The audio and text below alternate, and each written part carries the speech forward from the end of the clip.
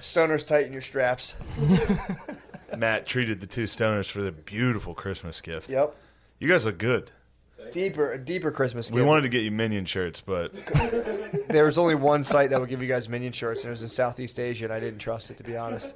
I It would support have them. taken like 4 weeks. Well, you didn't just get beat on an ice cream maker from Europe. What happened? I got beat for $100. I was gonna start making wheat ice cream, and I spent $100 on an ice cream maker. Dude, haven't gotten it. It's shut down. I got scammed. Where in Europe was it from?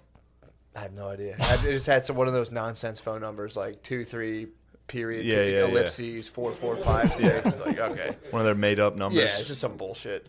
They should have gone with us on that. They don't even know if they're like a country or they're like, are we all a country? Yeah. They're fucked up. Europe's going back into a dark age. Yes. Yeah, they were good really. prediction. They're going back to their roots in the Middle Ages of just being an absolute waste of space. They spent like a good 600 years when you know it, dude. When Islam was spreading and Europe was just like, Yeah. they literally didn't have money. Like they had no money. They didn't even nobody had any coin. The government didn't have coins. And they're like, sorry guys, like the Arabs are fucking killing us. And I'm like, all right, well, Yeah. let's go take their shit. Dude. Step it up. Kick them out. Get them out of Spain. Make the fucking Hungarians fight them off and the Polacks. Yeah, Those must have been some good battles. the Hungarians and the Polacks. Yeah, yeah. Just a battle of square heads, dude. Yeah. My head's larger and more square than yours. Blasphemy. Yes. Oh, Gay Billy's calling you. Oh shit. Straight Billy. Sorry. Sorry. Yo, chill. We have with us today our guest, one half of the Coward Hour podcast with friend of the podcast, Barn Dog Kark. On our car, dude. And today we have Nik Oldershaw. Everybody. What's up, guys? Woo. Hey. That's it, man. I don't know. I've never, we don't up, play guys? podcast to video. Hey. What's up, guys? Hey. What's up, guys? All right. Before the show, he was like, yo, I know how to do podcasts. I've been doing it for 2 years. A little about Hey, me. here's our guest. Hey. Hey. Damn, dude. Instantly, little Nicky's out there. I'm from the deep south. Hey. But no, Nick's starting the Baltimore scene. Yeah. So I've known Nick for a long time. When we met at that Magoobies open mic. We did meet. You, me, and Crick. Yeah, Yeah. he introduced me because I knew Crick. Yes. I think I booked him on a show, and you wanted to fight me that night because I Wow. told. Yeah, How do you think you handled yourself? I thought it was fine. I don't even remember what it was. You- What about. happened? I just remember being like, this kid sucks. You told me that you had just been opening for Louis Anderson, and I was I like, just opened for him. yeah, and I was like, oh, that makes sense. You look like him. That could have been it. No, don't. No, that was it. No, that was don't- one of course your story is you got a good burn and I was mad. It wasn't like, who's this arrogant pussy? That's what I was thinking. I'm sure that was all. I'm, Yeah, I'm was sure like, I who's said this fucking guy. that was the thing that made you ask me if I wanted to go outside and fight you.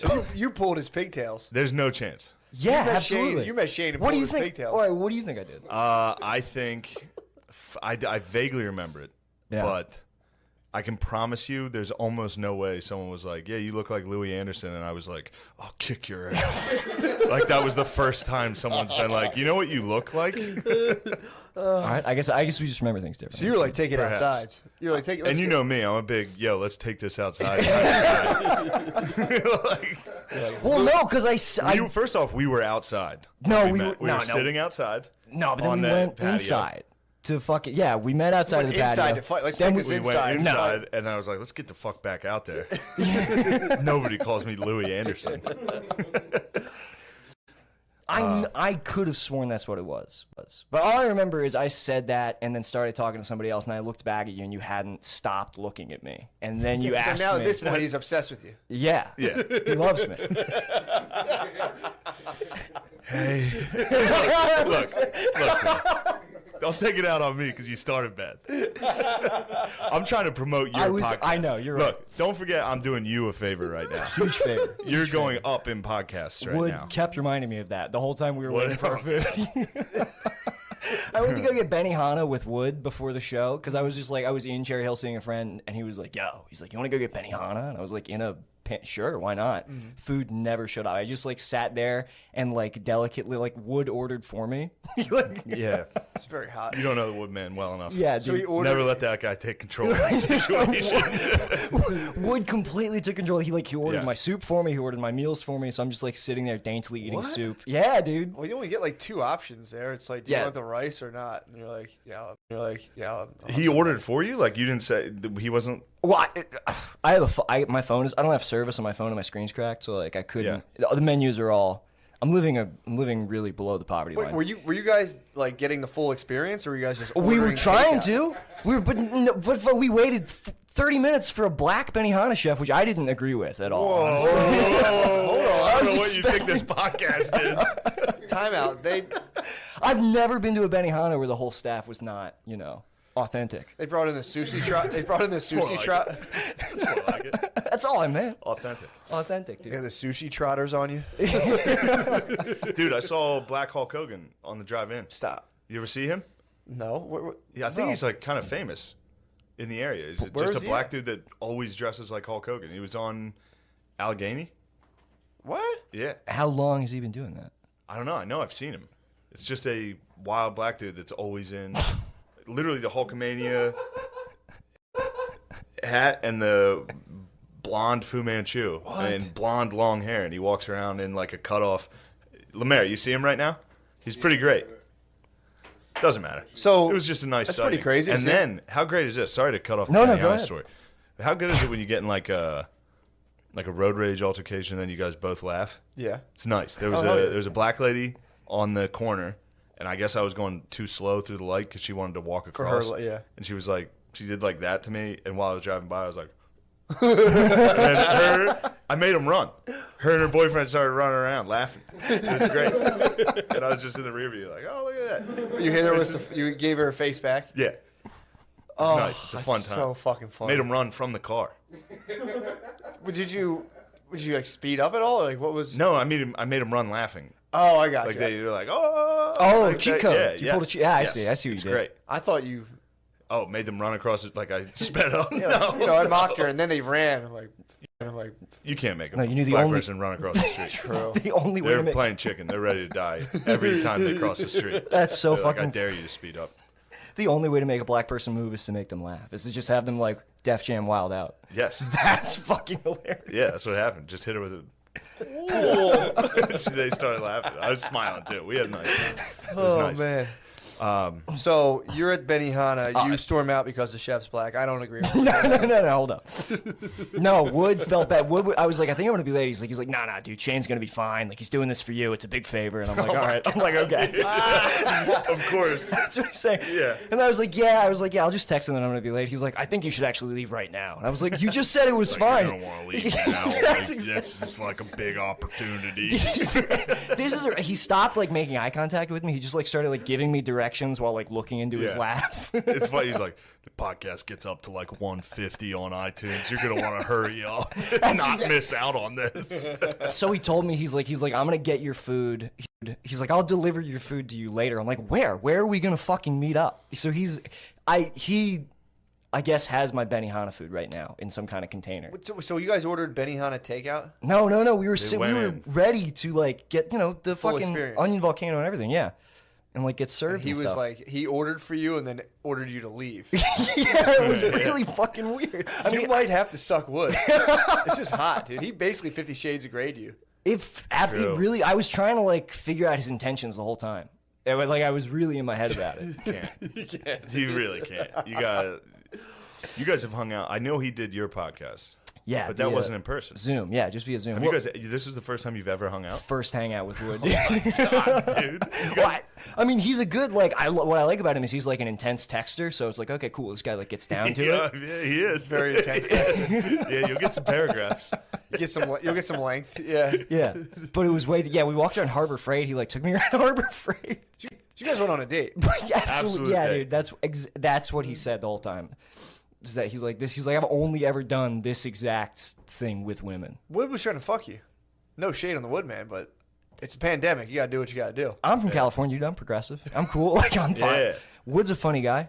Damn, dude, that's what's up. He's about to stick his dick in the onion volcano, dude. He's got the big sausage onion volcano, dude.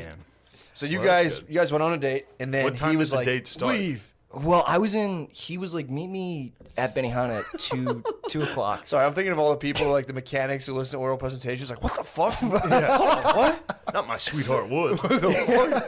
He wouldn't do anything like What's that. out in New Jersey trying to fuck guys?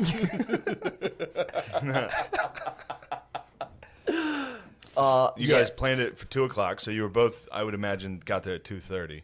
No, I'm prompt. You are punctual. I'm punctual. Wood is not. Wood is not. Showed up late, but we couldn't. But we had to make a reservation for 2. Like they wouldn't just let us sit down. They had to like timetable it. So we did he's like, let's do a round at Harbor Freight. Let's look at the knives. So we went and looked at the knives. All right, so now I was going to kill you. I thought Right, fuck you. dude. I don't know. It was a real. I think he's a nice guy, but it was a Very confusing nice. experience. Wood's very, very nice. No, but no, again, you can't let him dictate the activities because you'll end up walking around a harbor looking at knives. You'll do things that sound funny on paper until you're walking outside like. And he wouldn't let me pay for my food. Really? Yeah, he wouldn't let me pay for it All right, because back the in whole the day. the whole thing. He's like, I'm an older comic. This is what I have to do to you. I was like, Oh, it was dude. fucking weird, dude. Oh, you can't report him on saying corny stuff. Oh, like that. I'm sorry. All right, you're right. No, he's- holy fuck. he He deserves literally it. told me not to say that. Yeah, I bet. I bet. Oh fuck. He was probably like, "Don't tell anyone I just said that." Oh my god. He said he was an older guy. You've been doing it longer than him, significantly. But he's older than me. He's 33. It's true. Shit, this was a weird date. You're right. This was absolutely some like chicken hawk. Like this was weird. Yeah, Wood groomed you. He groomed you. He did. He groomed you. I'm fine with it, dude. Yeah, that's He's a good. cool guy. So you're out in L.A. How Yeah. long ago did you move there? Fuck, man. I moved there like what? Shit, the beginning of 2016. Like coming up on 5 years. Yeah. Now I listen to Coward Hour. It's one of the few podcasts I listen to. It's very funny. You in the barn, and you are homeless. No, You still homeless? What homeless? Now, I also would like this for the record because obviously the first comment you made about me getting mad about Louis Anderson hasn't left my mind. For the record, wait till you hear this guy's fucking lifestyle, and then let's see whose memory is more, trustworthy. What are you talking about? What, the drugs or the? What do you? Where do you want me to Just dive in, this buddy? homeless, drug-riddled fucking maniac. I'm telling you, I remember this. Okay, sure. And look Go how ahead. mad you're getting about me. Even just, I think that I'm telling you, dude. Look at that. Not shaking at all, dude. Cool as a cucumber, baby. All right, I guess it's true. I don't know. Can't even tell you how much I don't care. I was homeless before I started the podcast. Really? Yeah, I was homeless for like 6 months, like because I just couldn't pay rent, and my friends were like, "You got to go," and I was like, "All right, I'm going." And then I just like Damn. bunkered down in my car. But I would like, In L.A. yeah, in LA, like Barely home. what? What do you That's a field trip, bro. do? You Yeah. think? Did you have an L.A. Fitness membership? I had a Planet Fitness membership. So they yeah, have a no, So shower? you can shower? every day and pizza on Mondays. That sounds exactly like a field trip. And So you got you're warm weather. just buzzing around. I mean, but, all right, but I guess the reality compared to my expectation of where I thought I'd be my second year, it was different. But I don't know, man. I mean, I think I dated more people than any other year there when I was homeless because I was trying to like grift my way into like rooms and Housing. beds. Yeah. I dated a girl for like 2 months, like when I was homeless, and like she had no idea I was homeless. What? Yeah, I would just like show up like really sweaty from like just like sitting in my car all day waiting for like it to be like 5 o'clock or like whatever I could go to her house. Just like knock on the door and be like, "Hey, I just got back from the gym. Can I shower here?" I just hit the planet. Yeah. That's actually exactly what my dad does. He goes to Planet Fitness. He goes to the Y and Planet Fitness just to shower. Yeah. It's awesome. Yeah, that's borderline gay. Yeah, I didn't want to say it. It's your dad. He does like showering with the fellas. Does he really? Showers, you gotta miss it, goes to man. the shower or goes to the Y to shower. You gotta miss it, man. Little Getting steam naked and with shower. your boys. I mean, that was like a fun thing they all did, and they took it away from them, and it's like, Yeah, I that's something I regret got lost on our generation. naked with the boys. Just getting naked with the boys. Post basketball, like, all right, let's go get naked together, just for no reason. Let's all get naked. Yeah, they made me do that in middle school. Like, did you guys have that Yeah. in your school? Yeah. We had it in high school, yeah, but Yeah. There was a guy who used to enforce, like, if you didn't take a shower, he would, like, make you get in there. It's the same guy. Yeah. Coach Hinkle. Yeah, holy fuck, dude. Yeah. It was weird. And then he didn't get caught, but two of the coaches went to jail, one for stealing and one for, like, possessing child pornography. Really? Like, yeah, at my middle school. Get you on that. Yeah. Yeah, dude. I wonder how prolific they are at getting people with child porn. What do you think the number of people with that get caught? It seems like maybe less than half. I feel like it's way more prevalent. I bet it's like they only catch like 1%. Really? Dude, Spud hit me with the fact that stack it. they said like 25% of people look at child porn. I could be misquoting him, but they were saying like of New Jersey. Accidentally? They checked out the numbers on who was looking at child porn in New Jersey alone, and they were like, dude, that's like 25% of the population. Again, maybe misquoting, but it was something like staggeringly high. And this is like intentional, like looking, not like accidental Pornhub upload. Yeah. I don't know that I can't say. I could get hit with that. Yeah. I can be on Pornhub and be like, this girl looks young as shit. This is great. Yeah. Like, man, I can't believe this fucking 18-year-old looks 12. That's why I don't JK? That's why I don't fuck with dude. That's why I don't fuck with nubiles porn. You don't fuck with nubiles? No, those are professionals, dude. Nubiles is very well done. They go. I trust those they men. push the limits. There was one time I was like, "Oh, okay, that's enough." I trust man. the people behind nubiles. You trust their scene selection? Like, I yeah, you believe. look 12. Get in here. What? Nubiles. They hit me with one person Yeah, one time that I just went, "Oh no." Yeah, they'll hit you with some pigtails and braces every once in a while. That's It's just that's like, right. Let's slow down with the child aspect of it. Yeah, I get all. That's all right. Although it is called nubile, like it is. Exactly. Yeah. That's why I got off the train. I watched pornography this week. Did you really? And there was a guy. You ever see like when they do like any of the casting things where the guys talking is just way like, let me get a look at your pussy. Oh wow, look at that. Yeah. Like he's like, I don't know. Can I worship that asshole? Yeah, it was just it was crazy. It was crazy. I had to stop because of the audio of the porn. Oh, I yeah, I just can't. stopped Do Well, that. I haven't watched porn with sound. I like watched porn with sound on for the first time like a couple months ago. And I was like, "Holy fuck!" Why? I just never watch it with sound on because my walls in my house are thin. I live with like 5 other guys. I don't like they What about can some hear. headphones, bro. Yeah, I'm not living that. Headphones are risky. Yeah, they True. are. Headphones, Yeah. you can never hear a knock. True. Yeah, watching porn with headphones on gives me like the same feelings I would get when I was like on too much acid and I couldn't tell how in touch with reality I was. Do you know what I'm saying? Like at any moment somebody come like barging through your door. True. Right. And you're just like, oh. I'm sorry, dude. I was in my goon station. Yeah, that's. Have you been caught by your roommates while you were homeless? Were you cranking them in the car? True. That's Yeah. the million. Oh, you must have been. Where do knocking homeless them people out. jerk off? Dude, in their car. It fucked me up for a minute because like, you know, like it's a sex crime if you get caught and like the no joke, like, and also like cops, you're not supposed to sleep in your car in LA. So like I'd had encounters where like I would like be under the blankets and cops were like shining a flashlight through the windows of my car. Yeah, but like trying to like rub one out while there's like headlights coming and then like it's like those are some of the Before best. you hang out with your girlfriend who doesn't know you're homeless. Oh man. Well, you can't be over there like every night. But those were some of the comes, some of like the down to the wire comes in the car were better than the comes with the girlfriend. I bet, dude. Wow, my current girlfriend's gonna see this. Fuck, it doesn't matter. Is she? Yeah, she probably is. Nice. Yeah. Damn. So how hard were you like really trying to like wife these girls up? Like when you were homeless, were you like really pushing it? Like, why don't I stay over? You must have loved them, though. Yeah, you must have all that security they No, offered. not at all, dude. No. Really? See, that's, and also too, I obviously that would suck being homeless anywhere. I was like, oh yeah, it's nothing, dude. I'd be so, if I have to like wait 2 hours between things in my car, I'm like, Yeah, dude, just like literally just like hanging out like on 101-degree days in my car, just like waiting. Yeah. Wow. Don't have money for gas all the time either. And it was weird at night, like my radio was fucked up. I didn't have cell phone service. So the only station I would get was like the religious channel down in Culver City. Nice. And I got like way too into like, I got way too Christian when I was homeless. I was like I'll do it. up at 3 a.m. listening to like Alistair Begg and like the Kingdom Man show. I was like, I'm like this because I'm not a fucking Kingdom Man.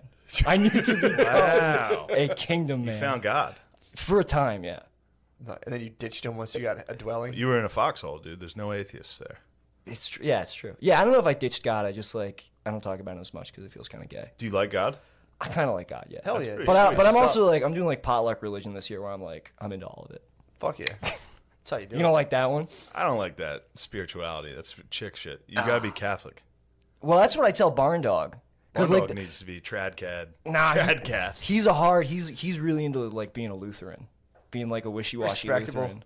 Yeah, Being like a Protestant, or Yeah. what is it called? Like How an dare you. Episcopalian. Protestants. Being like a Respect devout the Prots. Episcopalian. No, what's an Episcopalian? Protestant. yeah, they Is like it- Protestants. What are they just like? Basically, every Christianity that's not Catholic is Protestant. Gotcha. Yeah, even Calvinists. I guess they are. I don't know. I'm into Cyanetics right now. What's that? What? Cyanetics is the study of how matter responds to sound. So did you ever see like when they put those things Yeah, up and they hit goop it? in like speakers. Yeah, well, they put like sand on a paper and they hit Yeah. it with like 428 hertz, or like God forbid 528. Can't even imagine 528. It's crazy. Dude, that's a God frequency. So they take on different shapes when you do that, and some people say is that our matter is a response to sound, and we've arranged in a certain pattern. So we're basically like the manifestation of sound in the universe. Pretty tight. It's the stuff I get into. Isn't the universe silent? Go out of space, dude. Yeah, I mean you can't hear it. Doesn't mean there's no sound, bro. You know what I mean? We can't hear dog whistles. Well, like, yeah. I can hear him. I can always hear a dog whistle. Can anybody not hear a dog whistle? I don't think I've ever I heard a don't dog I think I whistle. can always hear it. It's just a Really? really low frequency.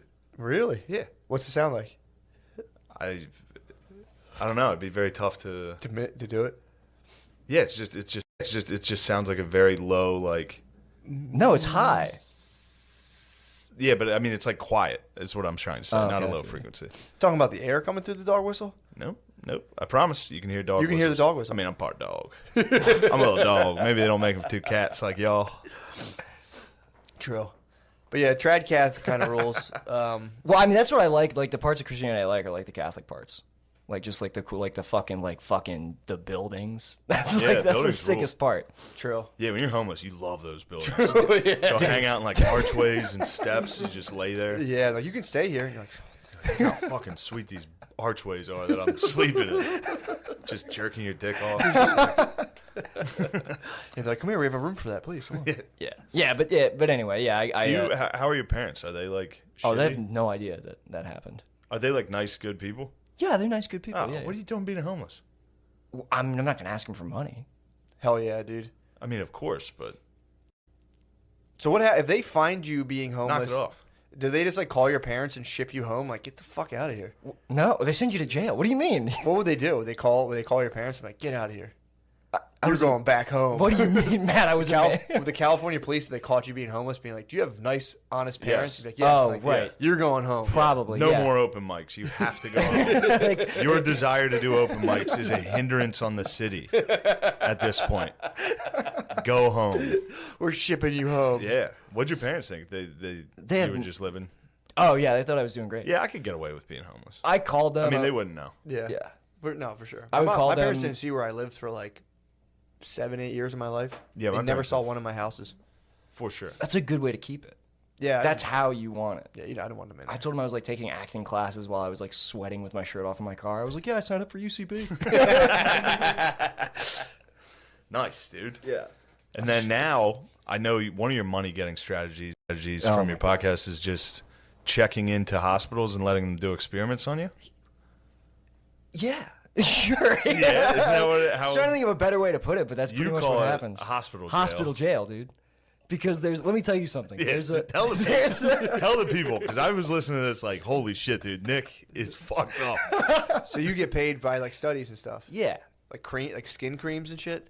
No, dude, I'm getting shots, dude. Takes like shots and like pills, like No, they fucked up. Well, the first one I did, it got me off the streets. All right, I'm very grateful to hospital jail, not only for the warm, Vietnamese nurses nice. that I definitely think of as my own family, but also for like the regiment and that it provided my life. No, but when I was like, it's like I made 10 grand, like donating my spinal fluid, which I wouldn't recommend. 10 Yeah. grand. Yeah, 10 grand. I was in there for a month, and then like that got me back on my feet. So you sold your spinal fluid. Well, they took it from me. That wasn't what they were doing. Yeah, you didn't bring it in. Yeah. No, it's they. So I went in. I was testing like this anti-schizophrenia medication. Nice. Like they just wanted to see like, and it's like I look at it this way. It's like how much vague brown Molly have I done in my life that like I'm fine. Yeah. So like there are doctors in charge of this. It's probably fine. Yeah. So Was it just you and other homeless? nah, it's actually all walks of life in It's there. just Shane. really? Yeah, I think it's kind of a melting pot in hospital jail. It's just like all businessmen. Yeah. No, it's a lot of guys who won't give up the PS4. A lot of certain types of guys who are too loud. What am I doing, man? I don't know. I'm on Matt and Shane, and I'm like, let's get spicy. I don't know what this the is fuck. great. All right, okay. But yeah, I was in there. Great. That Won't give up the PS4. What are you talking about? nothing. Never mind. You should explain it. Just I have like a bunch of files on my phone of like loud black guys in hospital jail who just like were just like playing Xbox Live like in the middle of procedures. What's hospital jail? Hospital jail. Hospital jail are medical studies, dude. Matt, Okay. follow me. There's Matt, Xbox though. Now you know how it feels, dude. I finally brought in another crazy person. You're like, wait, what are you talking about? I know. I didn't know there was an Xbox. I'm saying like, where's the? Yeah, Xbox? there's fucking Xboxes and stuff like in they hospital jail. keep you Yeah, there? they keep Xboxes there. Oh, I thought you just roll in, get the cream, and I leave. could easily hospital jail. No, yeah. Xbox for a month? Well, you'd have a tough time getting it away from some of the guys, but yeah, if you could fight them. Bunch of dudes So without it's spinal like- fluid. Like, just like, So Yeah, it's kind of like the phones in prison. The Xbox is like the phones in prison. You got to be like tough to like command the phone. Yeah, that's exactly right. Yeah. Damn. damn, But so you just get big brothered. You got to be like, can I play next? The doctor said I could play next. they're like, They just hand you a fake controller. Wait, did you form up with anyone else from like your race? Did you Yeah, was get there in- like an No, Aryan no. Brotherhood in the hospital? that would have been sick, but no, I'm a lone wolf every time. Nah, but so what they did, what really sucked is they bought so to measure the effective. I don't know what the fuck they were doing, but they were doing something. I promise you, they were doing something to me.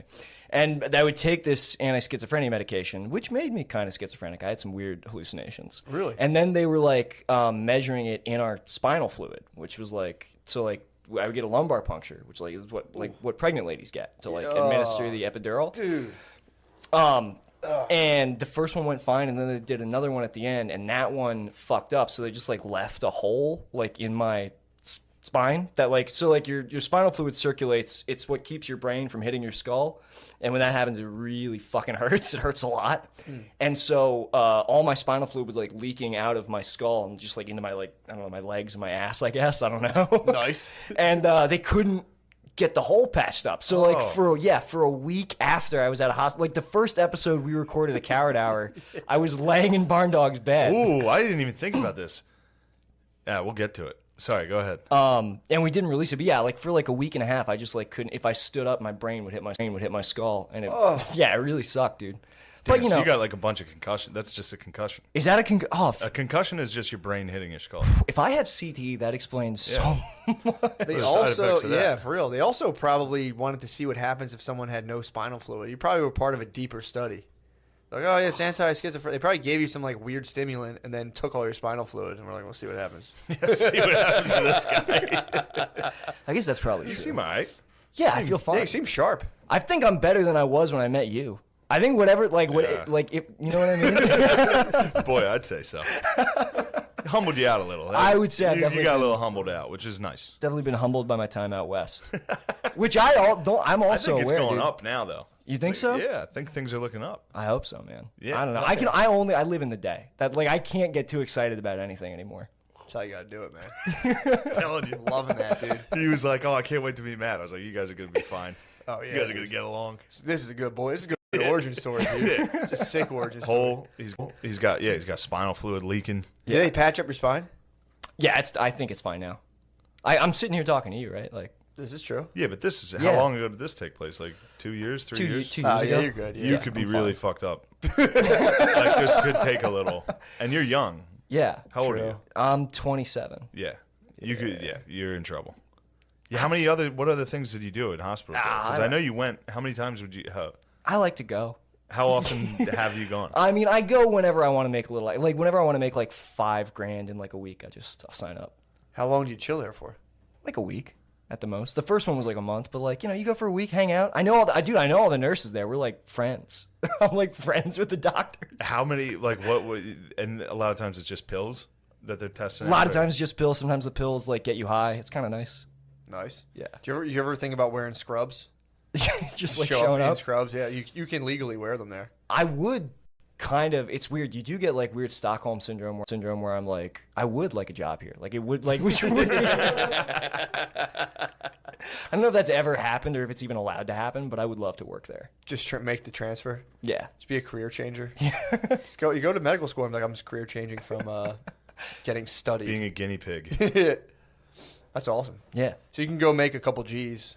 Yeah, just like that. When money's tight. It's nice because like I don't have to fucking. I'm good with money now. I'm way better than I was. And I don't have to like get a job that I fucking hate. I just like sit on money. Yeah. So it's nice. Get studied up. My friend used to go. He was addicted to heroin, but he would go get get skin creams and like just fucking break out everywhere. Really? And just come back. Yeah, he'd be like, oh, they just rubbed this shit on me today. You have to go in. He only got like a couple $100. He wasn't really getting paid. Yeah, that's what I'm saying. If you're not spending the night, I always spend the night at hospital jail. If you're not spending the night, you're getting chump change. So you can't get hold of the Xbox. That's kind of bothering me. I want to see you go in there and command the Xbox. You gotta wake up early. And get to the Xbox? No, I don't You want gotta it early that bad. bird that. They've only got like I don't play like NBA or any of those games. They don't have any games I want to play. They don't have Bring a game. they you don't wanna have play. white dork games. No, dude. You gotta get a Final Fantasy in there. You gotta sneak one in. That'd be insane for me to just start like a 70-hour RPG in fucking hospital jail. That's what Barn Dog tried to do. Did he ever tell you that when we commandeered his PlayStation? Oh, I've Dude, heard. Yeah. That was scarring for the barn, dude. I didn't even realize how scarring that It'd be was. so hard to play an RPG with a bunch of like Bluetooth conversations going on. Like, oh my god, he's in here playing his fucking Zelda, bro. You would get Bro. destroyed. Bro, he's in there playing his fucking Zelda, his gay ass Zelda shit. You're like, hey, stop! I'm playing. Hey guys, you know Oh, bro, bro, I'm trying to play live. He's playing his motherfucking Zelda, bro. the dudes like if all you had that smile thing, the dudes like just collapse like marionettes, like occasionally. Yeah, like, yeah. Standing there like, talk, you motherfucker. Yeah, that has happened a couple times. Really? Right? Yeah. They just have side effects where they just like go down, like, Fuck. but never me, dude. True. Never me. Well, you had an extensive. You were doing some drugs before this. Yeah, Before yeah. hospital jail, you were an I experienced. call it. It's like weight training for your brain. You know what I mean? Like just like taking like 5 tabs and being like, all right, parents are home. Let's see if I can sweat this out. You know what I'm saying? Damn. Yeah, dude. How'd that go? I would crumble, dude. I never got caught. They never knew. Really? Yeah. What would you talk I about? wonder how many times. First off, I guarantee your parents were like, "He's homeless."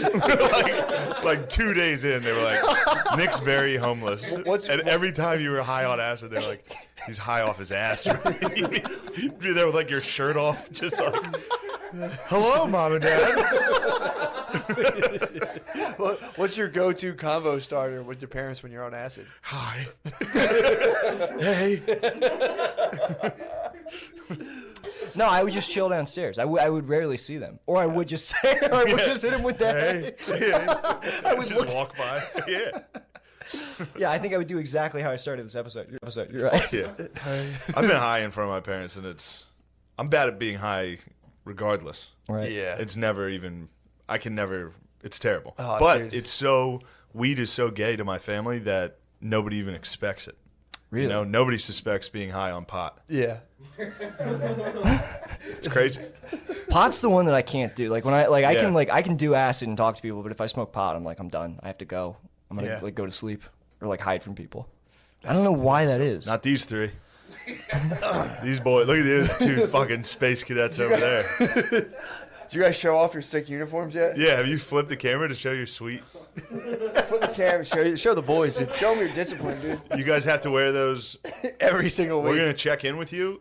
You have to wear those. Whoever can keep it on longer over the next few days wins $200. True. We should do readiness I checks. promise, and I will randomly FaceTime, and if you don't answer, you lose. And when I FaceTime, you have to have it on. You're doing readiness checks like next to Yes. you. Like ready? You have 30 seconds. Yes. Yes, master. And whoever wins, whoever keeps it on the longest. I'm talking showers. You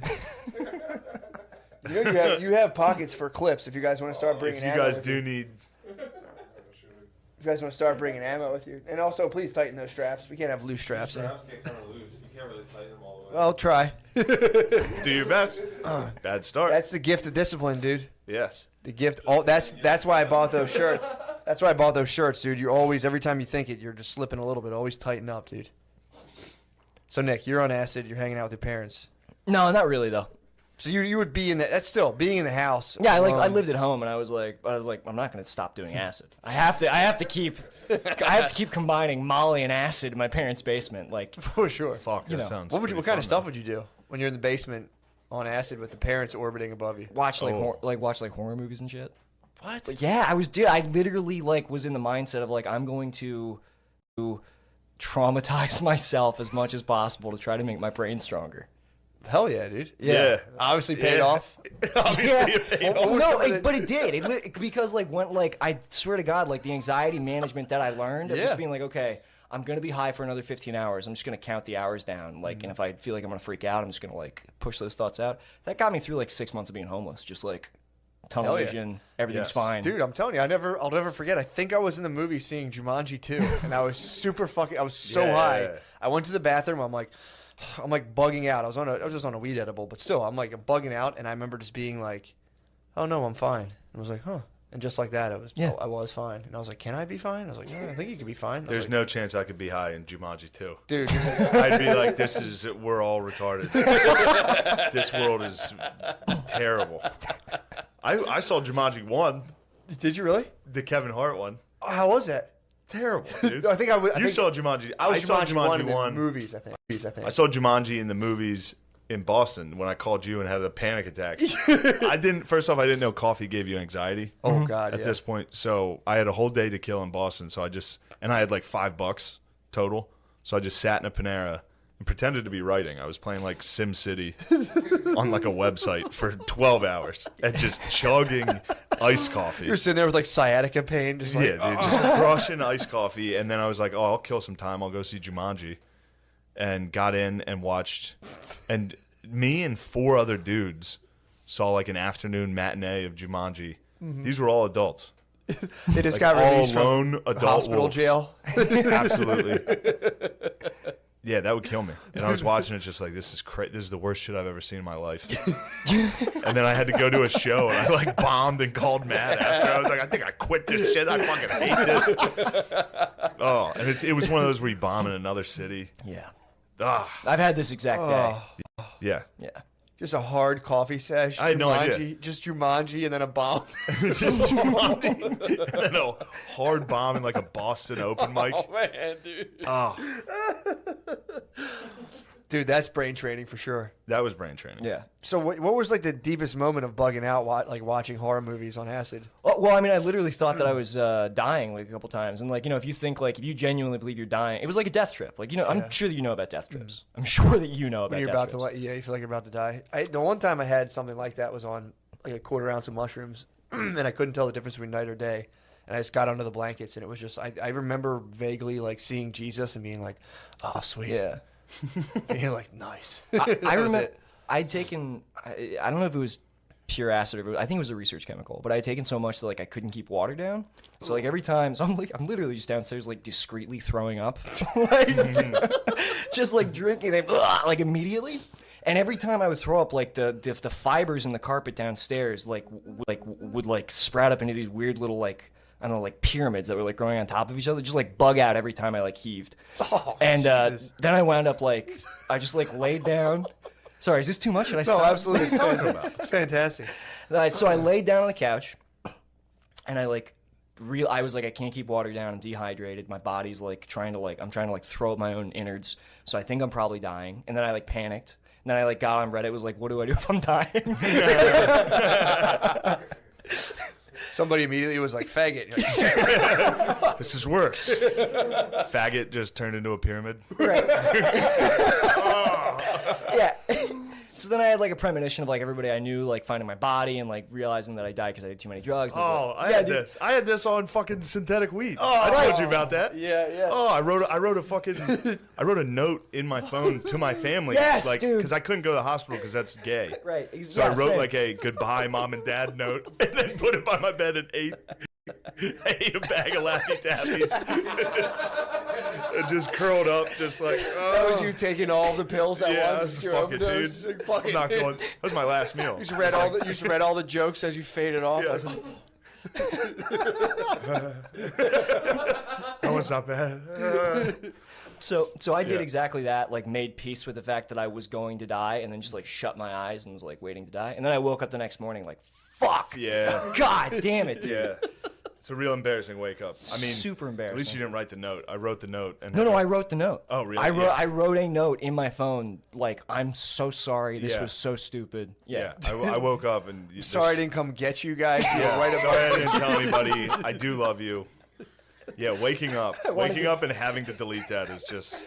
And this was before Select All, so you just had to sit there like, fuck.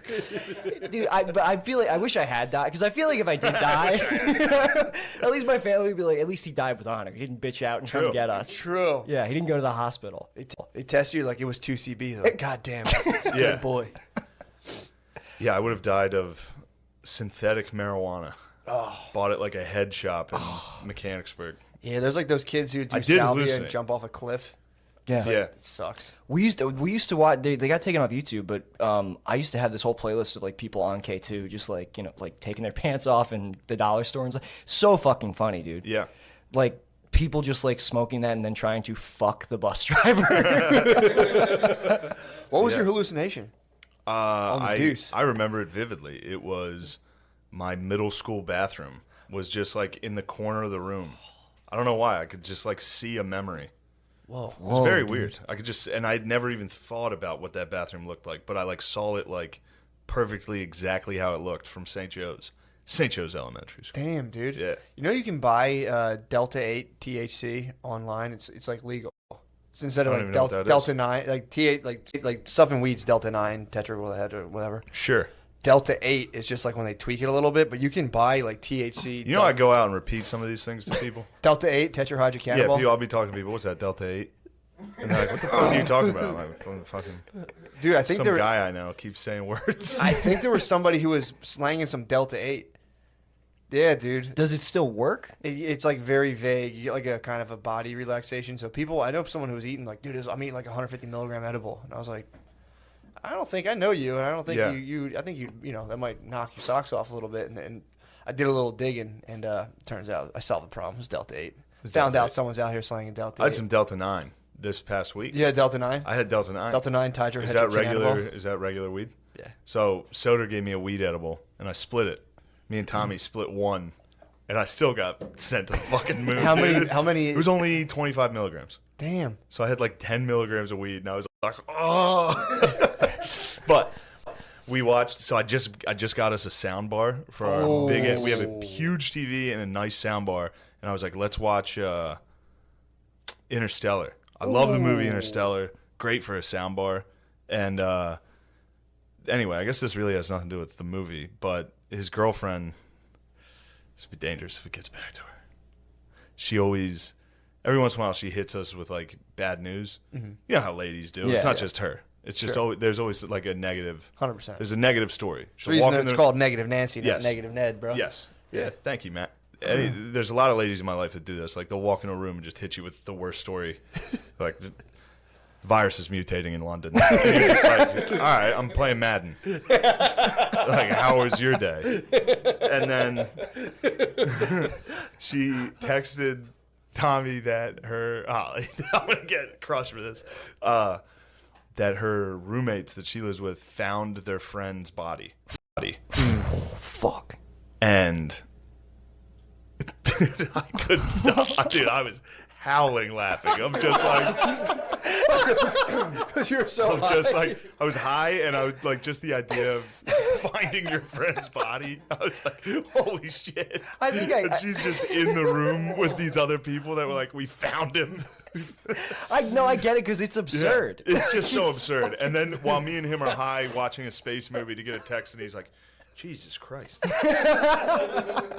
They found their friend's body, and I was just like, it's too much. It's too much to find your friend, to be like, oh, we found him. found his body. We found his fucking body. Now we're looking for the other parts. We gotta find the rest of him. Yeah. We're in the search for his spirit now. So they found Yeah. the bod. Found his body. Dude, He was fucking ripped, dude. yeah, we found his bod. He was fucking yoked. And this, it just makes, fuck, dude. This is personal stuff, so nobody tell anybody about this. Sure. But this is a different girl. Yeah. We were sitting, and no, it's the same girl. I don't know. I'm trying to protect this somehow. Sure. But it's very funny, and she knows I love her, so this is all just funny. But never mind. I can't even tell it. Gotcha. It was a family member. Never mind. Oh, but we were just like watching an Eagles game, and she just hit us. Like she was just sitting on the couch, and she was just like, "Oh," and we were like, "What?" She just told us the worst story possible. We had to just be like, "Well, that's all right. Oh. They're in a better place now." Trying to like be like, "All right." It's like 3rd and 10. Come on, motherfucker. Like just watching. Yeah, I shouldn't have done that. Someone just gets bad news. Yeah, someone getting bad. That's the joke. Yeah. Getting bad news in front of you while you don't care. I mean, the phrase "found his body" is kind of Found his body was killing me. It's very funny. And this was all at the end of Interstellar, so we'd watch this long ass movie, and then it's getting to like the most important parts, Right. and then we just get hit with the fucking they found his body. Well, Tommy just couldn't stop. Tommy laughing. getting that news of all people is what's I so know funny Tommy. about it. Yeah, Oh, they found He's a like, body. Jesus Christ! And then once I started laughing, he was like, "Ah!" Like he does that laugh. Oh man, what a fun night. Oh Anyway, sorry I bitched out on that story, but no, that's. I think you. I Gave, live with her. Yeah. I think you hiked your pants up and gave the story. Yeah. That's a tough one. Especially when people. I mean, I'm sure you have people approach you and be like, "What the fuck?" Blah blah blah. Yeah. And it's always like, I feel so bad. Yeah. So, Coward Hour. So yeah. Lemaire. Quit fucking around on your phone. Lemaire. Oh yeah, I forgot. Yeah. Now, how do you feel? How do you feel I forgot, man. about your show being commandeered? He took the Xbox. Nick took the Xbox. Yeah. He did. He Dare I say commandeered- appropriated? He commandeered your show. It was kind of my idea too. I guess in retrospect, I tricked Crick into moving to Los Angeles. Yeah, I don't tricked know. him into Philly. Right. Yeah. That's funny. That's what you have to do with that guy. Yeah. You have to trap him. Yeah, because I literally I would listen to Coward Hour while I was living in my car in LA, and I was like, this is funny, but Damn. You got heisted by a homeless dude. You were a homeless dude in LA that was like, this is my favorite podcast. I should just bring this out here and replace Lemaire. So wait, you guys had was Coward Hour originally a podcast? It was a just show first, and then we turned it into a podcast. And then he went out west and took the podcast with him. He went out California way. He went out California, way, yeah. and he struck gold with this homeless. Yeah, Yeah. he's trying to go with the homeless man. And he left you behind. Now you're just a lowly Yeah, now I'm just a minion. producer. Well, you should have been like they can only. You should have took half the title. You should have they took the should've- royalties. No, they should only be able to call it the Coward. right. Oh, that's kind of artsy. I like that. If you split, you get the hour and they get the Coward podcast. How do you feel about it? Are you better off without them, I or was that your one shot in showbiz? I don't think I wouldn't say better off without them, but like I'm doing all right. Like I'm okay. Sure, you got Lena Dunkums. Yeah, Fucking true. blood You got a up bunch of dunkums. You should. If I were you, I'd work my fucking ass off to buy the rights to Coward Hour, or just start a new one. Just Yeah. start one with no one. Just call it Coward Hour, and always wear those. and you have to wear those shirts and never explain it. I liked Lemaire's. I thought Lemaire was awesome on the original Coward Hour. I liked it, but I just thought it could maybe. You could improve it. Yeah, I thought it'd be better if I thought it needed a little direction. See why he's like a very take outsideable guy? Stuff like this? Does it make you just want to beat him violently? All right, maybe I didn't fucking tell you because I want to fight you now for that. Just so mock. I mean, did you envision all of this when you were in Just the in the carpet, car. just thrown up in the carpet? Like, I will take this fucking podcast. Yeah. I manifested, dude. That's I fucking literally. sick. Oh man, awesome. somebody told me I was a master manifester this week. You are. You're Can't really. stop yeah. thinking about it, dude. Dude. I mean, dude, that's what people are up against, dude. Yeah. Master, you're out there kicking around. There's master manifestors. There's some out guy in his car in LA just like, I'm going to take this fucking... Lemaire had no idea. Lemaire was just doing mics in Lancaster, just like, this is fun. Things are fun. There's some guy in his car like, motherfuckers, I'm going to get this podcast. Just sending psychic Yes. energy. Yeah, dude. Yeah, that's true, man. Yeah, every time people loaf, it's like there's someone there. There's a buzzing maniac in their car. There's a fucking guy jerking off in front of headlights. Like,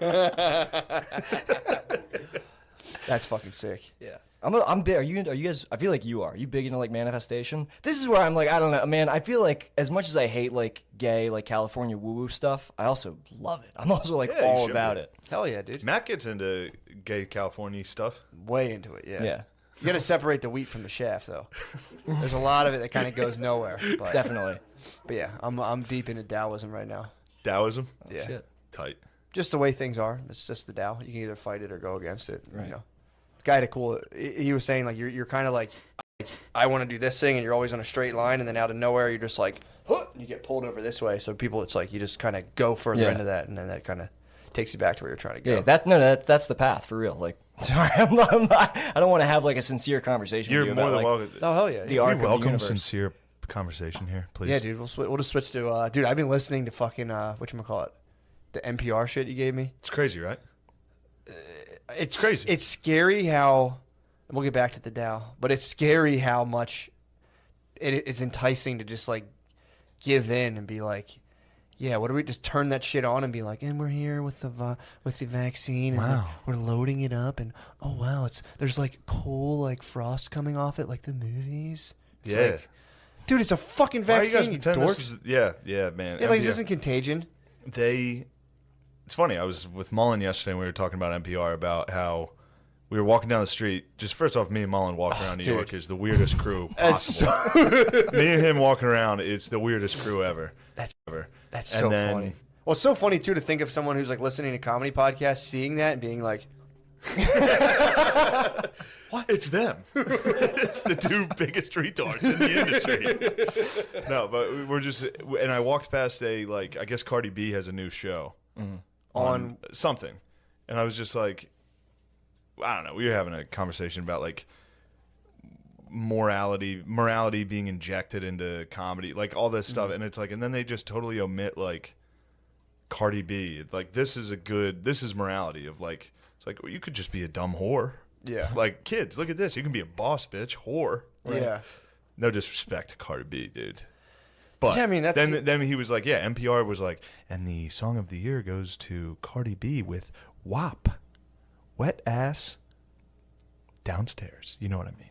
This is NPR. Like, NPR named WAP the song of the year. It's like, aren't you guys supposed to be like intellectual news?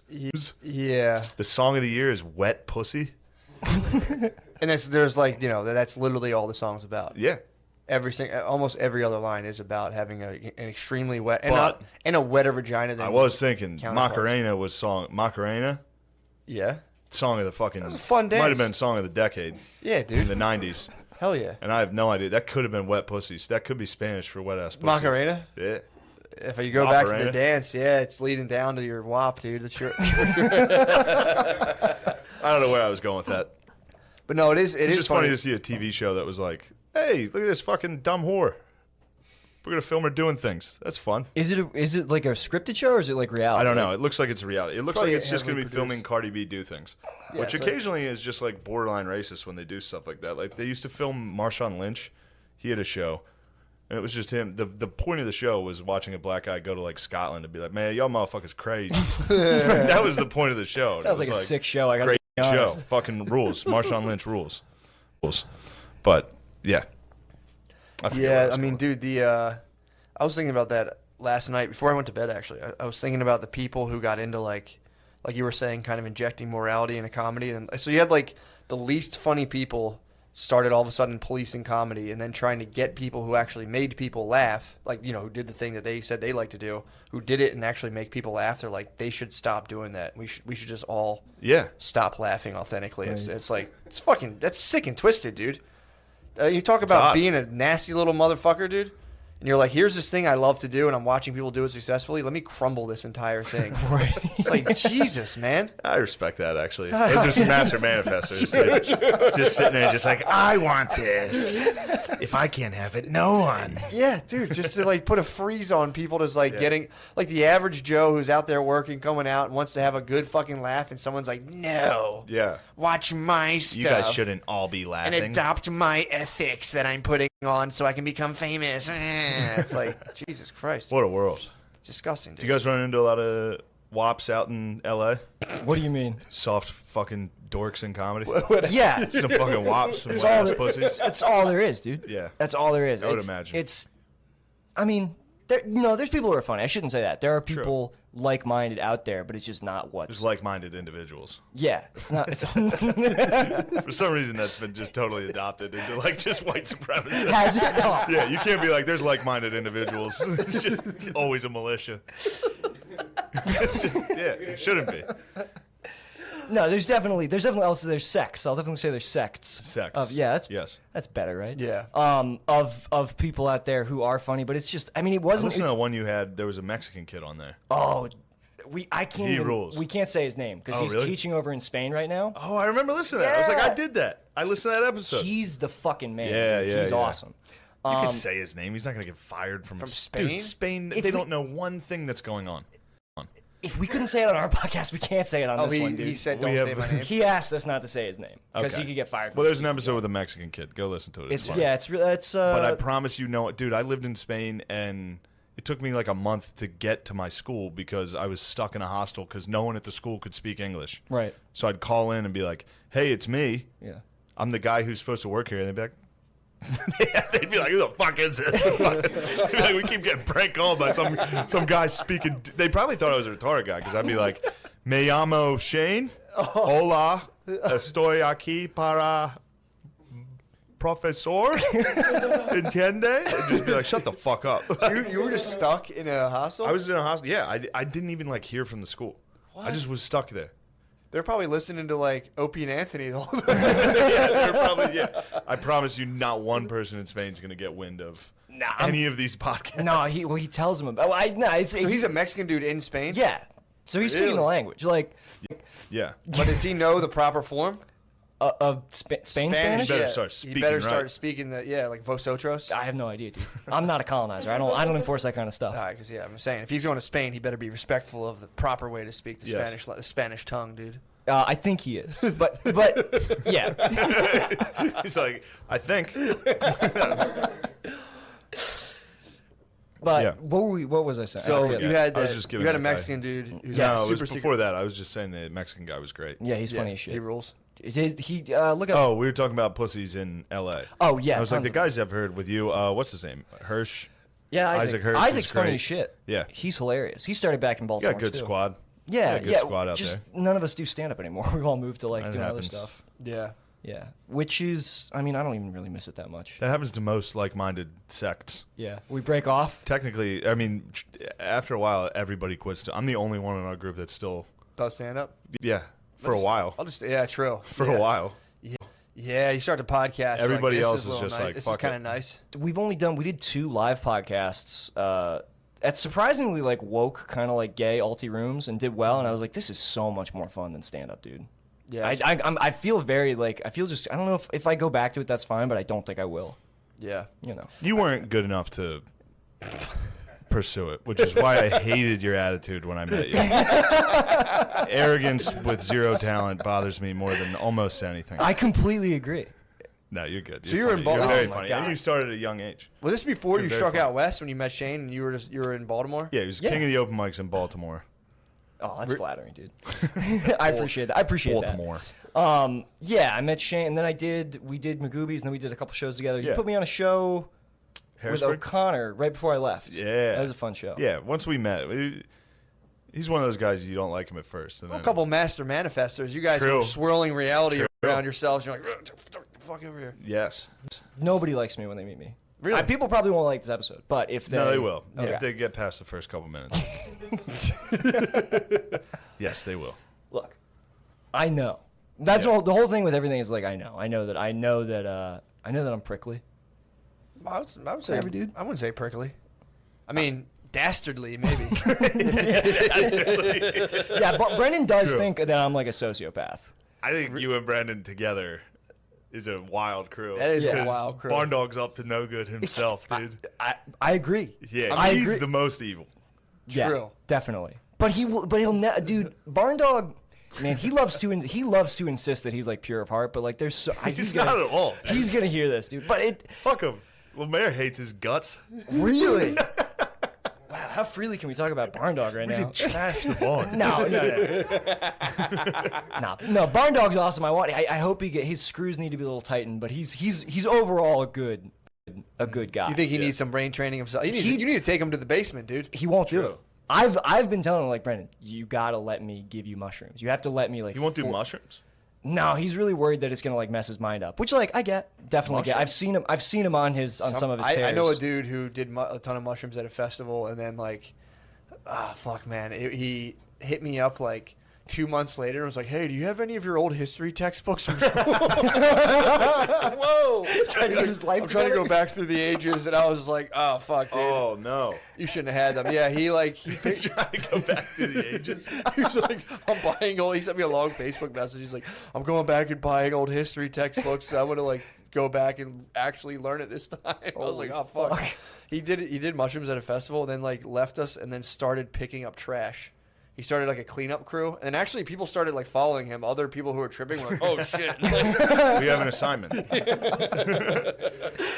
He started picking up trash, and then like did it. It was kind of fucked up because the guy he was with he's a master. You want to talk dastardly? He's a motherfucker, and he was just like fucking with him the entire time. And I think he realized that like someone he thought he was his friend was actually like just a deep negative force in his life. Yeah. And it was like, I got to pick up the trash, and like hit me out. And so I think like he had like this horrible awakening, and like just around thousands of people. Yeah, that's my reading. I was just sitting there, but That's why I never tripped at, like, festivals. Like, I thought it'd be. I didn't do them. I was there. I was like, I'm not eating those fucking things Yeah. here. I have no desire to sit around 1,000 strangers and trip. way too uncontrolled. No, when I ate mushrooms the last time I had them like a decent sized amount, I was at a Meat Puppet show. That's sick. Meat Puppets fucking rule. Yeah, dude. They're the band, Nirvana covered their songs, Lake of Fire on Me, and I think a couple other ones. And dude, I went down and it was like I was just in a room of like maybe 60 people, and like I would look at dudes' faces all looked like sinister elves to me, where I'd be like, oh fuck, and then women looked like beautiful angels, dude. So I was just around elves and angels, just like, wow, dude. Oh fuck.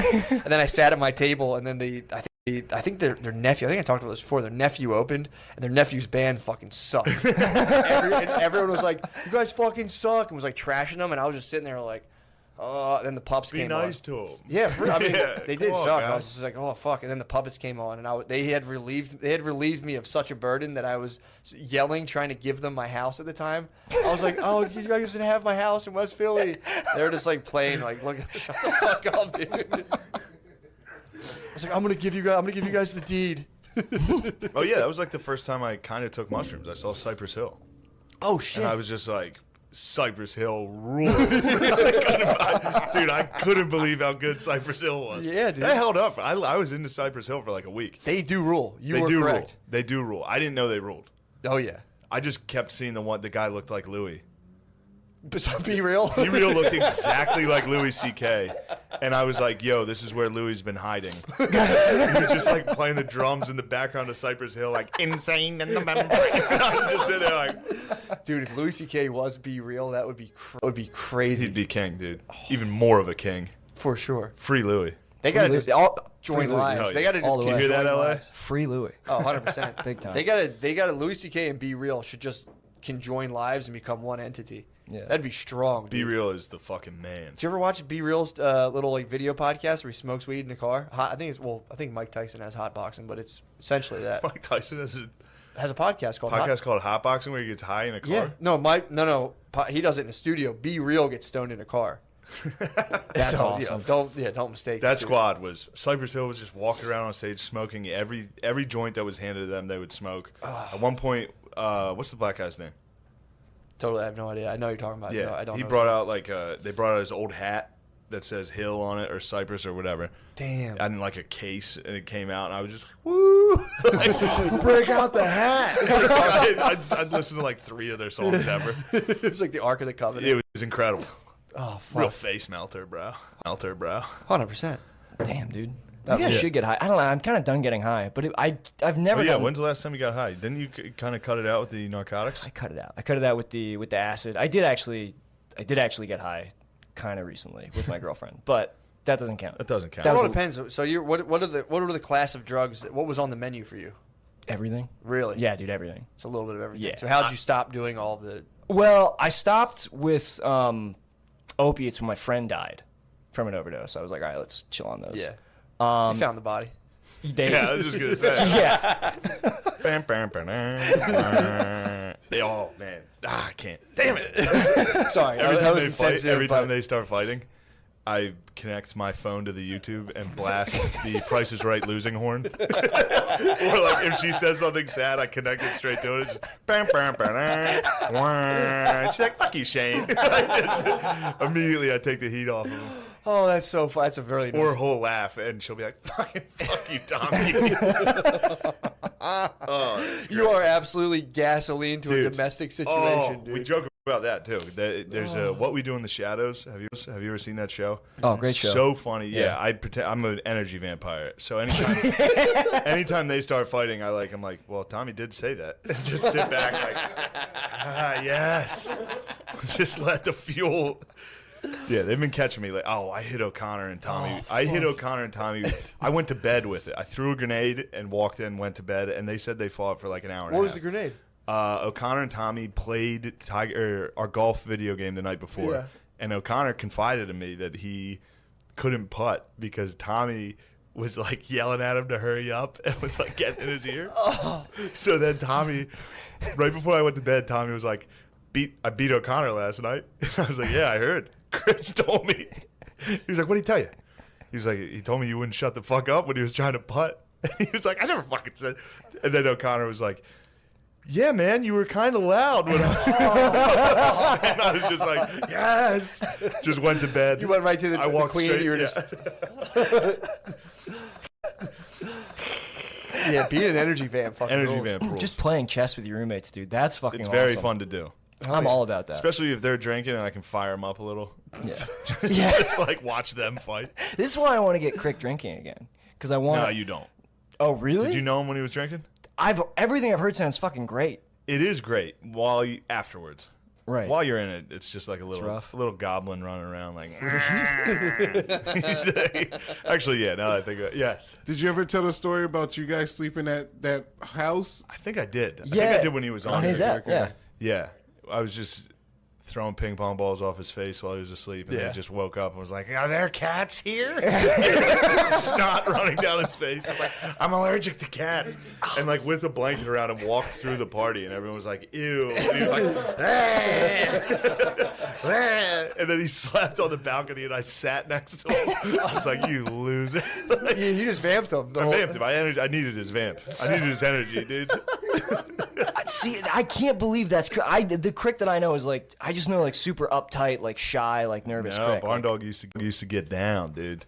He used to be the man at the Chameleon Club. Oh yeah. The Lizard Lounge in fucking Lancaster, he was the king of Got the Lizard rum and Lounge. cokes in him, dude. Oh, he'd be wearing like a Hawaiian shirt and cowboy boots, just hitting on every single chick.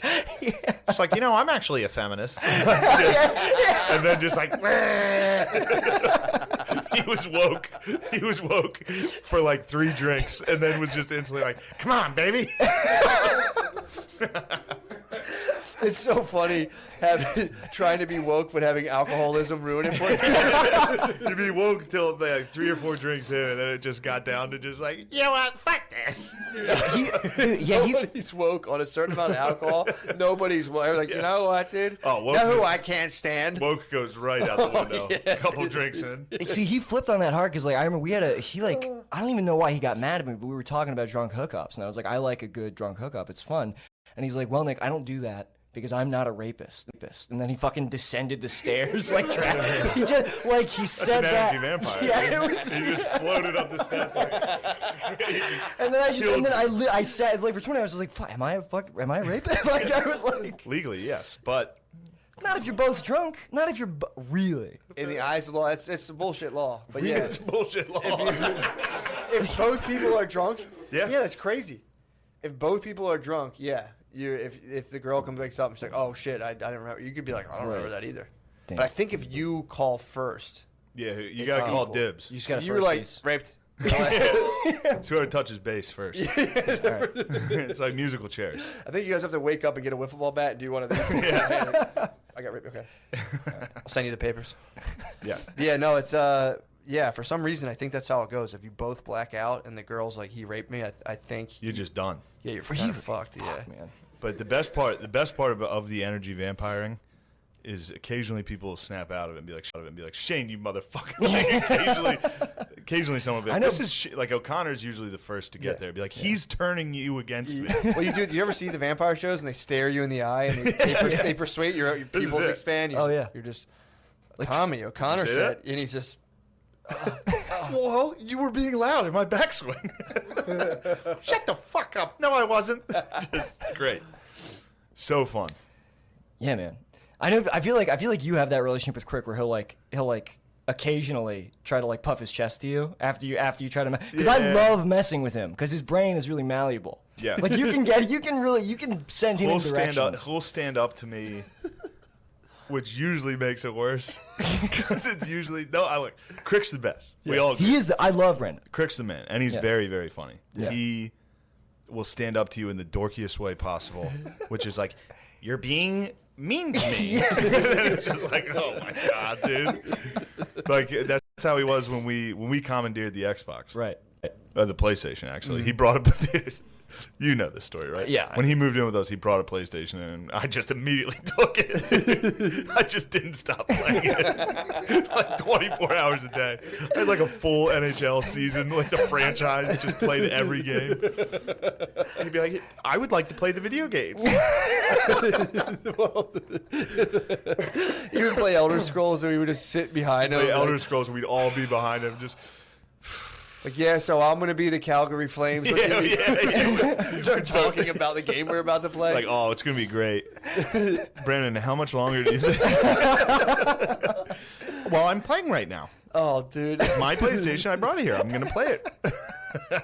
Dude, I give it to him. I had it broken down. He said that he would do that. He would just keep playing. He would stand his ground as long as he could, dude. Yeah. I'll give it. I would have folded. best. I would have folded. Crick does. Yeah, he does stand his ground. He will, absolutely. And I don't know what to do with it when he does it. It's uncomfortable. It's for sure uncomfortable. He does do a good job of flipping the script of actually making you like, because you're not going to take it to the next level right. and be like, no, I'm playing the video game. I have. I definitely. You have. Yeah. Dude, I stopped. I took a weed hiatus one time because I was like really stoned at like 10:30 a.m. and it was just me and Crick sitting in there, and I think he was just down there playing the Elder Scrolls. I was just on the couch. It was rock bottom for you. I was just sitting there watching him play Elder Scrolls, and I started thinking about like how my grandfather came over here on a boat. And I was like, fuck. Yeah. It's 10:30. I'm stoned, and I'm watching Crick just like grab little pieces of paper on a video game, like put it in a box. He loves. It's like I'm making a potion. I need to work on my armor. I'd be sitting there like, dude, this game sucks. Crick loves the games where you just collect notes. He does. Where you're like a lesbian who's like my collecting God, notes. He had one that was, I forget what it was. It was like you just lived in a house as a woman. Gone home. Yeah. Oh, I hated it. I fucking hated that he played it. You're like piecing together that you're like a lesbian or something through notes or something like that. You're just figuring out your sexual identity in the house. Yeah, this whole episode is just trash in the barn. It's not trash. No, it's a celebration of the dog. He hit me with a rock bottom once. Really? He rock bottomed me. Then he people's elbowed me. I was playing. I think I was playing AHL or something late, and then he came down in like a bathrobe and started eating like Nutella, just out of the cabinet, just standing there. And I like looked in and looked at him, and he was like, and I was like, Jesus Christ, dude. That's such a sick superpower. Is that people question their life? Just with your existence, people are like, what the fuck am I doing? Well, I feel like That's where abandoned in Lemaire, Crick. Yeah, fuck you, Crick. Coward Hour is coming back to Philly, dude. the moment, the rules. Crick moment that stands out for me still is like, so like the second time I got kicked out is when he was living with us in Burbank. I got kicked because I just wasn't paying rent. Yeah. And You're like, you summoned Crick out there. You're like, let's split an apartment and start You podcasting. just lived on the you stayed on the couch. Yeah, that was my favorite part of the homeless story. Was didn't you just like start sleeping on the couch after a little while? And they were like, dude, you're just living here again. after I would, and we had one roommate who wasn't happy with it. So like when he would stay home later than everybody else, so I would like hide in the bathroom. It was like I was playing like Metal Gear Solid, just like hiding. Yeah, you'd be in a box. Yeah. So it was like the 25th of the month or something. Sorry, that just deserves an extra 10 seconds of just hiding in a fucking house. Some guy being like, Is there somebody?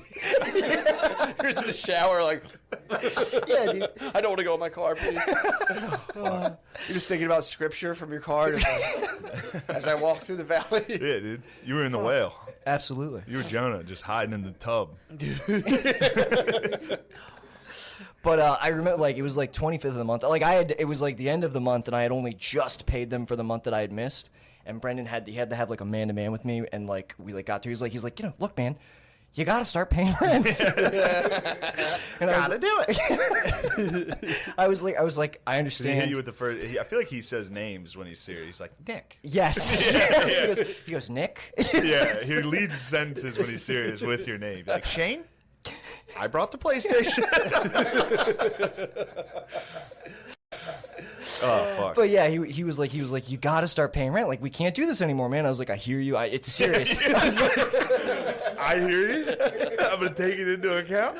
Look, I'm trying to manifest some rent. I was like, you're right. I'm really sorry. I'll have rent. I mean, there's 5 days till the first of the month. I have $20 in my account. That rent was not going to be there. But you know, you just have to fucking make Let it people. roll, dude. You got to make people think that you're their friend in that moment. Have you ever seen the most? Have you ever seen the Most Violent Year? No, I haven't. Oh. Well, what Oscar Violent Year, Most yeah. Violent Year. What Oscar Isaac does in that is like he's so good at connecting with people that at the end of the movie he's able to like talk a guy into killing himself to like save his trucking company. And it's like that's a powerful Nice. strat. That's huge. That's huge. That's huge. That's a huge ability. Hey, where are we at on this time-wise? Hour 15. I was gonna say Hour hour 20. 15. We Take could it to just the page. You want to just keep? Look, we're gonna switch over to the Patreon. Yeah. Nick, you got anything you want to plug before we switch over? Coward Hour. Yeah, Coward Out. Yeah. It's him and Bar Dog. It's great. It's Yeah. very funny. I don't think I have. Oh, check out Gillian Keeves Yeah, dude. on YouTube. Check Uncle that Sketch, out. dude, the Uncle Sketch. rules. Fuck And that, then yeah. the next time I'm doing stand up is January 7th, 8th, and 9th at Side Splitters in Tampa. You got a little break, bro. 7th, 8th, and 9th. Yeah, for the holidays. Got to go home and give COVID to my family. Nice. The new strain. I'm waiting to get the new I strain. got the new strain. 70% more spreadable, dude. Some London They blokes. did the math. Yeah. They came out with like a coefficient of like 45, and like, oh shit, this is 70%. Yeah, the studies are great. I got 4 vaccines already, dude. You would. Not dude. COVID, but I got other ones, and I'm like, these will do. I got like 4 tetanus shots. I'm like, psh. That's all you need. As long as you don't get polio on top of this thing, you're fine. You're fine. Yeah, 7th, 8th, and 9th of January. Come to Tampa Side Splitters, please. Can anyone sell a vaccine? If you say not approved by the FDA, could you sell a vaccine? Because apparently, if you sell vaccines, no one can sue you for the side effects. So if I do one of those things like, yo, this hasn't been evaluated by the FDA, but also this will You definitely. getting in the vaccine game now? I'm saying like herbal, because you can sell herbal supplements all you want. Right. So I'm gonna be like COVID killer, and then Heroin. True. Yeah, Right. you think so? Just give him Yeah, some that'll kratom. fucking knock you Give him out. some crate. That'd be what's up. I'll get you rolling. I'll think about it. Not so yeah. injectable. It's chewable. Chewable vaccine. Chewable. I'm saying if I'm with the comp, dude. I mean, what would you rather have, a gummy or a needle? Just saying. About to make $1 million, dude. Thank you for watching our podcast. Yep. At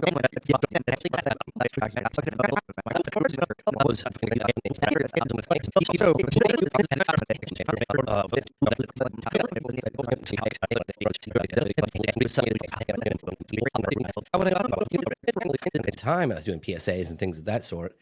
And I was like, I think I'm going to do a documentary on UFOs. And my dad was like, oh my God, please, son, don't do that.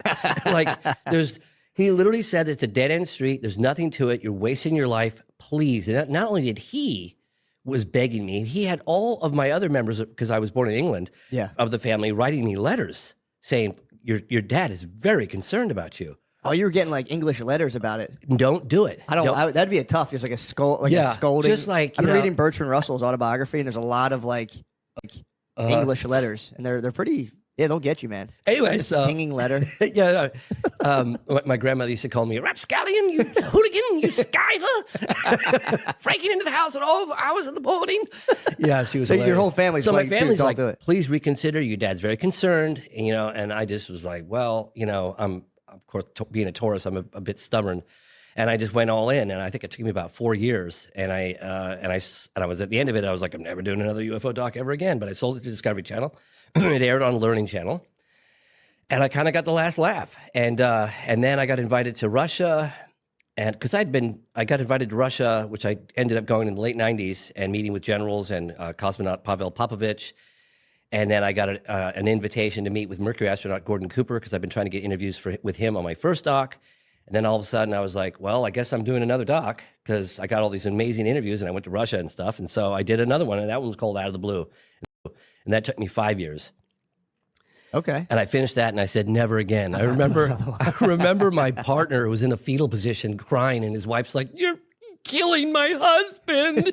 Like, stop. What was wrong with we him? were pushing each other so hard, so hard to do a good doc, right? It's like you just get to the end and I'd been there myself. You're broken. Yeah. And so I was like, well, I guess the documentary's done, because I didn't really feel like it was where it needed to be. But we were all out of steam. We were out of money. I pushed my partner to the brink of death. And his wife was screaming at me, like, so I was like, all right. So then we sold that to NBC Universal, and it aired as a 2-hour special on the Sci-Fi Channel. And then 3 years later, I owned the rights again, and I was like, I'm gonna pick this back up and make it to the film I always wanted it to be. So I spent a couple more years on Out of the Blue, and I released that as a director's cut.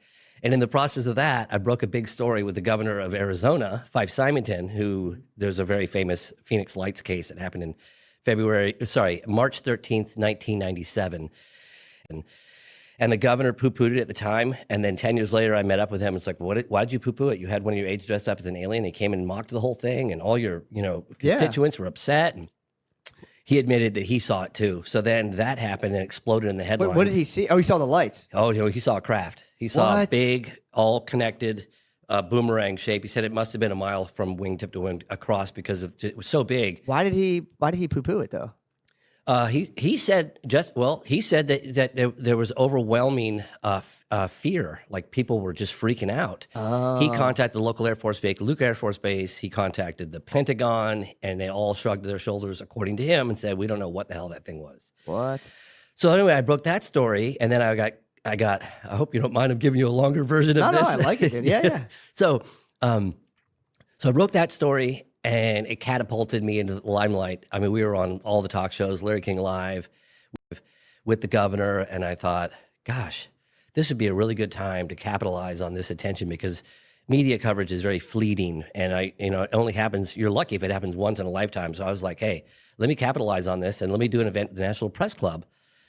And so I did with my friend Leslie Kane, and it was 2007, and we flew in 14 military and government officials from 7 countries and held an event at the National Press Club, and I shot the whole thing on HD, and then I ended up making a movie about that, which I sold to A&E called I Know What I Saw, and it was a 2-hour History Channel special.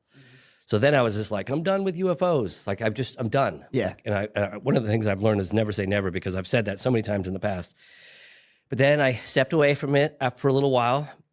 I did a film on the BP oil spill in 2010, and then Has that ever gotten cleaned up? Are the waters good now from that? 'Cause I don't know if they're gonna realize the long-term environmental impacts, because they were pumping Corexit 5,000 feet down into the oil, trying to keep it like from surfacing, because they get fined for all the surface oil. Oh, really? So if they hide it with the Corexit, which they'd never done subsea injection before, so they did that.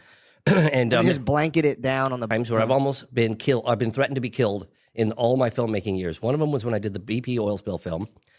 There was a fisherman. He was head of fisheries for a number of different states, and he met with me secretly, and he was giving me photographs of the fish impact that it was having on these species from the Corexit and the oil. And they had like cysts and boils and just disgusting. Fuck. He gave me these photographs, and he goes, "You reveal my identity, boy, I'm going to hunt you down and slit your throat. Do we have an understanding?" I said, "Yes, sir, we do."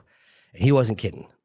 He was like, he goes, "Because I run the fisheries, I'm shooting myself in the foot along with a lot of other people, but I can't in good conscience let the people right. eat this stuff not knowing what's going on, like turn a big lab experiment." The other time I almost got shot in the face is when I was making Moment of Contact. I don't know if you ever saw that film. It's about a UFO crash in Brazil. I was there with my buddy Marco Leal for like 12 years on and off, and I made a film called Moment of Contact. It was released in 2022.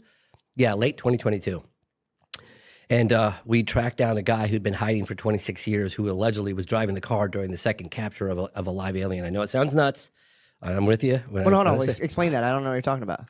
It was a UFO crash Yeah. that took place in 1996 in Varginha, Brazil. I had been looking into it for 12 years. I didn't believe it when I first heard about it. In fact, I was making my first UFO documentary, my second UFO documentary out of the blue when I heard about the crash. It happened in 96. I was making it in like 99, 2000. That's when I started. I heard about it, but I was like, that's impossible. They don't have a UFO crash and live aliens walking through the town. No way. So I took 10 years before I even, like almost 10 years before I would even, actually, it was over 10 years before I would even look into it. And then I ended up spending about 12 years. But in any case, a UFO was spotted in trouble. It was a cylindrical shape object, like a cigar.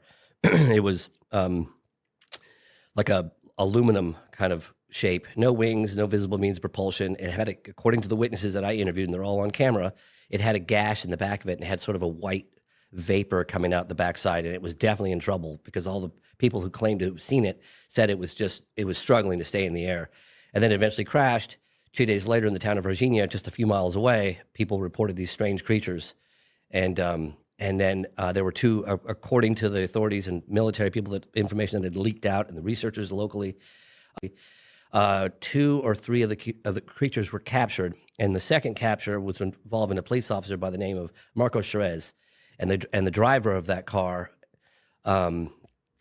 Eric Lopes. And Eric Cherez died within a couple of weeks of touching the creature. He manhandled it and took it to the local hospital. He got a weird infection and then died. Damn, dude, Yeah, really? Yeah, it's true. Hey, Do I take no a break alien there? music. Sorry about that. So the only other living witness to that second capture was the driver, Eric Lopes, who's also a police officer.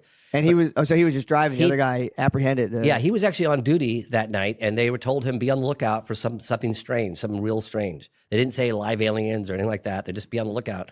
We're looking for something. So he calls his buddy, Marco, who was actually off that night, Marco Cherez, and he's like, "Hey, I got this weird assignment tonight. Like they're saying there's something weird on the loose, or I don't know. You want to come with me?" So they team up. He jumps in the car. Off they go. They see it. It ran across the road in front of them. Slammed the brakes on. Marco jumps out of the car, grabs the thing, puts it in the back of the car, takes it to Humanitas Hospital. What'd they say it looked like? Did they ever It was say? brown. You could look it up. Varginha creature. It was. It had a big head, big red eyes. It had brown, oily skin, frail, weak, struggling, suffering. Yeah. All the witnesses said. And then Marco Cherez had this like oily, greasy. He was like rubbing his body down with rubbing alcohol afterwards, and then he got this infection. We interviewed the doctors that worked on him. He died, and they couldn't explain it. They were like, they'd never seen anything like that bacteria ever. Somehow his body just had no defense against it, and he died. So the only living witness to that incident, that particular capture, is Eric Lopes. Mm-hmm. So The driver. yeah, so I got in touch with the mayor. They actually interviewed the mayor of the town, this guy Verge, and he was like, "Hey, if there's anything I can do to help you guys, I believe this happened. I want to get the story out. I think the world needs to know." I was like, "Yeah, there's something you could do. Could you help me locate this guy, Eric Lopes? He's been MIA for 26 years, and he was apparently driving the car." So we go to his house. Really spooky, right? The guy's off the beaten path. Get to his house, and that's the creature. That's it. Jesus, man. Yep, that's it. Mm-hmm. Oh, fuck. Yeah, that was witnessed in broad daylight by 3 girls, Valkyria, Liliani, and Katya. 2 of them were sisters. Broad daylight. They got within 10 feet of that creature in broad daylight. Damn. Yeah, it was crazy. So anyway, we get to Eric Lopes' house, and he I don't speak Portuguese, but he was like apparently telling everyone, get the hell out of there, or he's going to start spraying bullets. What? And he said it like 3 or 4 times. And then I looked over at the guy, the translator, and he looked at me and he was just like this. Eric Lopes was looking out the window right above me, and I was looking at his eyes going, God, that guy's seen something. I don't know, man. He had looked like he was so burdened with something. You could see it in his eyes. I remember I'd never looked into someone's eyes that had that profound, like he was just burdened with something really Did he look like intense. afraid, or he just looked kind of like just He distant? looked like he'd been shouldering something so profound, so deep, so deeply, profoundly disturbing. and that he couldn't share it with anybody. That's what it looked like. Man. But anyway, it's confused. But anyway, that was a second time. Only 2 times where I actually was like Threatened to be shot. Okay, wow, okay. Yeah, Jesus threatened to be Christ, shot. man. That's crazy. So you didn't even get to talk to the guy. He wouldn't talk. Well, he funny enough, it's really funny actually, because he said, and you could see it in the movie, when we rolled up, he's like, if you're here to talk about the ET, Eric won't talk. And he referred to himself in the third person, which is weird. And then it was like, Eric's not here. And then it's like, I'm going to start shooting right now, bullets out of here. And I kept asking, I didn't know what he was saying. So I kept trying to get a question in, like to my translator. And the translator looking at me like, just chill, you know? And then finally he looked at me like, it's time to go. Like that look, you don't need to speak any language For to sure, get that yeah. look. Yeah. It was like, we're leaving now, period. And I Holy was like, shit, what's man. going on? Anyway, so yeah, that was. What do you think happened to him? Do you think he got like inhabited or something?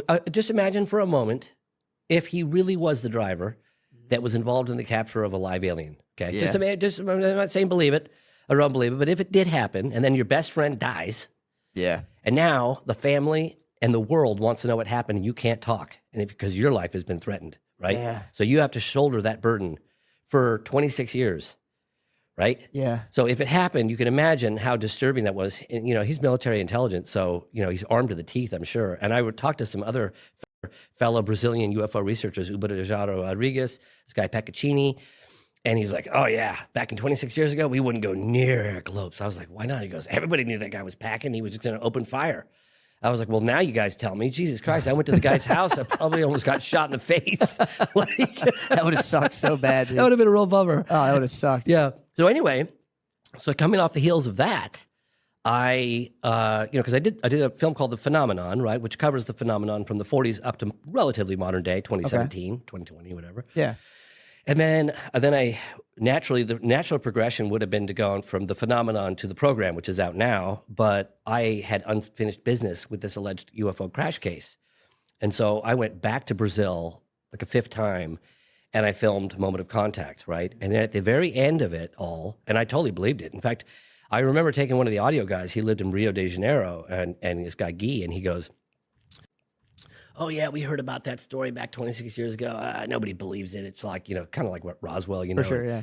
Then I took him on all the shoots, and he was like, "Holy shit, this happened," And I said, "Yeah, I wouldn't waste 12 years of my time if I didn't." Yeah. So at the last week or so of filming in Brazil, a flight control officer with the Brazilian military, because flight control, fire department, police, they're all connected to the military. He came forward and said, "Yeah, I saw the United States Air Force plane come in and land in Campinas, and then send Wait, two." what did you say? What?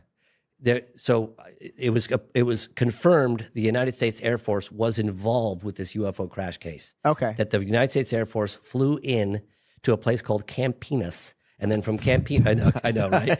I know, Varginha and Campinas, right? Doesn't get any better than that. Can you believe it? I know. Sorry. I thought my mind was just making I tricks. thought you might have known about this case. I'm No, sorry. Campinas and Joe Vag- Rogan talked about it for a Vagina year. Campinas. No. Yeah. I wish I knew. About I know. So there was an alien invasion. Well, so They probably thought it was the best place ever. They're like, "Dude, we got to go to Campinas, Virginia." Virginia. I know, you can't make this stuff up. I know. Okay, It's so really what funny. happened? So the last time I was there after 12 years of filming on and off, a guy comes forward, and he was with flight control with the Brazilian government military. And he's like, "Yeah, I was on duty that night, and I saw," this is January 20th, 1996, "and I saw USAF come in." And I was like, "USAF?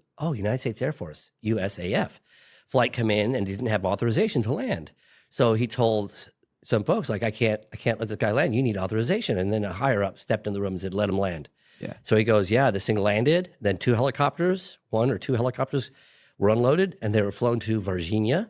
They picked up some stuff, came back to the Campinas, loaded it on the plane, and the United States Air Force plane, back to the United States." Yeah. So that was when I became aware of the fact that, wow, there probably is a crash retrieval program going on. So when I started doing the program, the film that's out now, it was almost personal for me, right? Because I had no idea. Like, I was on Joe Rogan talking about Moment of Contact in April of 2023. Well, in July of 2023, the highest level intel officer, David Grush, testified under oath to a bipartisan group of lawmakers that there is a crash retrieval program, and he found it. Damn. Yeah. So that's so the program kind of covers this unprecedented push for transparency on what the intel agencies really know about the phenomenon, right? What kicked that off? I was curious about that. Like, if it's this is my thing. If things are like top secret, you have Yeah. these giant kind of like mechanisms of power controlling and hiding things. I do find it funny that they're like, "You swear you're telling the truth," and they're like, "Nah, you fucking got me, dude. Yes, I pinky promise." Like, it's a weird system we still do. Yeah, Where well, it's like, you better tell the truth, and we're like, "You got me." So people think that the government suddenly had an epiphany and decided to be more transparent on the UFO phenomenon. That's not what happened. Yeah, I doubt that. Yeah, right.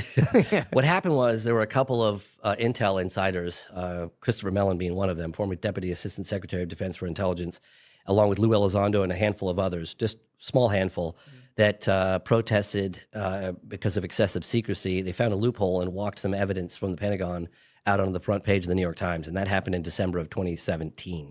Okay. So they can't put the genie back in the bottle, right? Yeah. So more people keep coming forward now, more people coming forward. And then Congress started getting wind. They were having behind doors meetings with some of these witnesses, and they were like, "Ooh, there's a there. Wow!" And then they had the first congressional hearing by a guy named Andre Carson, Congressman Andre Carson. That was 2022.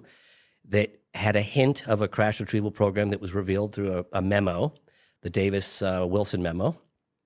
Then they had congressional hearings in July of 2023, and that's when it was all out. David Grush said, "Yeah, we have a crash retrieval program." And then recently, just a month ago, we had more congressional hearings, which I attended. And Lou Elizondo, who ran ATIP, or was one of the members on ATIP, he confessed under oath that there is a crash retrieval program. So they have been going around and scooping these things up. So there's Yes. things. So what do you say to people who are like, it's just super advanced military technology they're hiding from everybody? Well, if that's the case, that would be an even bigger story because somebody has kept it secret for over 80 years. Yeah, So, true, wow, yeah. okay, that's Yeah. cool. Yeah, no, I hear you. These things exhibit a technology that's just so beyond anything that we have in our arsenal. So, and what are the examples of like the technology that we can't really wrap our heads around? So you have objects that can hover without displaying any kind of visible means of propulsion. They can accelerate from a standstill to out of sight in the blink of an eye, right angle turns at high speeds, no sonic boom, no air disturbance, very little noise. Sometimes you'll hear a slight buzzing or humming noise, but that's it within certain proximity, some of the witnesses. And they fly rings around our fastest jets.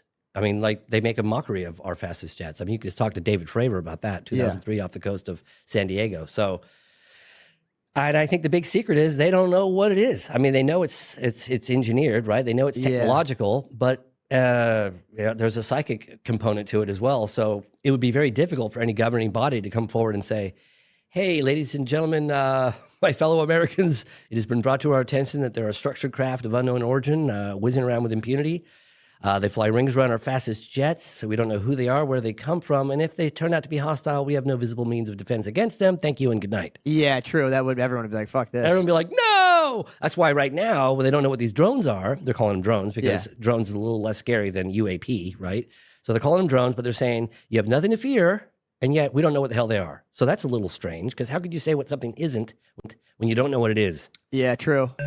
Isn't it funny how the people we love most are often the hardest to shop for? Luckily, there's one gift that everyone on your list is sure to enjoy, an Aura digital picture frame. Named #1 by Wirecutter, Aura frames make it incredibly easy to share unlimited photos and videos directly from your phone to the frame. And when you give an Aura frame as a gift, you can personalize and preload it with a thoughtful message and photos using the Aura app, making it an ideal present for long-distance loved ones. It's a gift so special, they'll use it every day.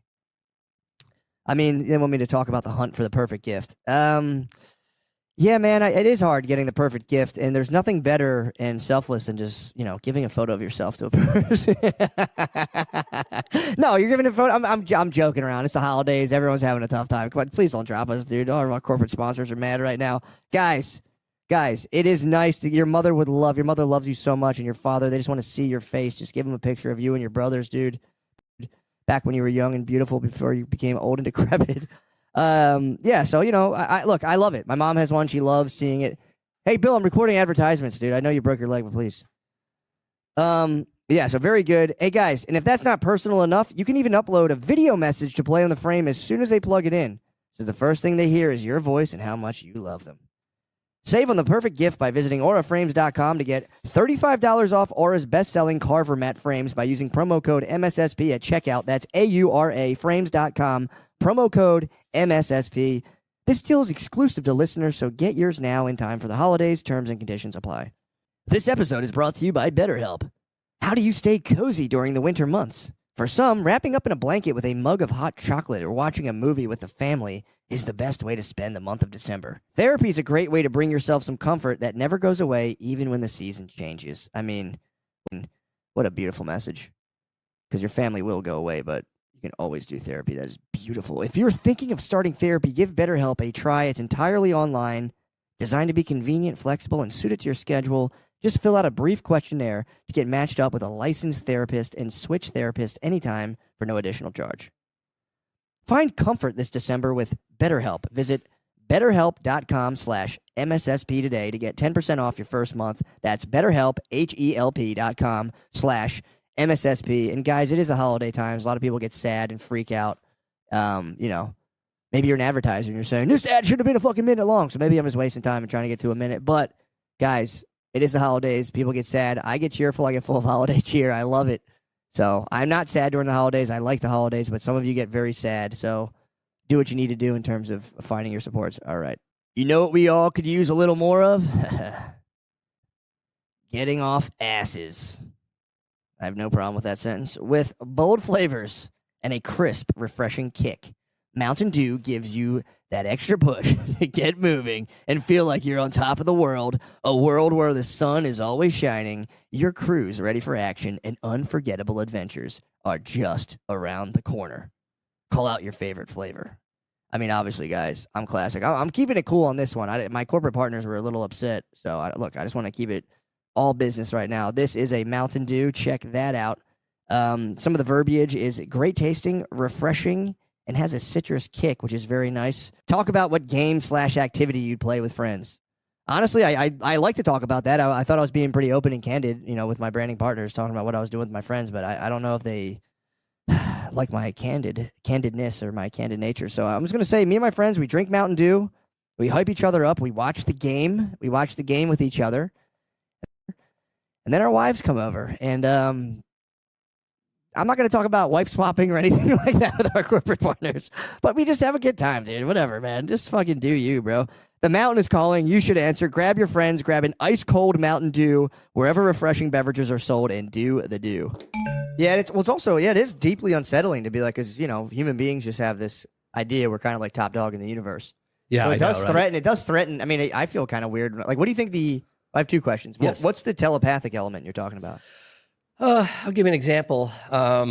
There's examples like this that go on for decades. But David Fravor, the encounter that took place, it's now commonly referred to as the Nimitz case. It was off the coast of San Diego in 2003. And he chased this tic-tac looking object. It had no wings, no propulsion. It could hover. It was hovering right over the ocean. He could see it down below. There was 2 military jets that saw it. Got 4 people that got visual. Then it picked it up on the radar, and they chased after it. And as they were close, the object was down just above the ocean surface, and it was darting around kind of like this. And Fravor said he was going to get a closer look at it at whatever altitude he was. So he started spiraling down to get a closer look at it. Jesus. And the Tic Tac object starts spiraling up. So it was mimicking his movement, but backwards. So he's spiraling down, it's spiraling up. And then he decides to kind of do a maneuver and intercept it, like cut it off. He gets right at it. He goes, this is about a quarter of a mile. And he goes, that sounds kind of far away, or half a mile, whatever it is. But in flight, it's very close. Yeah. No rivets, no seams. Like, what is this thing? And then he said it took off. Like, impossible. Like this, it did something that's just not even possible. And then it ended up at their, it's a strategic Latin launch that's like predetermined before. I'm trying to think of the technical name they use for that. But in any case, it just showed up right at that exact tactical spot at their Latin launch. It's like, and he said he had like the hair on the back of his neck stand up straight, because that was like it. Basically, like I'm 5 steps ahead of you guys. Like, Yeah, I even know where your Latin launch is, man. Yeah. So, and again, I could give you example after example. For after sure. example, Yeah, no, that but makes that's sense. just Though. one. That's Yeah, pretty crazy. Yeah. So what do you think are like the implications on like day-to-day kind of like human thinking and affairs? Say it's just like it's proven without, any sort of doubt or whatever. It's proven that there is like life forms that just dwarf our kind of technology and understanding of the universe. What do you think that does to human beings?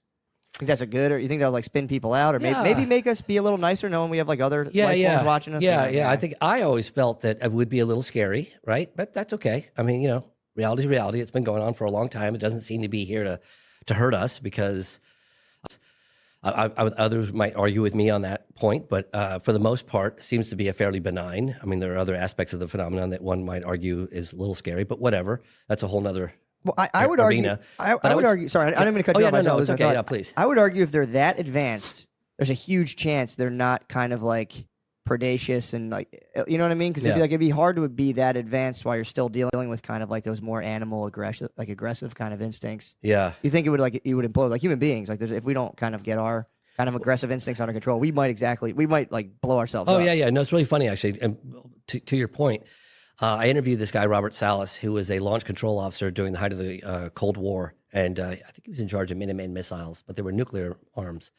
And I'm not sure if it was Minot or, anyways, one of these bases housing nuclear weapons. And objects were seen over the base, documented over the base. And then all of their vast majority of nuclear weapons went into a no-go situation. They were just shut off. And they're all independently controlled. I report about it in my film, The Phenomenon.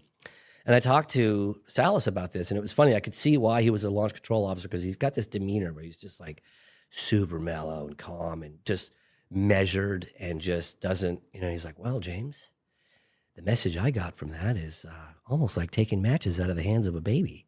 Maybe you shouldn't be playing with these things. Yeah. And I was like, wow, never thought of it that way. Wow. I never heard of that. So they all just deactivated. Yeah. Oh, there's 50 cases in my film, The Phenomenon. I literally did a deep dive in there with the help of this guy, Robert Hastings, who wrote the book on it.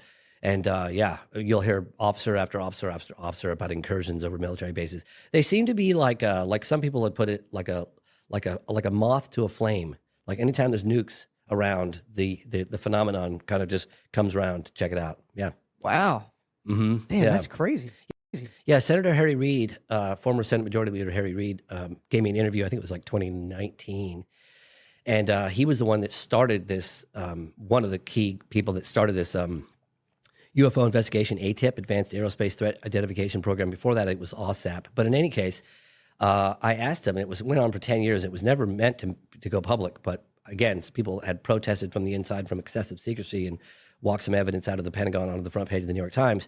And it went on for 10 years. It was found out in like at the end of 2017. It started around 2008, 2007, something like that. Mm-hmm.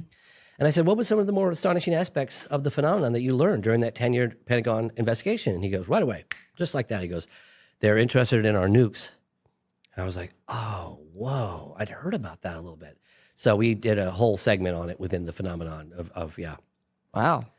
That's pretty crazy. Yeah. And there are a lot of incursions going on, military bases all over the place still. So I don't know. I think it's a far more complex issue than one might, gather. Yeah, true. It doesn't have like one easy explanation. I've been doing this 30 years and I don't know what the hell's going on. Yeah, it's one of those things that does. I wish I did. Well, it kind of dwarfs the perceived power of governments, where you're like, the United States, where like we have all these missiles, or like the cutting edge of technology.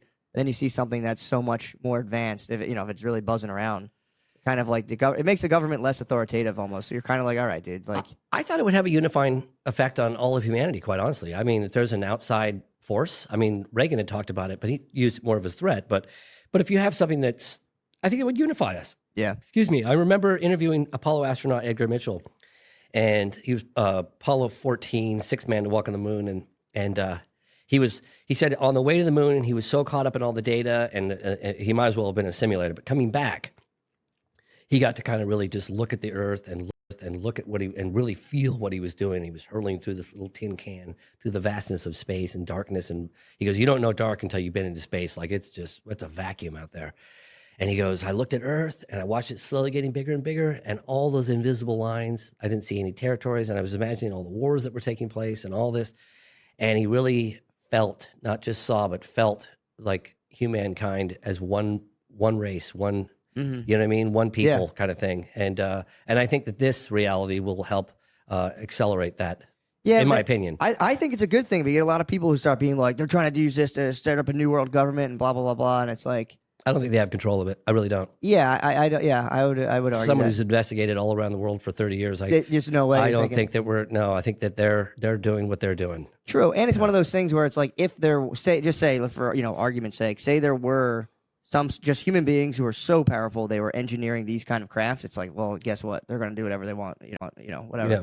But yeah, I think that's awesome, man. I think it's pretty cool, and I think it is a. I don't know. I think it's good for people to have kind of shocks to their system, and I think the UAP kind of like reality does of other that. life forms is Well, a good shock to the system in a way. I mean, if you look at the program, you'll see, refreshingly, you'll see a bipartisan effort. You'll see Democrats and Republicans working together, being civil, and like really trying to get to the bottom of it. And I love that. Yeah. About that, it's uniting Congress and our elected officials, no question about it. You're looking at AOC with Tim Burchett being really kind to each other and calling each other colleagues, and it's very. Yeah, I love that. I think we need more of it. Yeah, So, because you can get so into your like hometown versus the country. You're like ants on a hill. You're like, this is this huge place. Then you get a cosmic perspective, and you're like, right? oh, fucking that's right? nothing. They should send all politicians into space. They should. That'd be awesome. Or just give them a ton of LSD. There you go. Either or. Sure. Is it possible that this is it's us, but an ancient civilization? Like if Elon Musk or Bill Gates, if something happened now, they would just go into their bunkers, and they have huge bunkers, and their civilization would grow for thousands of years. And everybody else on top, we decelerate and we become back to cavemen. And now 12,000 years later, they're finally coming to the surface again. But it's us, just a more advanced civilization that was able to keep going. I've heard that theory, and one of the things that I'm coming to terms with is that all options are on the table as far as I'm concerned. I mean, I've heard interdimensional, I've heard future, coming back from the future. I've heard interplanetary. I've heard they're right here all along, down in our oceans and in specific locations around the world. And I can't say no to any of them. I have to keep all options on the table. And at one point jokingly said, "I'm a huge universe." I said, maybe it's all the above. Maybe it's not just one race. Maybe it's a number of different things.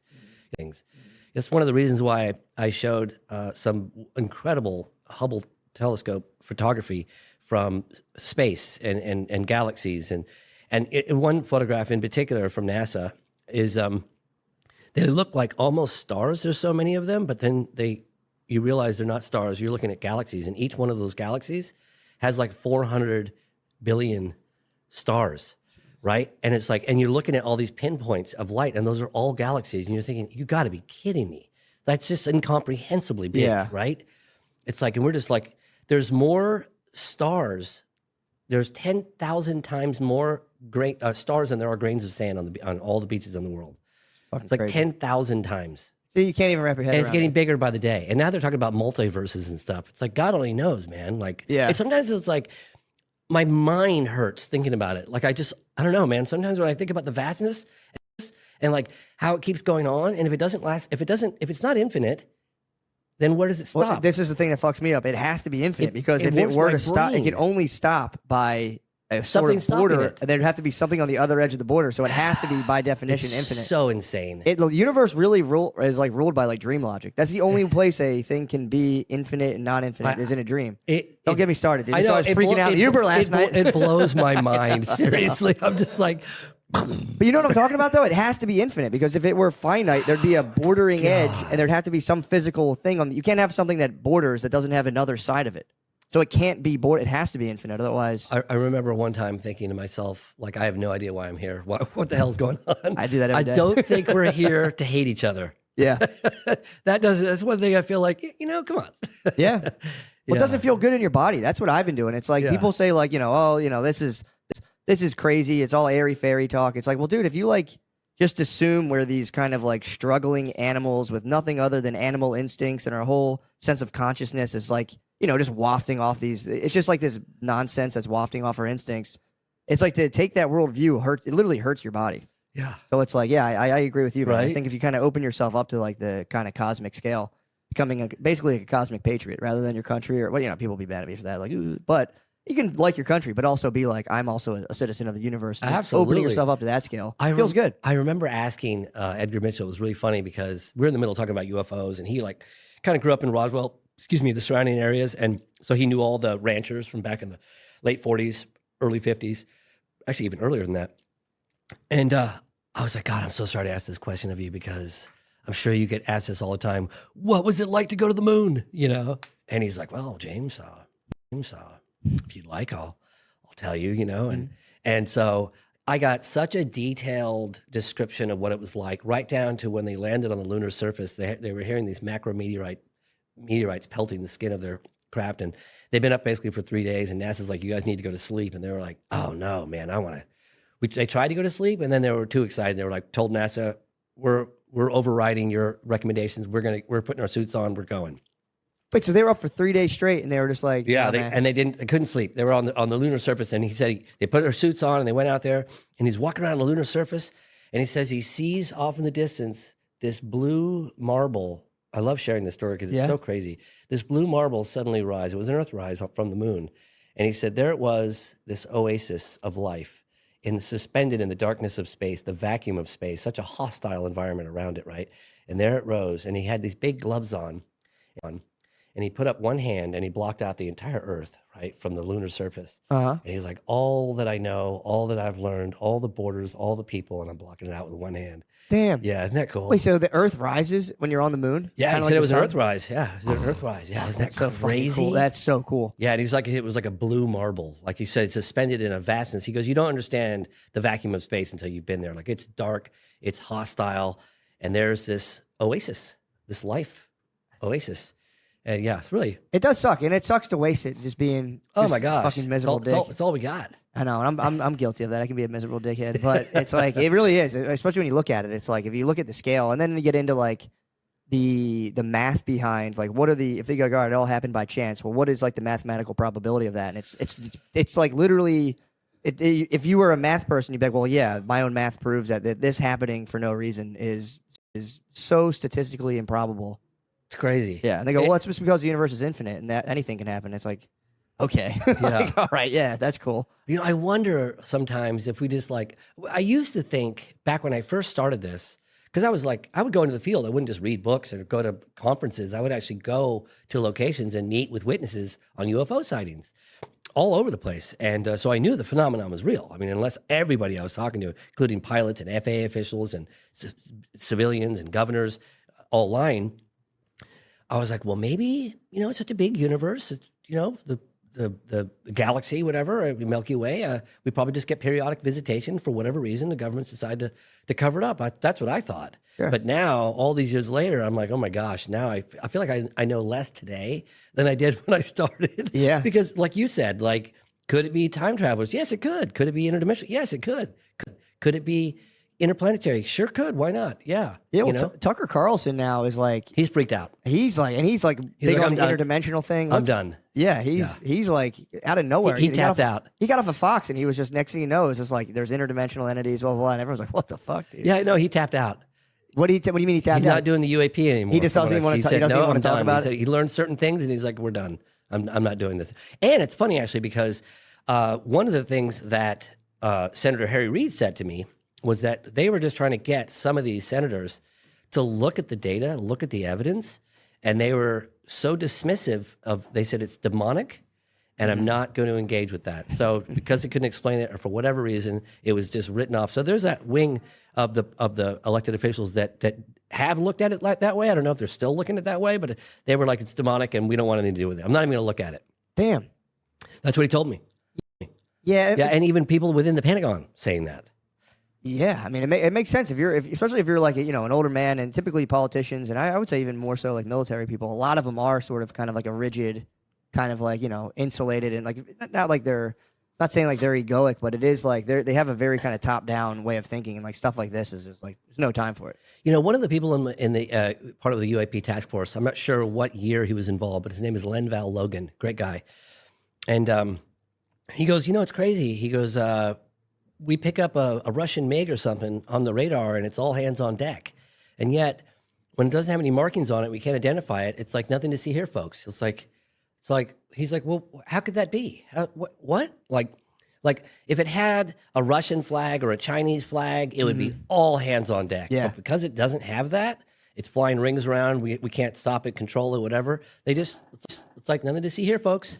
Yeah. Oh, that's kind of nuts. That's what he said. Yeah. There's got to be some sort of directive. Like I said, if you're military, there's rules for everything. So to be like, We'll get that He's later, like, don't how worry. can that be? I was like, it's a great quote. It's one of the quotes at the end in the credit. I always like to, when I'm editing a film, I'll get a lot of what I call GMs or golden moments, and I always paint those. I color those like a gold color, and then I put them. If I can't find a place for them in the movie, I tuck them aside in my GM, basket. And then at the end of the film, I'll go, oh God, can I squeeze these in somewhere? And if I can't squeeze them in, one time I was like, why don't I just sprinkle them throughout the credits?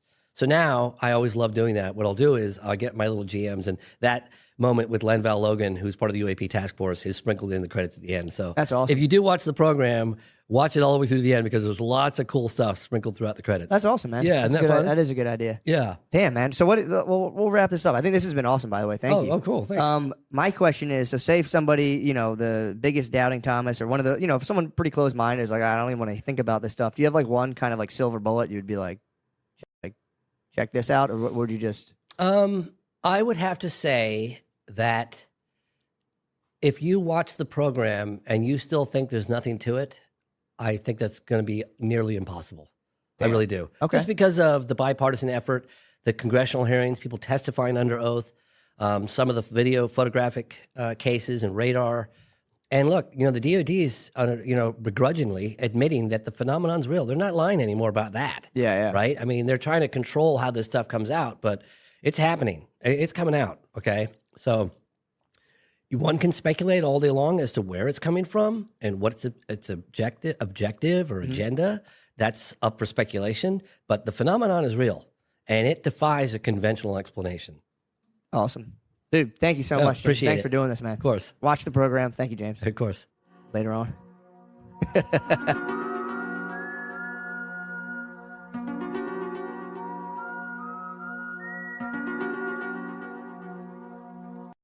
The Wild Wild West.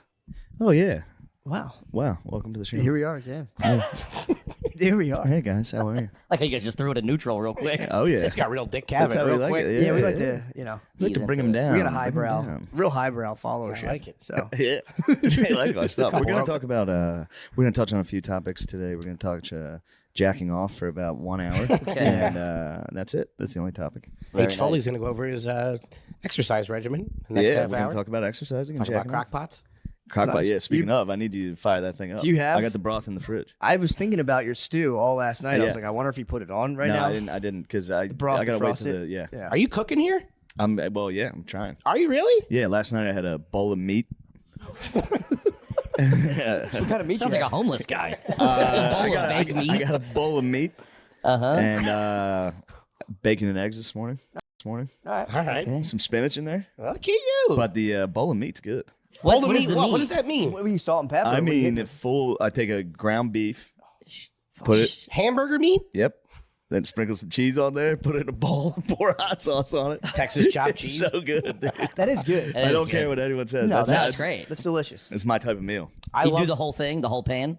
I mean, you leave some in there for a little, And then you you go go. You know what? Who am I kidding? I'm gonna finish that fucking pan right now. I Just love a the pound of fact- ground beef. Yeah. I love the fact that all these fitness guys are now coming around on hamburger meat. Yeah. Like, that's what it's all about. Yeah, fitness guys like me. Yeah. I know. All these No, fucking- they're all those guys on the internet. They're like ground beef or grass-fed organic ground beef is great for you. I knew that since the 80s. I've been a big ground beef guy. paying off. telling everybody. If that's what happens, I would lay off it. Dude. Paying off big time.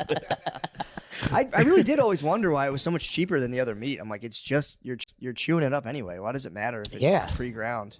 Yeah, I don't know. I was big on that forever. Yeah, I would get ground meat and be like, dude, nobody knows about this. It's Grass-fed, grass-finished, baby. Let's go. oh yeah. Grass-fed hamburger helper. Oh, don't get me started. That was my move back in high school. Yeah, me too. Come home bro. from wrestling practice. My mom had a fucking hamburger helper stroganoff sitting on the table. Big glass of milk. Go to town. Yeah, I was a bagel bite guy. I would microwave like 24 bagel bites. That's The outer rim was just psychotic. cold. Yeah. And I would eat all of them and I would dip them in SpaghettiOs every day after school. Whoa. And watch Pokemon with my little brother. I used to love SpaghettiOs and a peanut butter and jelly with it. Yo. And I would dip the peanut butter and jelly in the SpaghettiOs. Yo. How That's- crazy did Just a you couple days ago. I mean, did you fuck with the meatball SpaghettiOs or how did you I fuck? did. We fucked with them. Yeah, Yeah, kind we of. liked it. They were pretty big. I would They- eat them raw out of the can. It's I very just good. couldn't. When I was a They kid, are I good. couldn't do the beefaroni. Something about it creeped me out. I I didn't like either. the thickness of the nudies. The nudies were a little slimy. Yeah, they're too thick. I agree. It was too bucatini for me. I'm I'm an angel hair man. Dude. When that angel hair hit the households, in dirtbag households in the 90s, big. we thought we were fucking from Sicily. Thought we were the Medici or It's whatever. angel hair. You're like, what the Medici fuck? family eating fucking SpaghettiOs. I remember getting real mad at my mom after like she busted out the angel hair once, then she'd go to the regular spaghetti. I'd be like, why? Yeah. Yeah, what's the? Did Why I do not? something wrong? Why aren't we getting Is angel hair? hair more expensive somehow? It might have been It when was it just, hit the it was, scene. for some reason, it was fancier. I don't know It's why. so much better. So much better. It's crazy. You get a good Sexual. bite. Angel hair was kind of sexual. It was. Maybe Dude, that's for some reason it Yeah. was. Well, maybe that's why the parents It's for were side like, chicks. True. especially at your house. I bet the boys went. Yeah, my straight mom would get the upstairs. laundry basket that week and be like, "Good God." Yeah, that's the angel hair. It was just like dumping rocks out of a dumpster. That's four of the horniest brothers. Just not All in one bedroom. Yeah, me and my Angel brothers hair in was one bedroom. sexy. Horny. I like Angel hair it. is a- It is sexy, man. Little olive oil and garlic. You don't see it out at restaurants either. It's all this Nah. bucatini, all this shit. We don't, we're trying to It's get all laid. fettuccine, which you brought it up. That's side piece shit. The fettuccine Alfredo. If you're at the dinner with a girl and she orders the blackened chicken pasta, she's a whore. She's a fucking This is whore. based off one experience he's had. When he was waiting tables, he's Yeah. like, this dude rolled in. This girl was such a whore. Ordered chicken Alfredo, and then like that's what my mom eats, and now I can't look at her the same. I will say, Chicken Alfredo fettuccine. rules. Yeah, I'm looking at my mom. I'm like, It's what slut the fuck? food. Fettuccine Alfredo is slut slap. Yeah. It's for sure. What's some other slut slap? I think any kind of like pesto. They fuck with. Nah, really? Oh, what's that? No, it's definitely fettuccine. It's fettuccine or no. What's the other one? The cheese filled noodles. Tortellini. Tortellini. Tortellinis are for dumb bitches. Yeah. Just get the ravioli, you skank. Yeah, I take back pesto. Although that might be graduated. That might be elevated slut. Elevated stuff. slut. Yeah, once you Boss get off. slut. Yeah. I think yeah. filet mignon's kind of got that rap too. With sluts? Some broad will think she knows what she's doing. She'll get Apparently a I'm a filet mignon slut. and get it like medium well. What'd you say? I guess I'm a slut. Oh, I'm always Chicken filet. Alfredo and filet mignon. I'm always filet. Guys can eat Yeah. it. It's good for guys. You just Yeah. got the muscles and shit. Guys, it's cool. Okay. It's for hot dudes only. It's for hot dudes and giant sluts. They'd get that in like a cranberry juice. Be like, you fucking dirty bitch. Ew. Ew. You're on your period eating fettuccine Alfredo. Filet mignon and cranberry juice is kind of sick. That also sounds like you're on a date with a 16-year-old. Can we get a lid on this, please? She's Mac not and even at your cheese and a table. You're Shirley just like, you Temple. nasty little slut over there with your parents. Mac and cheese and a Shirley Temple. Now you're speaking my language. Yeah. Although this is how much of a dirtbag I am. I've never had the upgraded mac and cheese that touched the shit in the box. Yeah. Ever. Once in Philly, Cotton got a platter delivered. He's got the inside connect. though. Yeah, he's plugged in, He's dude. got Guys that's Black sat down to a Mac. That's platter of Black Mac. Mac, dude. Dude, Black Mac, Mac's forget different. about it. Yeah, Yeah. Black Mac's different, dude. I had a first class education on that shit because we did Cotton's bachelor party, and I like went out and bought all this stuff. We did like a little grill barbecue. I must have bought about $400 worth of store bought potato salad, and it was all his boys from the neighborhood, and nobody touched it. Dude, And after that's like white an potato hour, I salad. pulled one of them aside, and I was like, Juan, how come no one's eating the fucking potato salad? And he's like, black people don't fuck with store bought potato salad. Yeah, man. I swear to God, I think they put vibranium in their mac and cheese. Dude, I have to like take my wife aside if we go somewhere, like my parents' house or something. It'll be like bleach blonde American cheese on noodles, and like I'll have to like take her outside to like be like, all right, dude, you can like scream out here.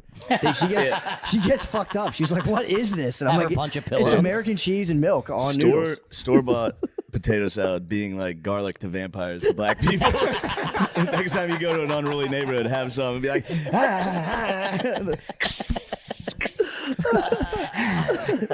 Were you Velveeta or Kraft growing up? Velveeta hit Kraft's us number for one, a but minute. Velveeta is yeah, Kraft was going on, and then I think Velveeta was one of those things Yeah, that they was at my hit later. friend's house that I like snuck into the shopping cart, and I was like, I had some Velveeta, and like my mom was like, get this shit the fuck out of here. Because Velveeta had their angle was it's not powder, it's real cheese. The real cheese. But what It was was that? not. It was like just a bag bag of cheese fucking whiz, yeah. cheese. We were huge Velveeta when I was real young. It was in a huge block. Yeah. Yeah. And you could never wrap up the end airtight enough. So you had to go through, it was like Normandy. You had to get like the first couple of waves of fucking hard, dried cheese to get to the good shit. Ooh, and I remember my mom, when shit was tight, she'd be like, just eat it. And it'd be like fucking eating fucking drywall. sucked. It was the first time you had Velveeta. It was is kind of decadent. like a revelation. You're Yeah. like, what the fuck? Nothing What is melts my like house that. doing? Nothing yeah, it's melts like crazy. that. My stepmom introduced me to it, and it was like, I looked at my mom. I'm like, you got to pick it the fuck up. You are. I'm about to move into Dad's house for good. I will leave you too. Yeah, chips and cheese was like just melting American cheese on chips was big. And then my friend was like, Really? hit me with the Velveeta, and I was like, bro. Yeah. Although I feel like Velveeta was kind of indicative of like a problem. Like usually if there was a Velveeta house, there was like marital strife. Oh, yeah, there's a couple holes in the wall. Yeah. There was a couple holes in the wall. They were trying to buy back that kid's love. Yeah, for sure. A little Dunkaroo action. There was always that one kid that you were friends with that you knew there was trouble in the house. That when they would offer you to eat over, you'd be like, "Nah, I'm good. I'm gonna go home." I will say the single Yeah. mother household had snacks. Good fuck snack. That's where yeah. you could find Dunkaroos. Good snack. Fuck yeah. Yeah, she's treating her little man right. Yeah, well, she was subservient to the son. The son Yeah, would be like, the son no, becomes the mom, man, yeah. give me the Dunkaroos. Some random dude leaving with a work truck out front, named like Ron or something. Like, Grabbing I see you guys your later. last Dunkaroo. Fuck, That was the tightening his funfetti belt. one. Yeah, my cousin snorted pixie sticks in a single mom basement. Like there was like we were at a friend's house, a single mom, and he just started just railing lines of pixie sticks. did this? My cousin. He developed a drug problem. I started- would have to assume. Dabbled. Bounced hard. He bounced hard. He dabbled. He was a Yeah. dabbling man. He's snorting pixie sticks. You know, he's Something in what the else, air. what Something in else the is air out to there? a single mother house. You go. I got to do something in this basement. No one can stop me here. There's only a woman. You know, there's no paw. There's no paw to rain down on you. Some Yeah. house painter every couple of weekends showing up. He ain't gonna say shit. He's all about it. Dude, I've talked about this before, but I'll never forget it. When we were at our friend's house, it was just his mom, and he had these walkie-talkies, and I swear to God, this actually happened. We're like fucking around. He's like, if I go to a certain channel, it picks up my mom's phone conversation. What? And we picked up a phone conversation of his mom complaining that the guy wouldn't sleep with her, and we were all like, oh, just turn it off right away. Oh, Shut it off. one dude, we were looking for porn at my buddy's house one time, or weed or something. We were looking for something that a 13-year-old's looking for. Yeah. And we were going through, and we looked on. My one buddy was looking under the bed, dude, and pulled out a one of those like plastic shopping bags, just full of dildos and like whips and chains. He's like, dude, what is this? And there was like 5 of us. We're like, ah! Dude, the kid's like, put that back. Like, god damn, dude, why do you have us going under your mom's bed? This is crazy. What did you expect us to find? I feel like you had to do that shit in the summer. Whatever house you were at and there was no one home, you tossed the place like you were like you're on a warrant, dude. Look for everything. Yeah, like a no-knock. Cutting open pillows. Dude, Dumping out fucking coffee and shit. Fucking stethoscope on the wall going around. my brother claims, and I have reason to believe it's true, but he said he like his friend had like you would like copy VHSs off of like TV or whatever. He had some sort of blank tape that they had like a movie on, and they went to like put it in to watch it, and his mom and her new boyfriend had recorded a sex tape and like recorded over what had been there. So they watched the first 10 minutes, then it was just his mom giving a blowjob. Went from 3 minutes of coach to fucking anal real quick. Oh, your mom giving head. Just head, bro, on a like old VHS. That's dude. worse than I know. That's brutal. That's like the worst thing you can mom see. giving head. That's is, it. What would you prefer to see your mom receiving doggy or giving head? I hate to say doggy. Receiving Yeah, doggy. because you can Giving head. They're Head still is- up a little for imagination. Obviously, is- it's POV. He's going dirty cameraman. Be like, yeah, that's a fucking. That's a nail. mission, though. That's back in the day. That's a heavy ass fucking camera. Had some upper body strength. If he drops it, she's dead. Yeah, dude. That's like a news camera. Yeah. Like April O'Neil. Damn, yeah, I didn't even think about that. That is a big cam. Oh, the biggest. Yeah, if they were doing it back then, they were real freaks. Yeah. You had to set up a tripod and all that kind of stuff. Yeah, it was crazy. Being that freaky back then took a lot of gear. Yeah. Like you couldn't just like have a cell. Now you can just have like a cell phone. Sure. Maybe be live streaming out to people or whatever. But like, yeah, that sucks. Porn moms. That's going to be a hard wave of kids growing up with OnlyFans moms. A lot. I mean, yeah, a shit ton of them. Yeah, man. Because back in the, I used to work at I used to work in the photo department at a supermarket. Pretty cool guy. Oh, at that's the actually time, kinda You know what I nice. mean? And that was anytime you like a girl would drop off film, you were really hoping there was Yeah. naked pictures on there. Was there ever? Nope, not once. Freshman year, I worked at a West Coast Video. And if you're not familiar with West Coast Video, they had the room in the back. Yep. With the fucking beads. You paid a couple visits. Oh, what? Dude. You worked there. I used to look at the box and jerk off to the memory of the cover. I remember one was called Heinfeld. It was a Seinfeld spoof. That's nice. Hot. Yeah, Kramer had a hog on him. But this kid worked there, and his mom, single mom, worked there too. They both worked there, and you could see what everybody take. Like you get to take your movies home the week. No lie, this kid's mom rented Time for an Ass Fucking too. And he was Time for an Ass Fucking for the next 4 years in high school. That's tough. Hated us. Damn. Time for an Ass Fucking. This is early 90s. Yeah, that's terrible. She rented it knowing her son worked there? Yeah. Didn't give a shit. I mean, it was time for an ass fucking. It's There's time. nothing you can do. It's time. It's time. You gotta You go. see the big hand and the small. Yeah, like it's time for an ass fucking. It's ass fucking somewhere. My boy's dad owned.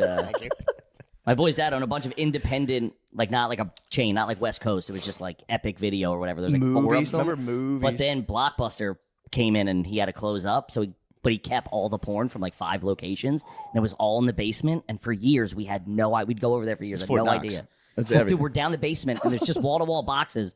My buddy like out of a movie, like falls into one, and it just like spills out all over. He's like that whole box is porn. He's like, these are all porn. Imagine and that. we robbed the shit out of those. Yeah, you have to. Imagine that you're spending the whole summer jerking off to Southern Living and you got the fucking fucking Mecca. treasure of Sierra Madre Yeah. downstairs. Gazungas 3 and Lust at Sea we took. What was it? Gazungas 3, and the other one was Lust at Sea, and Lust at Sea made the rounds. Really? Yeah, we had the Spanish Fly 14. That was the big tape. That Damn, they flew got around. up to 14 of them. That's pretty good. We had, it was a spoof on Psycho, and it was called the Butts Motel. That's pretty good. That's a thinker, though. Yeah, the knife was a dildo in the shower. It was pretty good. Yeah, it's crazy they made porn funny back then. I know. Dude, and they also spent, I don't know who they had the writers. And I know it was like Some good writers. my hormones were pumping. But man, the storylines, you'd be like fucking pre-coming when she's talking. Like, oh, he's not coming back for a while. And the maid's in You go, here. I got a feeling where this is headed. Woo-wee. I'm still a bit of a story head. Like Love it. I need it. I kind of need a little bit. If it's just like smash cut to insertion, I'm like, bro, Yeah. build me up, Little prime that seduction. Stepdad, stepdaughter have to share a hotel room. Hello. bro. Man. Share bed might be one of my favorites. Shared bed is nice. Share bed is. I'll be honest, I was on shared bed very early. Really? Before it was like people were talking about it, and I was like, this is wrong. Yeah, it's Sure, so man. normal. Before now. the stepmom Okay, genre, like early on, I got a shared bed video, and I kept going back to the well on that. You thought it was wrong. And I was like, this is insane. This is terrible. Yeah, shared stepson and stepmom on vacation. That was pre-stuck. It was pretty Dude, stuck. It was Stuck is very a- early. Dude, my And buddy then Stuck was came like, out, and everyone's not afraid to admit they're jacking off the incest porn. And I was like, oh, thank God. Thank fucking Well, it's all God. step. It's step. Step, is that's not step.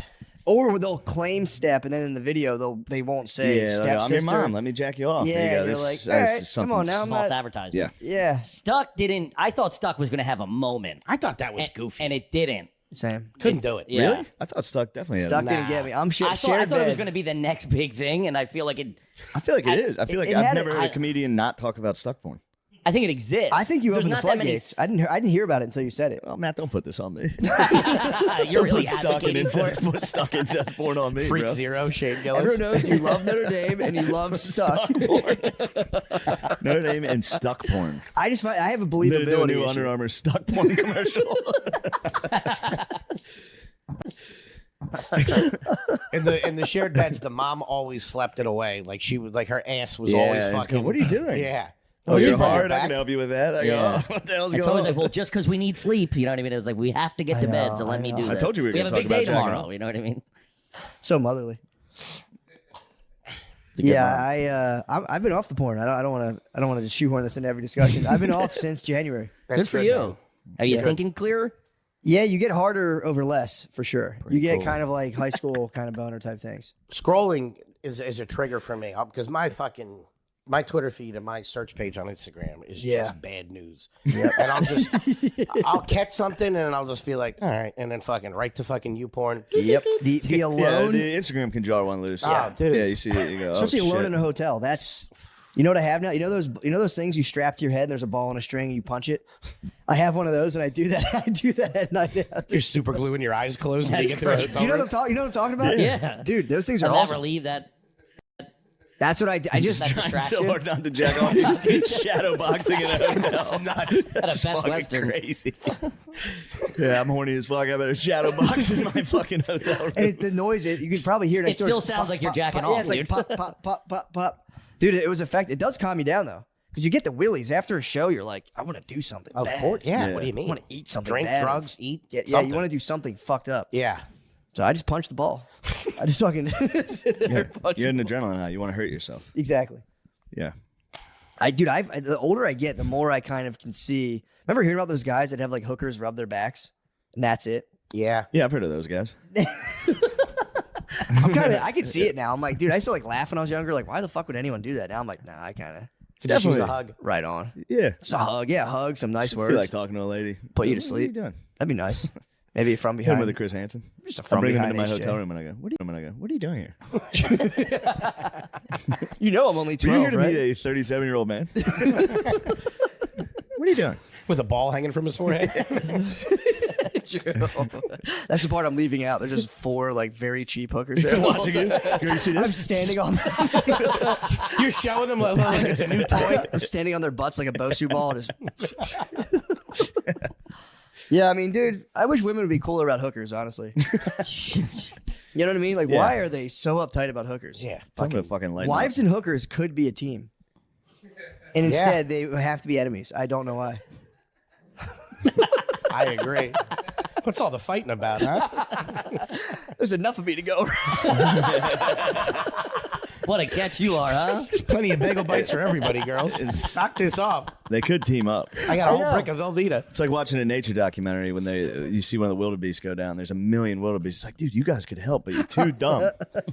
To figure this out. Isn't it Hookers weird? and wives just got together. The wildebeest could link. That's what I'm saying. Isn't it weird? Nature documentaries, the way they present it, they can really twist your view of like, say it's a baby wildebeest and it's a lion. You're like rooting for the wildebeest to get away. Yeah. But then other times you're rooting for the predator. Like Yeah, the they way change they it. spin Yeah. it. They spin it like crazy, and then Yeah. they set up cameras, and then they add noises, and It's- they give the animals like human-like traits. Or if they talk about like, like I just watched one on polar bears and it was like a mom and two baby polar bears. And they really Starts had me jacking off immediately. It says polar bears. the one's a maid. Oh, dude, I forgot. We're staying at Airbnb. He walked down the other day out of his bedroom. He's like, I'm going upstairs for a little bit. Goes up, closes the door, comes down, and just immediately starts washing his hands. And I'm like, dude, you couldn't make that any more blatant what you just did up there in the twat. Dude, you couldn't hear him Guy's scrolling. working on the car. What are you talking about? He came right down. What's up? No shirt on. What's up, guy? Like you just had sex. He's No, like, what's up, I was filling up the everybody?" rental car with washer fluid. That is the worst. You're like, I think I'm gonna take a nap. 10 minutes later, you come out. You go, I couldn't sleep. Goddamn, there's drilling next door. I couldn't hear nothing. Immediately get something to eat. I got a huge stain right below my stomach. He was giving you college roommate questions. He's like, what are you going to do? I'm going to go take a nap. What are you Yeah, going Yeah, to what, do? you gonna hit the calf or something? Like, you gonna get fourth meal? I gotta shut it down. It's 10:30 a.m.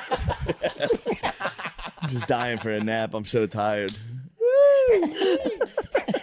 I don't like down here too. They get in your business. You They can't wanna- get on, how do you get on Pornhub down here? What are you guys doing? I get why you don't. get off it now. Yeah, you Yeah, gotta man. go. You just got to go on Xvideos. the old school ones. What are you X- supposed to do? Put your email address in or something like that? Just don't do it. Just, It's like the Are you opposite. nuts? No, it's, Xvideos. yeah, don't go on the Never. government. It's It's like the opposite. devastating. When you're, it's like when you're like younger and you need to get an older person to buy you alcohol. You got to ask the kids. You're like, yo, what are you guys all jerking off? to? Yo, not weird. what's Get the over site? here. What's the Yeah. site? hang out at liquor stores. Hey Billy, what's your email address? But no, you just got to like remember old porn sites, and that's what you just use. X videos is cool. X Yeah. videos. But I That's don't just get that. X videos. Yep. Yeah, Gotcha. it's just Pornhub. Pornhub, you can't go on. I'm a hub man. I just never. Did you guys ever have a password back in the day to like a Pornhub? There was a Brazzers password. Somebody- Brazzers, it that's what it always was. circulates And it was like school. 14 sites you Yeah. could get. Huge, Yeah, dude. man. The that X was- videos, it's weird because down here the porn is, I don't know. Now mine's all like Latinos and Yeah. Mexicans because Geographically, we're I think close. that's what you're yeah, into. Yeah, yeah. Yep. Isn't I mean, that interesting? you're bad. That's the lad algorithm. It's the algorithm. Yeah, that's all. Yeah, that's kind of what's in demand right now. Yeah. Makes I can sense. roll with that. Yeah, exactly. Yeah. Go with it. Let's go. Great. Those passwords and shit like that. Our dads is they got fucked up by that. All that kind of stuff and the pop-ups. Yeah. My dad literally went through 5 laptops in like a 6-month period. And I don't know. It's crazy. It's coming up. My mom's like, what the fuck? Yeah, it sucks. Coming upon like if you hit like a desktop and you like see the search, they didn't know about search history. No. So you could see the search history and be like, God, old man, what are you Yo, doing? man, bro?" searching boobs like a fucking 8th grader. Something about my dad. I was like, dude, we know you're fucking. Nah, I don't know what you're talking about. He's fucking hair. It's like, dude, you're Yeah. watching porn. Come on, man. Like my dick's a lot bigger now, though. Weirdly, Really? no, I'm saying you got some ad. You can click the ad. Oh, yeah. Yeah, you got dick pills. I've added 5 to 7 inches on my. I'm about to fuck a mature lady in my area. Local Joke's on you, asshole. I'm about to fuck a bunch of locals. Dinner's to in the jerk oven. I'll off see you in an together hour. with someone. Yeah, with so yeah. I want to know if that's ever worked out for anybody. I don't know a single person who's hit like the fine horn. Lemaire. Does it work, Lemaire? Lemaire's an internet hound. He'll search things out. Does it work? Okay. Sometimes what works? Like those like find local single girls. You can Nah, find that's girls on advanced Reddit. tech. God damn. Man, these Yeah, kids. Reddit's like the new Craigslist kind of. These kids. Lemaire's like 48. These creeps. I meant. I'm sorry. Yeah. That's cool. You did Reddit. I had it work out one time. You know the numbers that you call and you can like talk to a lady? Mm-hmm. I was able to convince her. I was like, well, we should meet up. And I ended up meeting up with her. What? Yeah. She didn't look A anything like she 1-900 described. Vixen? Yeah, do you think you look like what you described? 6'6" Latino dude. She looked like shit. Yeah. Anyway. I don't know if you can handle this. She looks like she's been The, sitting in a dark room saying dirty words into a phone for Yeah. 40 years. Yeah, what do you think? She's the hottest girl in the world. What Where'd you meet? I met at her place. What? This was in, hearing you come up the steps. it was the, He stopped at a landing. He's just breathing heavy. Oh, no way. Is this What that the, what the fuck? Hey guys, Prize Picks is the best place to get real money sports action. With over 10 million members and billions of dollars in awarded winnings, Prize Picks has made daily fantasy sports accessible to all. You just pick more or less on at least 2 players for a shot to win up to 1,000 times your cash. Run your game all season long on Prize Picks. Prize Picks invented the flex play, which means you can still cash out even if your lineup isn't perfect. You can double your money even if one of your picks doesn't hit. Sign up today and get $50 instantly when you play $5. You don't even need to win to receive the $50 bonus. It's guaranteed. Prize Picks is the best way to win real money this basketball season. Which players are going off? Which ones aren't? Make your picks in less than 60 seconds and turn your sports opinions into real money all season long on Prize Picks. Personal experience? Love it. I love turning my sports opinion into real money all season long. My favorite thing. Guys, download the Prize Picks app today. Sorry, just got off the flu. Guys, download the Prize Picks app today and use code DRENCHED to get $50 instantly after you play your first $5 lineup. That's code DRENCHED on the Prize Picks app to get $50 instantly after you play your first $5 lineup. Prize Picks, run your game. Hey, and just like that, guys, don't forget, we also do stand-up comedy, all right? I know you guys love the pod. Don't forget, you can come check us at a fucking show, dude. By the way, just got my motherfucking haircut just like that. I know you guys are going, God damn, that motherfucker just motherfucker. I said, shit. Guys, I'll run down the list. Go to ShaneMGillis.com. I know he's got a couple shows coming up. Manchester, England, man. That's going to be a big one. Go to Manchester. You hear that, you British fucks? You motherfuckers. Guys, go to Manchester and go check out all those shows. I'll also be in the Comedy Castle, Royal Oak, Michigan, and it's in danger of selling out, so I'm not just saying that. It's true. Funny Bone, Omaha. We could use some tickets there, not going to lie. Laugh Out Loud Comedy Club, San Antonio, Texas. Cobb's Comedy Club. Suck on my motherfucking Cobb in San Francisco, California. Crest Theater, Sacramento, California. We'll see how that goes. Then the Neptune Theater, Seattle, Washington. And I have a couple other dates coming up, but, we'll see.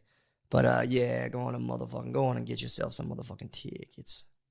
Pardon the interruption. Hello, everybody. This is Sean Gardini. I just wanted to let you know that I'll be doing stand-up comedy in Las Vegas, Nevada at Wise Guys Comedy Club this Friday, February 28th, and Saturday, March 1st. Me and Nate Marshall will be at Wise Guys Comedy Club in Las Vegas, Nevada. Please come if you can. Tickets are at SeanGardini.com. Please, for the love of God, come if you can. And go see Lemaire Lee on the road as well this weekend in Cincinnati, Pennsylvania, and a lot of other places. Tickets are available at LemaireLee.fun. And Optimum Noctis is next week, Tuesday, March 4th at the Creek in the Cave. Please come. SeanGardini.com. SeanGardini.com. SeanGardini.com. Please come. There'll be fun shows. And that's a Gardini guarantee. Thank you. Pardon the interruption. Can you tell the story of going through the yoga ball or the exercise ball? This one was pretty bad too. I think about this story constantly. But this chick, she yeah. lived in the Thomas Jefferson houses in the Bronx, and I went up there, and it was a bad. There was just a dude sleeping on her couch, and her kids were there. What? And we went in the room. I stayed overnight. It was bad. There were so many roaches in there, and I just seen this documentary about roaches crawling in somebody's ear and screaming, and I was What a sweet life you were living at the time. I was so bugged out, and the kids were so sweet. And I remember, like, we were in there, we hooked up. Jesus Christ! Yeah, I thought for like a week that this was a sign from God that I was supposed to like marry this woman and save her and the kids. I just never talked to her again. But for a couple of days, I really thought like I had like a sign from God. But I remember she's like, let's get the kids out of the house or whatever. And they're like, can we go to the store or whatever? I'm like, yeah. And I had like, a couple 20s on me. Then the dude on the couch comes in. He's like, oh, can I grab something too? And just gave him a 20. And then they came back with like Chinese food or something. And we all ate as a family. That's awesome. And then watched Kung Fu Hustle and went to sleep. And I slept with toilet paper in my ears because I didn't want the roaches to crawl. Did you boner? Yeah.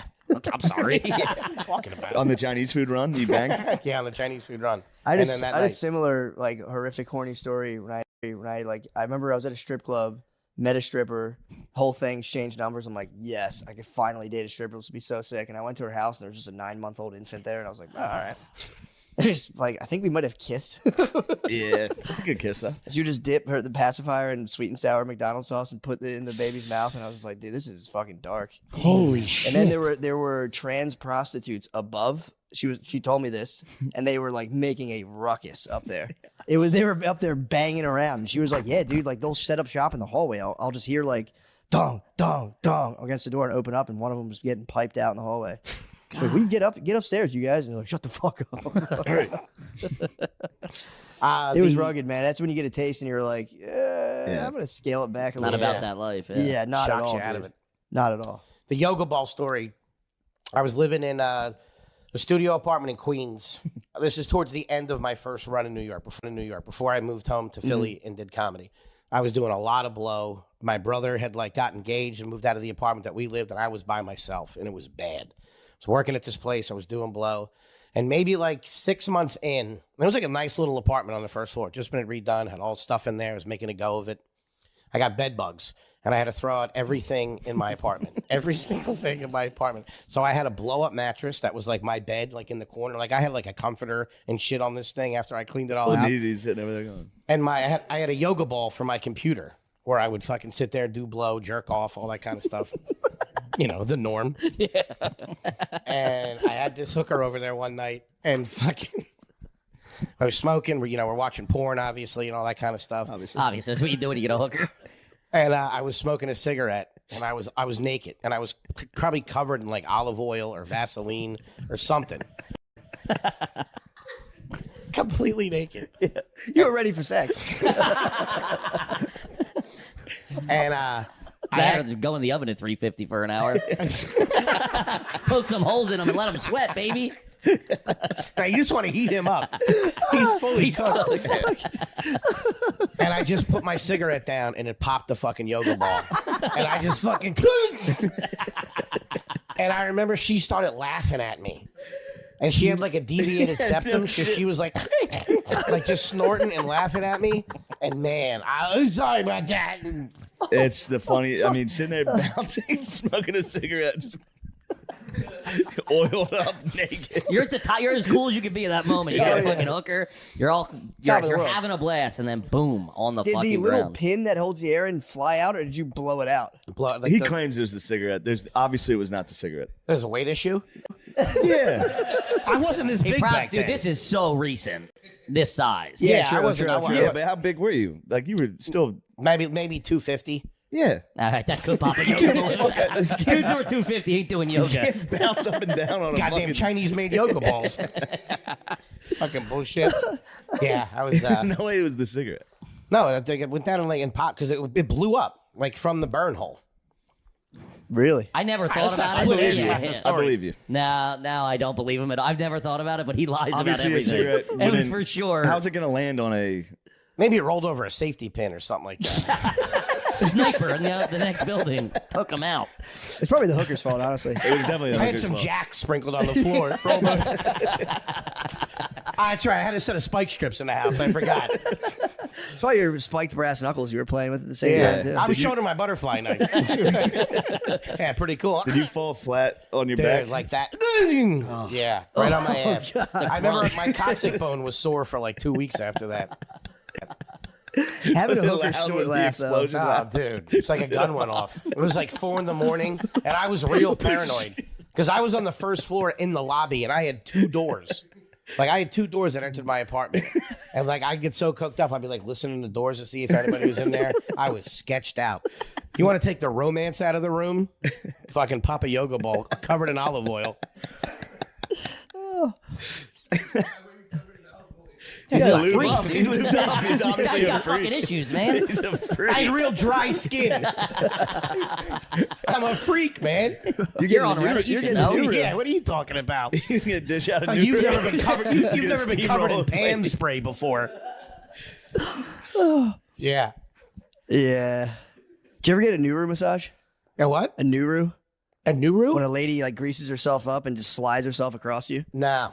Have No. you? There was a porn category that I Yeah, I saw. know, and it's kind of I got one oddly, in it real oddly life. catches my eye, but doesn't fully get No, there. I it's got nice. one in real life, and it was just like an older, kind of drug-addled lady just laid on me for a while in a motel. I was just sitting like a shitty like highway motel, being like, "Okay, I'm good on this now."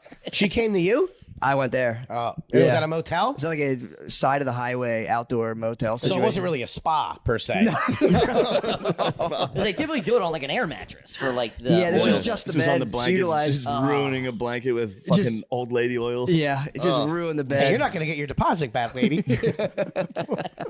It was underwhelming. I thought they built it up so much on the video in the movies, and then I was like, "It's gonna be awesome." Yeah, it's Hollywood for you. It was just like a very fucked Hollywood. up lady. I had to run her to Rite Aid afterwards. For what? She had to like go buy supplies. She had to buy like hooker supplies. She's like, "Can you give me a ride to Rite Aid?" And I was like, "Yeah, fine." Hop in. Dropped her off. Grab me some Cheez-Its when you're in there, will you? Grab me a Whitman sampler on the way out the door. The Rite Aid trip after? Yeah. Fuck. That's I an used to. I awkward had a part. weird pride where I really prided myself back then on being able to like really chop it up with prostitutes. I'm like, no, we can like chill and talk.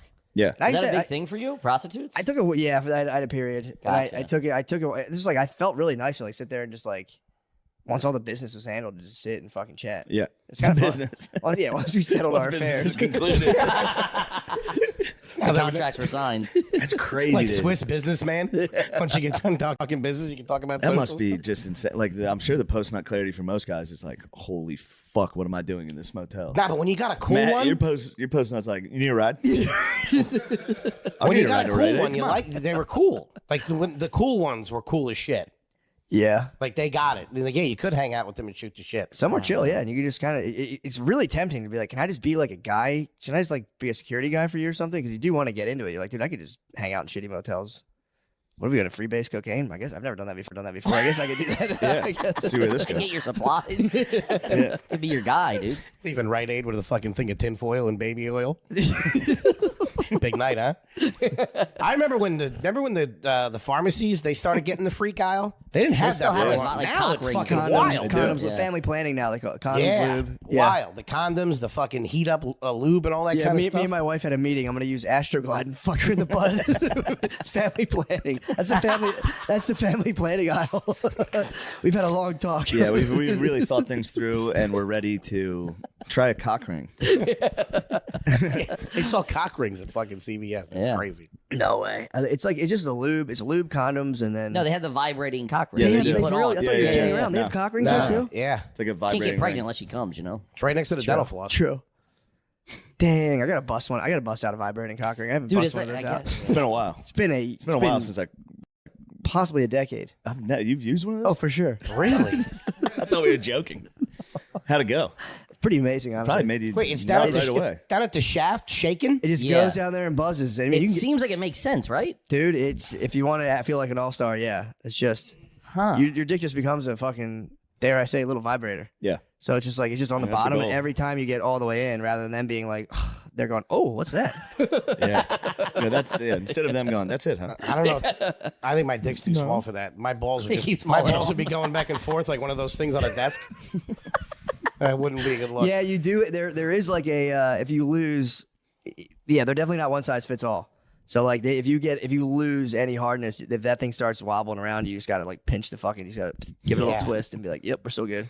Oh, it's filling this thing the fuck out. Ring's too big for you. You got to do a dry run by yourself to make sure. You can't just fucking whip that out. And you then break it out and it's too big. You gotta go. You know what? Let's not even use this. You gotta beat off. You gotta beat off with it first. You have to just test it out. Sure. You guys did dry runs back in the day. You did dry runs with condoms before you started having sex and using them, right? Yeah. That's called a dress rehearsal. Yeah, that was a dress rehearsal. They were fun. Yeah. I enjoyed those. That was great. You get your hands on like a lifestyles or something, man. Gotta use it. It's good stuff. No mess either. Yeah, that was almost instinctual. If you see a condom, you're gonna like the first condom you see, you use it to beat off, kind of. Yeah. At least I did. I was just like, I did it a good amount, more than I probably. I entered an adult would like phase. to I admit entered like publicly. an embarrassing Nothing adult wrong with phase. an of adult that. phase doing I it. was just joking. Don't feel bad for a second, bro. Wait, what? What age? Don't worry about it, Kev. I would say I might get back in the Stay game. out. I would It's a say nice I didn't game. know McCuskey was a little freaking. I was a this- freakazoid. yeah, I was a really? freakazoid. Yeah, late 20s, early 30s. Still freaking. That's why he's like, I'm off porn. Like, shadow It all boxing. makes sense now. Yeah, I he's want the fighting live demons. action. I remember they were like, I remember there for like, just like if there was like a period thing or like Sure. before like there was like pill issues, like if you're on the pill off, like, well, I have condoms just in case. And I remember at one point they were just gone. Like, what the fuck? And I was like, I beat off with them. I genuinely did. Like, oh my god, you must be doing this. I was like, no, I for real like beat off in the bathroom with them. Yeah. Like on a Tuesday afternoon. It was, It just took forever, I remember. my parents found a Yeah. condom in my bedroom, and it was after I had just all my guy friends sleep over. Oh. And they were like, what the fuck? It's all these jock You straps. can't be like, dude. Mom, I was jacking off. It's either that or I was butt fucking one of my We were friends. having sex. We were I was jacking having off. protected gay sex with one of my buddies. We were just mutually masturbating. Yeah. Condom in the room is, That's devastating. yeah. Although you know, if it's like young kids, it's like people have. Yeah, them I on think them. I was like a senior in high school. That's borderline. Still, it's Yeah, yeah. it's like someone had that thing on them. It's not like I wouldn't jump to like my son was fucking a 5-man butt fucking fest. It's either That is that a or- big jump, dude. No, but I mean, there was no women. Sure. True, but like Clearly. kids have them on them. Like we were in high school. I remember you keep like a lifestyles in your wallet. Yeah, You're like, sure. Bro, it's gonna be sick. No, it was used. It was. Oh Wait, what? Yeah, it's not like they found the wrapper. It was Oh. a condom. It was- so you guys weren't having used, sex. It was a Oh, no. jizzed condom I threw on I did not know next to my that. bed and then lost No. it. Yeah. Wait, so whose was it? It was me. I was jacking off. with Oh, all right. I didn't know that. Yeah, no, they didn't find a condom with like my gay son. I was like, that's No, it was just a used condom after an all dude sleepover. They're like, what the fuck happened? Oh man. I was like, yeah, my friend Jared used it. Just immediately blamed the that's friend. fucking wildly upsetting. Yeah. I was gonna say, I was like, maybe it's kind of sus, but I don't. No, it was a real used sus. cum to cum? Yeah, it was cum. Damn. You should have Like a- said. You should have like completely like, yeah, Jared did it, and then someone else licked the wrapper. Like the rapper. I tried to tell them to stop. They were all just having sex with each other, doing gay All my stuff. friends had I sex. told him my mom's gonna find this and get me very mad. It's a piece of gum on the tip of it. Did they say? Did your mom confront you or your dad? My confront dad. you? Oh, what did he say? He was like, what? What the hell's going on up there? He's like, I think you left something on the floor in your bedroom. Get up there. And I was like, oh my God, it's a condom. So what? You put it on, jerked off, and then just slung it to the side in your parents' house? It was bedtime. That's, I had to get my 8 hours. you gotta get up and get rid of the evidence. No, of course. Obviously, I'm talking about it now. 20 years later, I'm still thinking about that mistake. What more did you have important that like fell to the third thing on the list? Bedtime. That's the whole beauty. Were of your passed boys in out. the room? Whacking off with a condom. It's No, almost no, 9:30. no. That was also that's a CP. That's an early CP. It's a CP. That'll and then put you go, right out. That's an early cream pie, you take basically. it Oh, off. for sure. Coming And into you a go- condom is kind of intense as a young man. I That's remember thinking about it, be like, what's it gonna do when it happened? Like, what's it gonna? I was just like, I was baffled by it. Yeah. That's pretty cool. See a little. I remember seeing a little tip and being like, Psh, fill that thing. Fill that right thing the up, fuck no in. problem. Reservoir There you go. tip? There you go. Well, I didn't really. When I first saw anything up at all. Yeah, great. When I first saw one, I never thought that's what it was going to look like. I thought it had like straps. I didn't understand what it was. And when I saw it, I was like, man, that's a great design. It's just a thin. If I would have been a research and development on condoms, we'd be 30 years Yeah. behind. To be using lambskins. Oh, remember those? Yeah. God Somebody used damn. to have a good joke. I think it was DePaulo had a good joke about that. A lambskin condom. Then you'd fuck the girl, and the whole room would smell like a gyro. The straps are so fucking. Yeah, that's what I thought. I thought it was like foam and went around, and it couldn't click in my brain that it was supposed to catch the stuff coming out. I thought it was like a knee brace that like a lineman would wear, like something like that. I thought it was a Donjoy. It was orthopedic. That's God all right. damn. Yeah, I knew we were going to talk about cum and jacking off. I know. What Did your else we parents got? ever catch you having sex in the house with anybody? No. I got caught sucking boobs in like 7th grade. Really? That's pretty cool though. That age, It was sucking pretty boobs. sick. Yeah. My Who busted dad, you? my dad walked down in his underwear and he's like, "Whoa, Jesus Christ!" And I had like a Flyers jacket unzipped and open, just going sucking boobs. Dad went, "Oh God," and he just left. Who was this bruiser wearing a fucking Flyers starter jacket? That's crazy. Did you pick her up outside the Spectrum? She was an 8th grader. Not a big deal. Yeah, whatever, man. Finally, we can brag about it. Yeah, it was an 8th grader's boobs I was sucking on. I hope no one clips this. I like how you 7th did it grade. like that too. Opened it up. And then it. Took a while, man. Watching the movie slowly, watching Jurassic Park slowly, just like. Yeah. Time to That suck long your zipper. You got pull it up. Oh, it's It a was half an all one the way. that It was time. an all the way zip down. It was a full zip Nice. down. Yeah. Just threw a pullover. It'd been crazy. It's a good scenario. Popping a titty out of the top. Sounds back to a few good men. Someone's done it before. Someone sucked titties under a starter jacket before, I'm For sure. sure. Those things, dude, that was like, that made your whole year back then. Like, what starter jacket you got? Ah, I had the Miami Hurricanes. I thought that was like a sick logo. I had a 76ers. Loved it. Yeah. the Orlando Magic for some reason. I had Orlando Magic. That and Charlotte. Shaq was big. Yeah. The Charlotte, if you saw a kid Charlotte in was Philly wearing nice. Charlotte, that kid was a dirtbag. That was Oh, a yeah. broken home for sure. It's He funny got 'cause that at Foreman Mills or something. Yeah. now you feel the obligation. You got to stick to your teams. But for a while, it was like very fashionable to have like, you could have like an Atlanta Hawks hat or Yeah, fucking. we were basically black people at that point. Yeah. Dude, I saw a dude wearing the NBA jeans the other day in my neighborhood. NBA It was like all the jeans. patches on them. Yeah. I was like, dude, you remember Damn. them? They had Oh, all the yeah. patches. It was like Lloyd Banks used to For wear sure. them. Yeah, I was like, God damn, He dude. busted him back out. I don't know, maybe he's still wearing them. Just loves the league. True. He Yeah. just loves maybe yeah, No particular team. Just crazy. supports the team. Yeah, I learned. league, I was on Kill Tony like a couple months ago, and I saw there was a black gentleman performing, and his jeans were like almost all torn, like all holes, Mhm. and that was kind of like the latest iteration I'd seen. I was a big jersey and matching fitted kid. Man, very heavily influenced by G Unit. G-Unit got me too. That was How could you not? That was like he came in like a fucking tornado. He was I the know. coolest I always dude in the wanted. I world. never got one of his like G Unit wife beaters. Those things are wild. Fuck, those things are so. I sick. couldn't wear a God I didn't get basketball one of those. jersey. No matter, even as in shape as I ever was, I could not wear a fucking. I just looked bad in them. I looked like I worked for the Joker. Like it was just like I like proper henchmen. It was just not a good look. Yeah.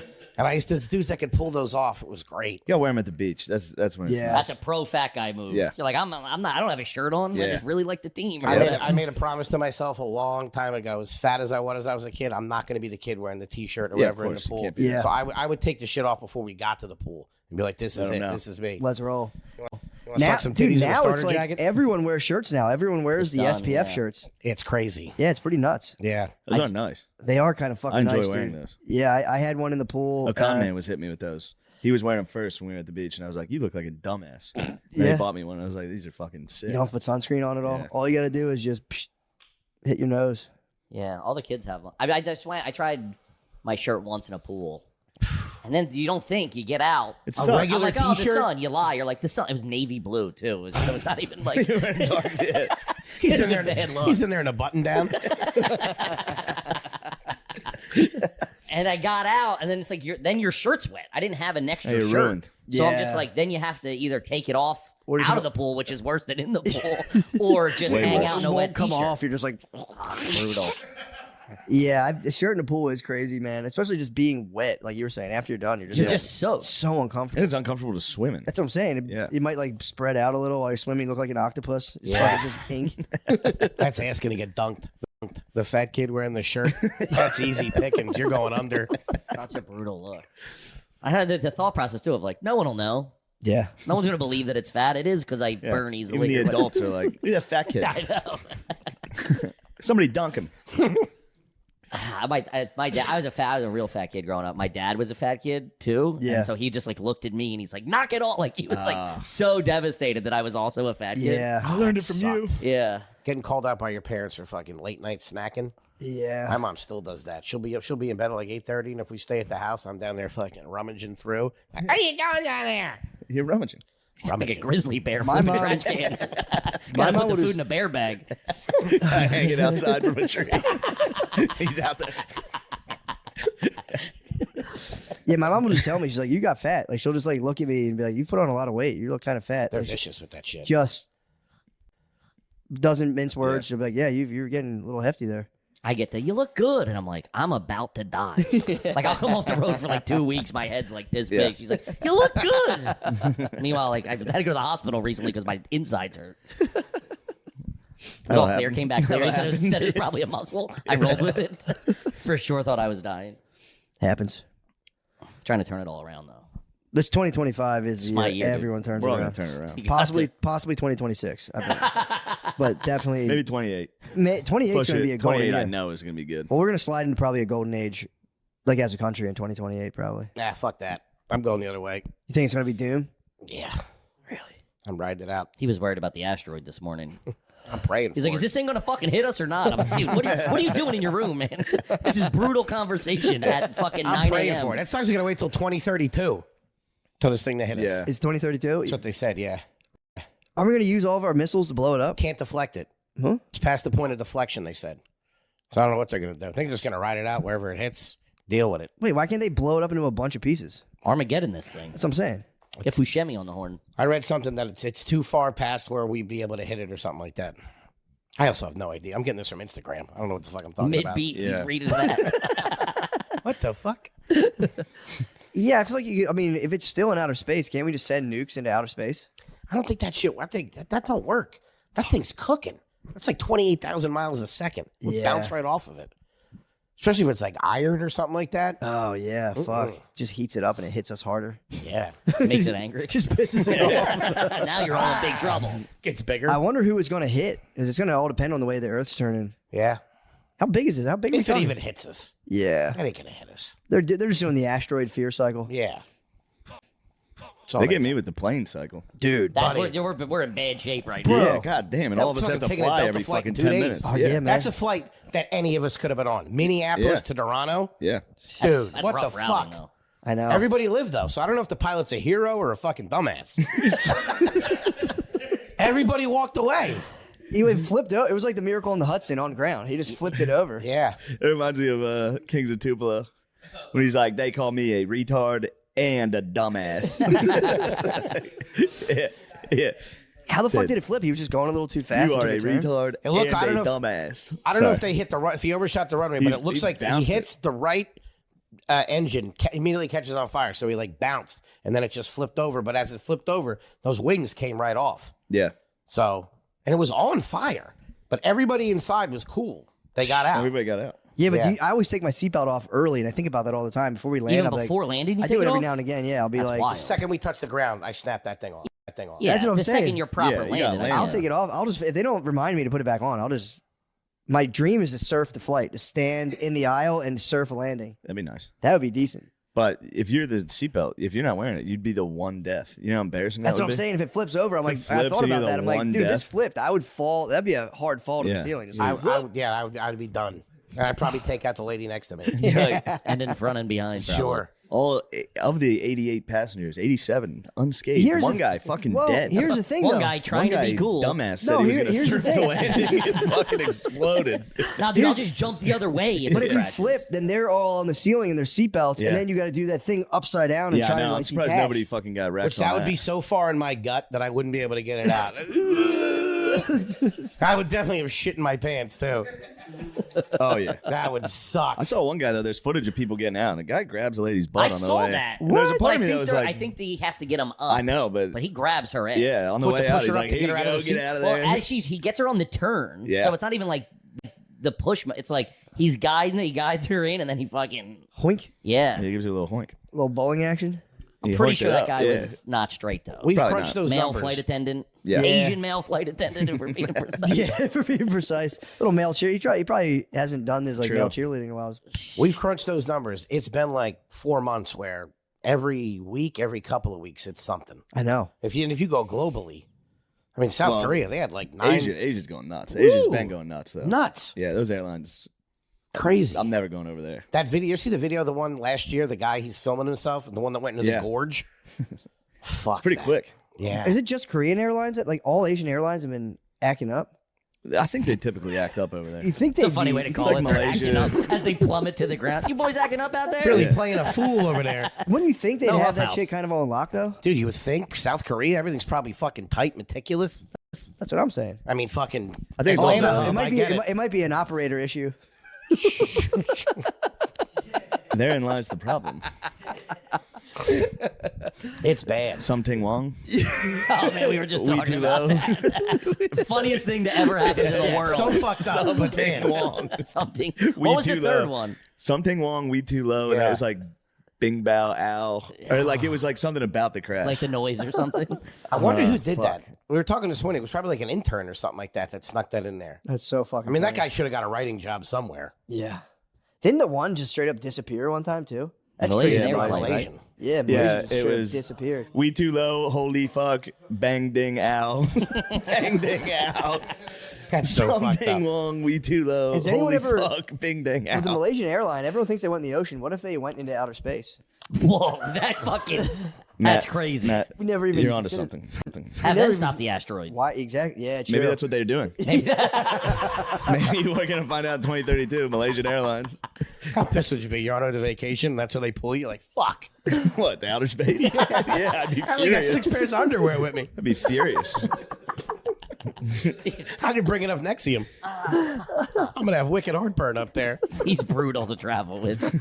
Constantly needs to do laundry and Oh, shit. the fucking Ozempic burp on a plane. Oh fuck! I I think thought- about that all the I time thought too. the toilet was broken because we got on. The guy's like, it's not really flushing right, and we were in the front row. So I'm like, God damn, it fucking smells like shit. I'm like, I dude, didn't if this, say- I'm like, I if didn't this is say the whole anything. flight, I'm gonna fucking, This fucking airline's falling apart, man. Ozempic burp. dude. Then we get down here. We're out front of the mothership. This is like last year. We're out front of the mothership. We see people like, "Yo, are you garbage?" Like, so we're like talking to them. It smells like sewage out there. I just think that's 6th Street. You know what I mean? And this is like a fucking 3 weeks after mothership opened. We're sitting at the bar having a beer before our spots, and I'm like, "The plumbing in this place too? What the fuck?" The 3 places I had been with him in a row. I'm like, "The sewage, goddamn!" And he goes, "You smell that?" I go, "How the fuck can't you?" He's like, "That's me." And I was like. And then he's like, "Do you think the fans smelled that?" I was like, "For sure." But I had a septic tank put in me. the only good thing is no one would ever think that's human. So like, no one's ever gonna go, "That's Foley." They're like, "There's a sewer main It smelled broken." like shit when we were talking to those guys. Damn. Yeah, that's it. Yeah. That's external influence. That's Ozempic environmental. burp. That's a real thing. Then Ozempic burps. Yeah, I had it so bad. What? Yeah, because some people they don't get the side effects that bad. We're talking to Mike Eaton, hosted the other night, and he was saying that Was that the kid getting him? He was like, dude, He's got a the guy. kid we had host the show at the pop-up show at the Creek was doing street fucking Ozempic. He gets it from like a guy. Oh, but shit. he said he doesn't have problems with it. And I know people that didn't have problems with it. I had it so bad where like shit would just stops your stomach. Yeah. So my shit would just sit in there and fester like the Sarlacc pit, just fucking bubbling up. It was brutal. And dude, the burps were so fucking bad. Burps were worse than the farts, which is crazy. Whoa. I had it real bad. Me and my wife flew to Greece, and we came back, and I got jammed up at customs, and it was like an hour and a half line, and it was like every 30 seconds, I was like, Try to do the fat girl blow out the side. and I started to hear the people behind me go, "What the fuck?" So I started, but every time I would do it, I'd go, "What the hell? What the fuck? You guys, that's crazy." Someone got some bad meat in their bag or something. It sucked. Oh my god. The only one that ever smelled it was Ari. He was the only one brave enough. I was like, "You're the only one I can ask this to. Do you want to smell one?" He's like, "Yeah, go ahead." Hey, you don't want any more of it. You don't want the smoke.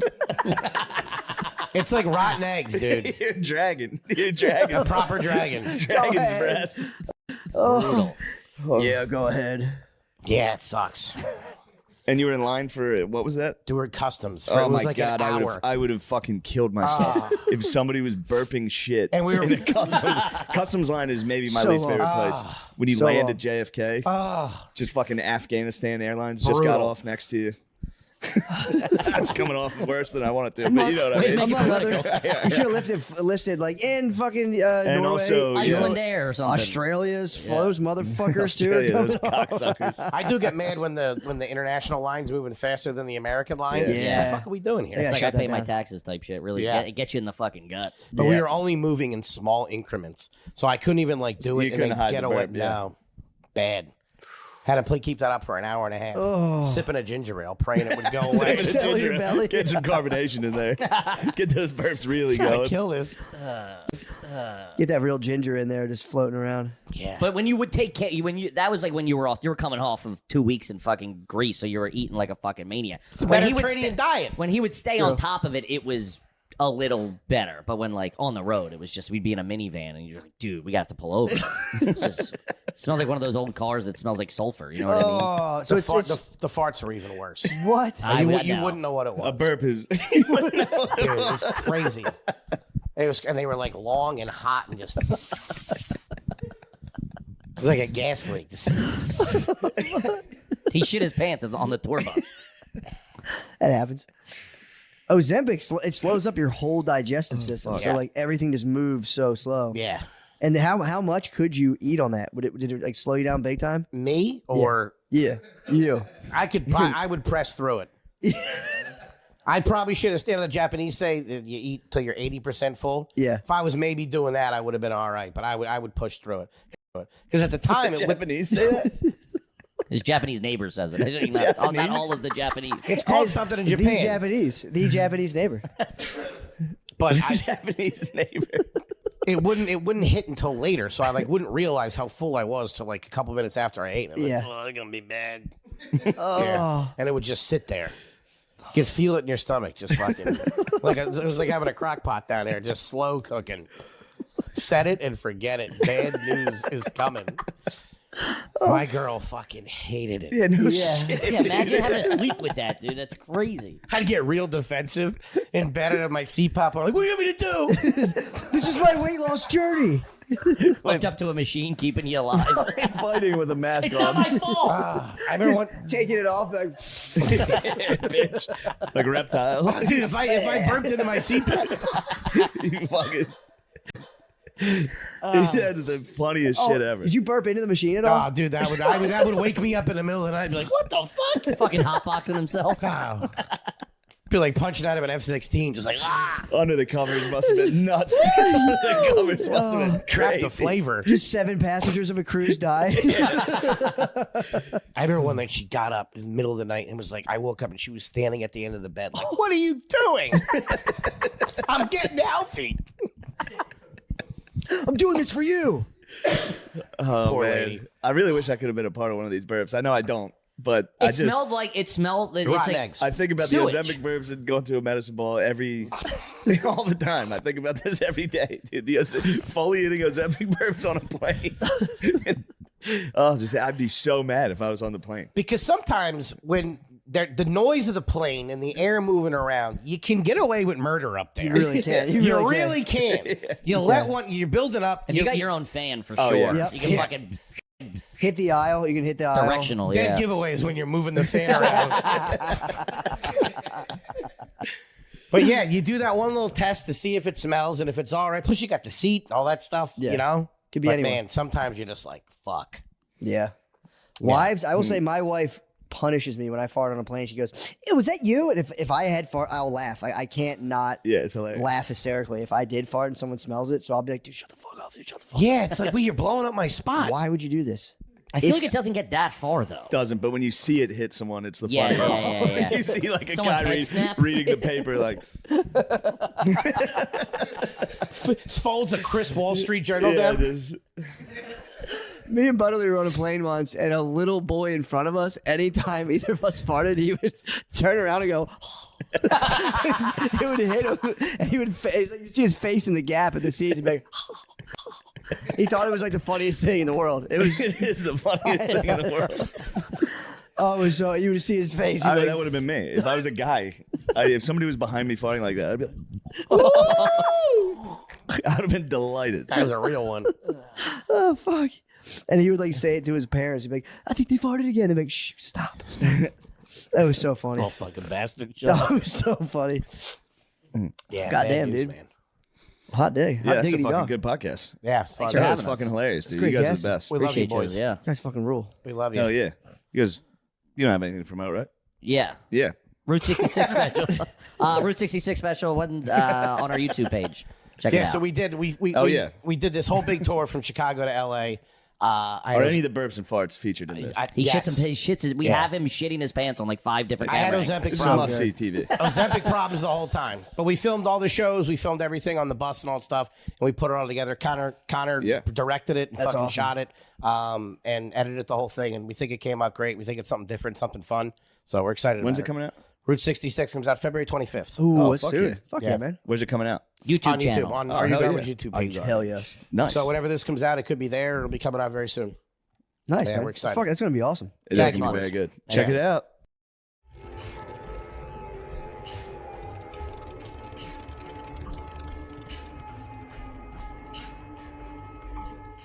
The Wild Wild West.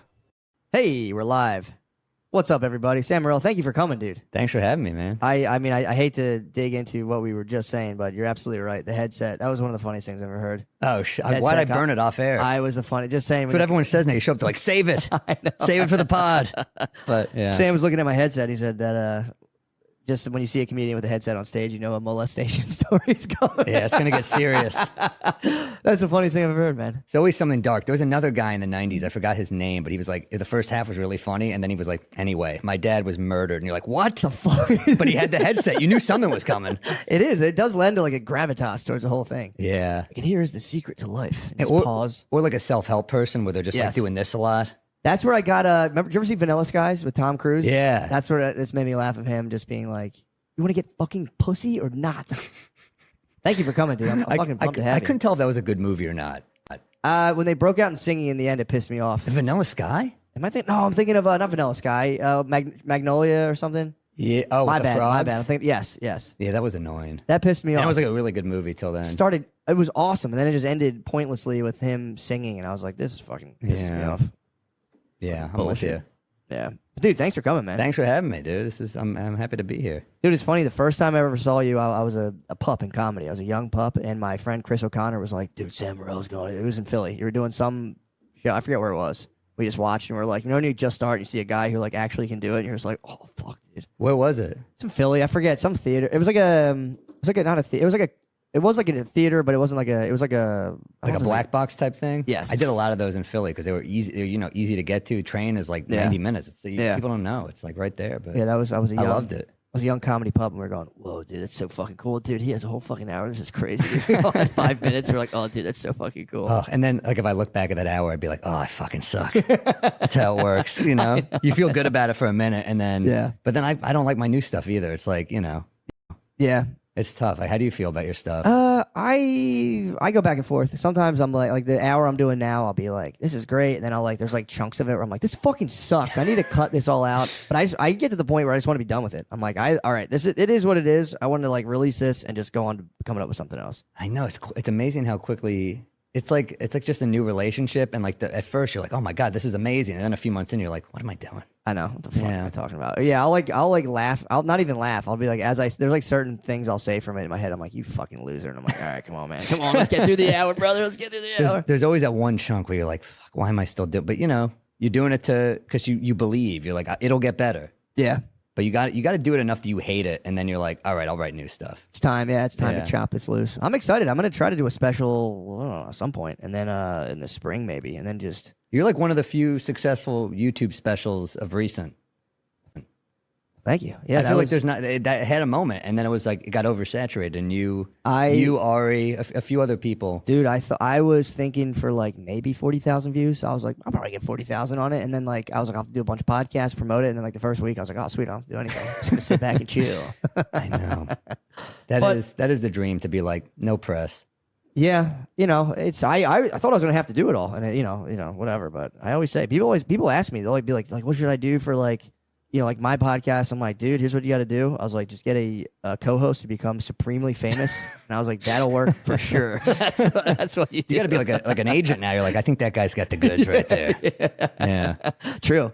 But yeah, people, it's funny when they always get like really disheartened when I'm like, I don't know what the fuck to tell you, man. I'm like, you just find someone who's super famous. You're holding up your end though. Yeah, well, thank you, man. Yeah. Thank you. But yeah, it is, I don't know, man. It's just, people get spun out, man. Entertainment's the only like job I've ever seen where people make like as much as a doctor, and they're like, I'm a fucking loser. And you're like, dude, you're killing it, man. Yeah, but if you saw other doctors like performing an operation, you're like, that guy's getting more likes than me on his operation. True. You'd feel like there is that thing about like, and also like we do badly more than like a doctor's like. I'm sure they fuck up sometimes, but like I've had like 3 bombs in a row. If a doctor fucks up 3 times in a row, I'm like, you got to get out. Just coming home, like I fucking bombed on that brain surgery. I was dead. It was an easy one. He was good, and I blew it. The other doctor went on, he crushed, and I came on and just killed the guy.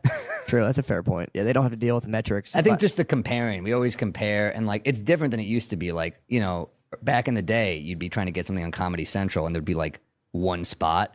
You're like, this is the white dude spot. Mm-hmm. If I don't get this, I suck. And you're like, shit. Then I'm on a lineup with like Norman, Dan Soder, Phil Hanley, all these like killer New York comics, you know, Yeah. Joe List. And, but you know, now it's like, it's kind of wide open. Yeah. No, it's true. Yeah, it does. And it sucks too, because I will say in comedy, the product is your like personality. So people are like, yeah, not for me. You're like, fuck you, dude. It's not like you're just selling insurance. You're like, yeah, I don't really need that right now. It's like, yeah, I saw you. I'm good on you. And you're like, fuck. Yeah, that's not my act. That's me. They said my name. That's when it would hurt when you're like, they don't just like dislike you, especially when you told like, oh, I don't just dislike his act. I don't like him. Yeah, I hate that guy. Yeah, he sucks. Yeah, it's a weird. I don't know. It is. It is funny. People like talking about like the internet comments. It's always kind of people are always like, but it is an interesting thing because you do have to deal with like the way you're. I don't know how to put it, but that's the way like your body has like cells. There's just like a million comments about you, and you can start getting into them, and it is. I don't know. I think it is funny. It's a fun thing to like. I used to get real whacked out. I'd read them like just like fuck this guy. Fuck who the fuck is this guy? Now I'm like, you never can tell because sometimes it'll be something that actually is accurate, and you're like, fuck, that's actually true, and that's painful to realize. Then it's like you get like, you suck, I love you, and then you get like opposing views that you have to somehow just choose like which one do I actually believe? I know. And You're like, fuck, I am a dumbass with one eyebrow. He nailed it. Shit. Every once in a while, yeah, but you know. If you believe the good stuff, then you're crazy too. I know. That's the problem. That's a problem, dude. I don't believe any of it. I just wait till I find something negative and I just feel the sting of that. And I go, that's enough for today. And I just go about my day and I go, fuck. You got to also, I mean, I know comics who are like, I remember a comic friend of mine got this like great write-up in the New York Times. And I called him like, dude, this is amazing. And he was just like, nah, this is like right before they turn on me. Like he couldn't enjoy it at all. He was like, nah, they're going to fucking, this is like, they're calling me great. So it's like people are going to fucking be like, this guy sucks. Yeah, or they're going to dig out some skeleton from my past. That'd be, yeah. I don't think this guy has any skeletons. I think he's like pretty well liked, this guy, but he just like, yeah, I don't know. Damn, dude. Dude, I was, I did want to talk to you about this. So you know about the Diddy stuff, obviously. Sure. Everyone I was there. That. It was great. He sucked my dick. It was awesome. Diddy's now crying that it's unfair that the owner of Abercrombie is not getting as much. He's out on bail while Diddy is not out on bail, and he apparently I didn't get enough time to look into it, like the details of it. But he was apparently running like a sex trafficking thing in the. I mean, you can tell by the stores, right? Dude, that's what I'm saying. You just walked in there, you're like, this should not be okay, right? These poor damn employees. Well, they used to have shirtless teenage boys outside of their store while running I think it was primarily a gay sex trafficking ring. Yeah, which is crazy, dude. In the open, base. I mean, I remember walking in there and being like uncomfortable and having to leave. Yeah, dude. I remember I like high school girlfriends be like, let's go to Abercrombie. And I like walk past like a fucking hot dude with his shirt off. You'd be like, fuck you, dude. Walking, like I'm not buying any of this shit. And it was like, we were so mean to them, but like looking back, that dude was probably getting railed. Yeah. So we were in the wrong. I thought they were getting a ton of pussy. Turns out, yeah, they were just like blowing old men. They were the pussy. They were the pussy. But yeah, it was crazy. That guy is apparently he was running a thing like Diddy. Where it's like all kinds of crazy manipulation and deception and sex trafficking and whatever. But that's the way to do it if you're doing that, because you're like, well, this is so out in the open. You think I would just flaunt it if I were actually doing it? True. But then he was. Because Diddy was more like, it was more like a VIP vibe. Like you only, you know. Yeah. And, you know, of course, someone with all these celebrities, you wouldn't be doing something like this. The word would get out. Yeah, true. But, you know, I don't know how it works if they have like NDAs or something there. I think they just try to get dirt on you. I think that the deal is you try to get dirt on them first, and then you're like, I don't know, because that is. I'd be so nervous. Imagine if you were running like a sex trafficking. Like you were. Imagine if last night you just drugged. I'm like already four, stressed. I can't imagine. I'm already like, fuck. I feel like shit. I'm on the road. I can't imagine like that guilt level where you're just like, fuck. I have a sex trafficking ring. You like, yeah, you GHB'd the guy opening for you. You fucked him, and then you fucked like 4 ladies. And you just woke up and you're like, all right, I gotta do a meeting for my fucking vodka. It's crazy. Damn, yeah. What's gonna happen to Ciroc? I think someone else bought it. Yeah, I think someone. Is it tainted though? Because I did think of Diddy when I think of it. Yeah, that's what I would think. I would drink Ciroc and have a good time thinking about Diddy having fun times. But now I'm just like, ugh. But no, I think they. Some people try to say that was the whole thing to get him off of the board because they were saying like there were like liquor billionaires who didn't want him. He wasn't like playing ball. It'd be like liquor Ticketmaster being like, you're not playing ball, and they're trying to claim you're not playing ball. You have a sex trafficking ring. Back in the day in like Hollywood, they would have morality clauses in the contracts for like these young starlets. So they'd be like, a young actress would be like fucking a married guy, and they'd be like, nope, you gotta shut that down. We invested at you here at MGM or whatever. Yeah. So it's like it's really funny how. Back then it was like, infidelity's bad. Now it's like, don't fuck kids. Yeah, don't please. Yeah, it's please. it's changed. It does ruin it. It does ruin a brand. The Catholic Church was the only institution that was like their adherents were like, come on. It's a branding error. Every big company has some bad guys. Subway. It's lost some luster. It has. And they could have gone with that Clay Henry guy. Remember Clay Henry back in the day? No, who was that? He was the other one. It was like Jared and Clay Henry. They brought in like a 1B character. Yeah. Like he got real big on burgers and fries, but now he's down to a smaller size. So they Clay brought Henry. another guy in. Yeah, he was a fireman too. Like he could have made them. He could have made him look good. Loved his wife. He was probably a good guy. But then, they went Jared. I mean, and look, we can't deny Jared had an impact. He had the sauce. In the story of just walking and eating, he's like, I walked to Subway and I ate sandwiches and I lost. And you're like, that's not true, but we all bought it because we were idiots. I know. Oh, when he pulls those pants out, you're like, who can argue with that? That guy's pants were so much bigger. He was just circling school zones. Like a shark, dude. That's how he lost the weight. Just getting his cardio and going from one kindergarten to the other. Did you see the documentary about him? I haven't. Is it good? It's amazing. I gotta watch it. It is, dude. He was way more sinister than you think. Like he apparently. So the reason that whole story broke, he went to a school assembly. He was going to assemblies in schools, and like at the height of his, prime or whatever. And he would talk to kids like he's Barry Sanders in his prime. But he was in a school auditorium, and he was with a lady who was the local news lady. And they did like a little speech. He was like, kids, you got to eat healthy, blah, blah, blah. And she was doing her thing. And then they went and sat down. He goes, God damn it, I'd love to fuck one of these kids. Just to the lady. And she was like, what? What? This is all according to her. She was the one who broke the story. And then that was a heat check moment for him. He was like, man, I'm getting away with this for so long. Let me see. Because that's what they do. They like try. It's like serial killer shit where they're like, they'll go back to the scene of the crime. It's like that cockiness of getting away with it. I mean, dude, yes, for sure. But it was like, it's such a weird thing to do because then I guess he was putting a feeler out for her because then this is where it's kind of suspect for her, but she was a journalist, so she's like, I want to kind of get this is a huge story if this guy potentially really wants to fuck kids, or if he's just like fucking around and is the funniest guy ever to like just step down and like, I don't want to fuck one of these kids.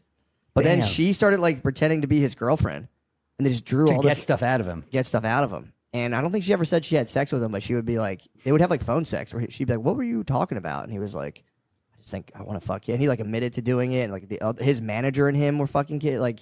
And then like it all culminates, and she's having. Okay, imagine finding you have that in common with your manager. That's such a weird. Because I was like, my agent's a Knicks fan, but like, I mean, you're like, you're into that?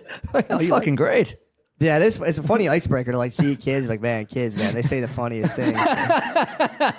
You see the switch on that kid actually? Like, yeah, bro, I was actually gonna bring it up. You do really have to ease into that. Like, that's a good-looking kid. Like, yeah, the kid's cute. Yeah, like, if you were into that. The kid's really cute. And you're like, I think that kid's really cute, too. And eventually you're like, I'm so glad we met. We should hang, yeah. But, dude, it all culminates in she has a birthday party for her own kids and uses them as bait. Yeah. And she's like, my kid's coming. I'm so into this. Oh, my God. And he's like, I'm going to come fuck your kid at the birthday party. And she's like, sweet, perfect. And she's working with. So she has a kid. Yes, I think she had like 2, and she was Oh my using them God. as bait, and she even went to the FBI. He was using her for these kids. Worked both ways. True, it's quid pro quo. Yeah. But she like went to the FBI like, dude, I have this guy on tape saying he fucks kids, and they're like, you're not. That's illegal. You're not allowed to record him like that. And that's why they set up the birthday party, and she had like a wire on and everything. She's like, he was like basically wanted a kid, which is monstrous on the kid's birthday. To be like, I'm gonna come to his birthday party after he opens his presents, and I'm gonna smash. And it was like, damn, bro, That is a bad birthday. that is a bad birthday. That's a bad Yeah. man. And then Damn. but yeah, eventually, like, he kind of gets cold feet, but then they get him anyway. He, like, cops to the crime. He, like, dude, he was a monster, dude. Crazy. Yeah, he was that bad. He Yeah, was like, I and he mean- claimed it was because he lost so much weight that then his appetite for food just, like, transferred to kids. That was his claim. He was like, it's not my fault. Yeah. When you lose weight like I did, you become hypersexual. And he's like, I just wanted to start fucking kids. Like, Damn, so Subway really is bad. yeah, Subway. I mean, you're like, yeah. he should have been blaming it on the hoagies. I'm like, it was those fucking hoagies, dude. I never wanted to fuck that kids. bread, dude. Bread fucked me. That's not real bread. I knew Subway wasn't to be trusted when they claimed that was avocado, dude. True. That was some that's not bullshit spread. avocado. Yeah, it made me want to fuck. Yeah, but dude, he got I like explained that documentary at like a fight. Like someone brought it up like jokingly, and I'm like, you know the real story. And I gave like, and they were like, people's wives were like, dude, please stop. I don't want to talk about this kid getting just battened down at his birthday party. It is tough when you bring that to you gotta know the audience for that. I know. It was like a nice campfire setting. We're all like sitting around. People were having like sangria, and I was like, you know, he was gonna fuck a kid at his birthday party. And they were like, all right, that's enough of that. I was like, I'm sorry. But it's tough because it's been pushed into the mainstream. Like it is a Netflix thing or HBO, It was, whatever it it's was, on. yeah. And so it is tough when you're like, you know, you're just hanging out at like a nice little party. You got a skewer in your hand. You're like, John Benet Ramsey. You see that? It's crazy. Yeah, true. Yeah, it has been pushed in. Like the heinous murders they're like great. That stuff never ends. Heinous murder footage is like people love that. It's endless. I mean, the CEO from fucking United Healthcare. You saw that yesterday. Dude, what happened with that? I mean, a guy with a silencer. Talk about bad branding. They got him in Starbucks right before. What? Yeah, they got him on camera in Starbucks ordering a coffee. Yeah, true. What do you get? I don't know. Definitely no. not tea. Yeah, no. Not a tea drinker. No You way. need some caffeine to pull out an execution. Yeah, I would think. it's like a caramel macchiato. Well, maybe a refresher. Maybe he got like a watermelon citrus refresher. Just carried out he went to Starbucks before he murdered him? Yeah, run with that if you're Duncan. True. Run with that story. Like, we don't sell shit to guys like that. We don't like that. That's bad stuff. That would be funny to just call it like murder juice. Like, yeah, get your murder. We don't sell murder Well, they juice. had the murder ball, remember? Or the medicine ball. I'm fucking it up. That was, by the way, we're such idiots. We're like, it's a secret menu thing. The medicine ball when you're sick. What is It's that? just sugar.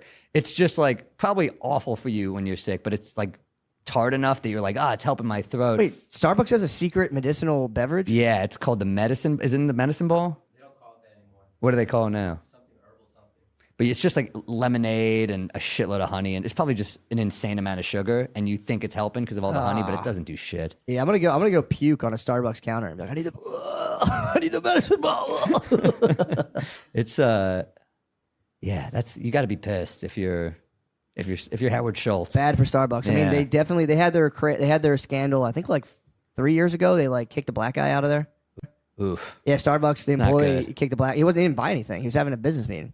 Talking business, and they But kicked they it. never kick anyone. It's such a, I know, it was pretty nuts. That feels personal. It does feel personal. I go in there all the time to pee, and I don't Yeah, get dude. anything. I'm in there. You're in there trying to sign someone up to a pyramid scheme. Like, get the fuck out of here. Let me tell you about a business opportunity. And they fucking kicked him out, and it was like a huge deal. It was in Philly. Damn. That Starbucks came under massive fire, and they had to come out and be like, the CEO has to come out and be like, we don't like that at all. It's so stupid too because they did that thing years ago at Starbucks where they're like, let's have a talk about race. Remember that ad campaign they did, and we're like, Yeah. what are you doing? Because they kicked out a black guy. They had to do it. That's so stupid. And now they have murderers. Yeah, that's what happens. They're like, they're kicking out black guys. I'm going to get a coffee before I murder someone here. This is a perfect place for me. Coffee it really is great. Drinking a coffee and It gets you murdering up. somebody would be pretty sick. Yeah. I think it'd be pretty nice. You see, like, heart rate's pouncing as you go away. You're like, God damn, I shouldn't have had that second shot of espresso. That was too much. That was way too much, dude. Yeah, I'm freaking out. No, I feel like just murdering someone would wake you up though. True. That would probably get your heart rate up. I also think, I was a little annoyed that New York's getting bad PR. They're like, told you New York's dangerous. I'm like, oh, we have to answer for this fucking psychopath? Yeah. I don't know where he's from. Yeah, and that's also not like, that's like a weird high-level hitman crime. That's know what I they mean? say, but then it doesn't look that professional because they found him on camera. And if you're a high level hitman, you're not going to Starbucks before. True. That's a weird move. True. Apple Pay. Right there. No, yeah. When I say high level, I mean just like killing a CEO is like a high level murder. You would think there was like some powerful interest behind it, or maybe it was just a psycho attacking. I don't even know that guy. Who knows? I mean, it could be a guy who's fucked over more than a health insurance company. You know, I mean, it's like I feel like that's why Joker resonated with so many people because in the beginning he's getting fucked over by his insurance. So you're like, all right, whatever he does is kind of fine. That's true. No, that's true. You get a think- surgery the day before, your thing lapses, and like you got to pay fucking $90 million. You're like, you motherfuckers. You're like, you motherfucker. We've all been on hold with an insurance company. Like, what the fuck? Like, that's where you lose it. True. Because they always. I mean, and also it's like it's a tough. That's a job I would not want. CEO. You're making a shitload of money at the expense of a lot of people who are suffering. Yeah. And that's the whole point of insurance. You're taking in more money than you're paying out. So you have to try to pay out as little as possible. And it does feel like they're trying to fuck you sometimes. They are. That they have to. Yeah. Their whole thing has to be. A lot of those places are like, they have like research about this. There's just like 40% or whatever of people. If you're just like, yeah, sorry, no, they'll just be like, well, I guess I'm fucked then. And then there's like another percentage of people who will actively follow up. But then you can be like, well, all right, we're gonna sue you, and like, all right, I'm not doing that. So there's like only a small percentage of people will like know the steps to be like, I got to get a lawyer now. Like nobody thinks about that or like can afford a lawyer. And it's exhausting. They tire you out. If you're sick, you don't want to deal with making all these phone calls anyway. I mean, I think about all the time the ways they pretend they're hooking you up. I was at a dermatologist once and like, your insurance covers you like a free chemical peel. And I was like, why the fuck would I want a chemical peel? And they're like, well, you get it for free. And I was like, maybe I want one. Yeah, maybe I'll take that. It's free. But then they didn't cover the fucking medication I needed. What? So it's like they cover shit you don't need. It's like they know how to fuck you, is my point. Yeah, they do. They're very good. Again, it's the whole point of their operation is to take in more money and pay out less. And they're supposed to pay you out if bad things happen. But the way they can make more money is to not pay you out. And then if you don't know the steps, it's like, yeah, that guy's fucked. This feels political now. We're like standing back and telling we're you, just dude. agreeing. I'm telling you, we are, Like, right? Well, that's a great point. It's crazy. That's a great point. I actually agree with that. We do have to do something about these healthcare companies. True. But yeah, that one guy, he did it. But Not that much. Yeah, but that's too much. That was too damn much. That Yeah. guy's... A silencer, too, is like, it also makes you realize how desensitized Yeah, it's we pretty are. pro hitman, dude. Silencer, too? But you could just buy a silencer. Can you? I'm sure somewhere. Wait, In America, you're telling me you Yeah, can't? true. It's That's not that true. hard to get a gun here. I thought they were... Yeah, I guess so. Yeah, I guess silencers aren't that illegal. I don't know. I mean, they have to be illegal. You can't wear a bulletproof vest. If a cop sees you in a bulletproof vest, you can get like they can stop you. Like, what the fuck? I feel like if you're a CEO of a health insurance company, you should get to wear a bulletproof vest for a while. True. Like a little while. That's how they say that's the best way to get away with killing somebody is opening the door, and as soon as they open, just blast them and walk away. Because you don't enter the house, you don't leave DNA evidence. But Damn. all the cities now are gridded with cameras. Like you really can't do that. Yeah, it's weird. Like we're like close to living in like a Minority Report type of world where it's like it's amazing when people get away with murder. Like that's why that John Bonet thing was so shocking. I was like in my head I was like, well, I wonder who did it. I forgot they didn't solve it. Oh yeah, they didn't. They didn't solve it. It's so shocking. You watch Forensic Files. I like the ones where they solve it too. I don't like the true crime where they're just like unsolved murders. It's so unsatisfying. You're like, there's a piece of shit who got away. But then you watch Forensic Files and they're like, thanks to DNA, we caught this guy. Got him every time. Yeah. Yeah. Also too, whenever I watch that, and they don't catch the guy. I'm like, he's definitely right outside my house right now. He's gonna fucking rape me, and kill me. He's gonna kill me. I used to watch those. They'd be marathoning them on the road on like headline news and just be like 40 Forensic Files on the road. I'd be watching, in some fucking motel on the side of the highway, just like opening my, like, oh, fuck, why am I doing this to myself? Opening that dumb little curtain, you see meth heads. Yeah, I still get scared. I get scared in hotels all the time. I'm like, Really? yeah, like I'll just hear like someone else's door bang and I'm half asleep and I'm like, someone's in my room and I just like I look around. I'm like, dude, you're such a fucking pussy. I was leaving a hotel in Omaha a couple years ago, and there was a guy. It was like 4 a.m. early flight. It was like a 6 a.m. flight out, and there was a guy just sitting on the floor in the hallway, just like crying. Oh. And I was like, you just don't want to even see. You just like something bad happened. No, man. Yeah, you don't want to see Yeah. that at all. That sucks. Would you just walk right by, just wheel Of your course, wheel I'm not your dealing with life? that guy. What do you think I'm going to chat him? What happened, buddy? Best case scenario, there's a dead hooker in that room. Something bad happened. Yeah, true. Oh God. Or yeah. a live one, and I don't know. Something bad happened though. Yeah, also I was like, go in your room, dude. Don't fucking. That's what they're for. Go cry like everyone else does in your hotel room. Don't sit in the hallway. I know. The public crying is, and then like in New York, I don't mind it as much because that city's supposed to break you. But when you see it in like a smaller town, you're kind of like something sinister just occurred. Oh my, yeah, true. True, yeah. Oh man. Oh man, that Ryan sucks. Hamilton, my friend, has a joke. It was like New York's the only city where you just see people openly weeping. Did you know? see it a lot there? Yeah. I could see that. I I guess other cities. I guess Philly too. Nah, yeah. Boston. I think big cities you'll see it. I did a month sublet in New York because I like thought about moving there like a long time ago, and I was like, man, get the fuck out of here. I went right back to Philadelphia. I was Really? Like, oh my, I couldn't do it. But how do the Philly to Austin is an interesting move because it's such a different pace, you know? Yeah. Yeah, for me, I had kids. And once, like, when I had the kids, I'm like, I wanted to get out of Philly anyway.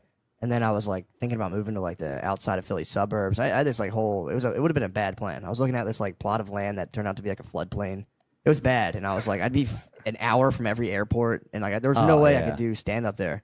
I was like, I'll make it work. And then I was talking to Shane. He's like, you want to go to Austin? I was like, yes, please. That would solve all my problems. Thank you. That'd be the best thing ever. Because that way it's, like, a decent quality of life and for, like, kids and stuff. And you can just do stand-up every night if you want. Yeah, the club is good, man. The mothership's cool. It is good. It's a good Motherfucking club. ship. It makes me a little nervous how many people are always there. I don't like to, because I want to do new stuff, and I don't want to just like, you see these people every few months for me because I'm visiting. I'm like, I don't want them to see me bombing. Yeah. Yeah, it is. I like to bomb in the shadows. It's true. True. It is an intimidating green room, too. And it's like, it's just that long oak table, and there's 40 fucking people, and it's like, yeah, I was silent for the first like 5 months. I would just sit there and just be like, "Ugh." It's hardcore. It's like a weird health movement, but also everyone's smoking cigarettes in there. I know. I did the smelling salts. I don't understand why. I don't know why I did it. Rogan's like, oh yeah, they're good. They'll help you. No one tells me not to put them right to my face. I thought I was dying because I've had allergic reactions before, and I was like, and Joe's like, he's like, are you okay? And I'm like, I'm like, God, I'm such a pussy. No, it's ammonia. That's right. Your body you're just smelling ammonia, and I don't know why everybody does it. I think I saw Josh Allen or some football player do it on TV, and I was like, oh, I should fucking get me jazzed up for a set. And then I tried it, and I was like, yeah, if you're like a pro athlete, it seems kind of cool, but I'm not. I'm a whiny fuck who just was like, ugh. There's better ways to get lightheaded. It's all. Getting lightheaded is cool, but it's like, I don't understand. I see dudes back there just ripping them, and I'm like, dude, you guys just telling me you love smelling ammonia like that. Like, just fucking drink some coffee. Do anything else. Coffee's a move. Yeah, do anything, I saw a bartender once say to someone, she goes, do you have any Red Bull? He goes, we don't carry Red Bull. You want caffeine buzz? We'll give you coffee. And I was like, wow, the way he said it was so cool. Oh, shit. I think about it all the time. Just Coffee. gatekeeping the caffeine buzz. Yeah, He's like, fuck Red Bull. Bullshit out of my fucking face. I drank a Rockstar last year because I was like tired, and I was like, I was at the Super Bowl with Shane. I was like, I don't drink that much, so I was like hungover from the day before. I'm a total pussy. With him, it's impossible not to be hungover. Dude, I was dying. You can't be a casual drinker around Shane. You can't have, you either are sober or you have 14. You can't have two. There's no middle ground. Yeah. And that night I had like a lot, and the next day I'm just struggling. I'm like, ugh. So I was like, let me get a Rockstar. Dude, I felt like I was on meth. I drank like half a Rockstar, and I was like, I gotta go home, guys. And I was like laid in my hotel room, like, ugh. I felt terrible. Oh, dude, I hate them. I wish somebody stopped me and said, you want a fucking caffeine buzz? Have a coffee.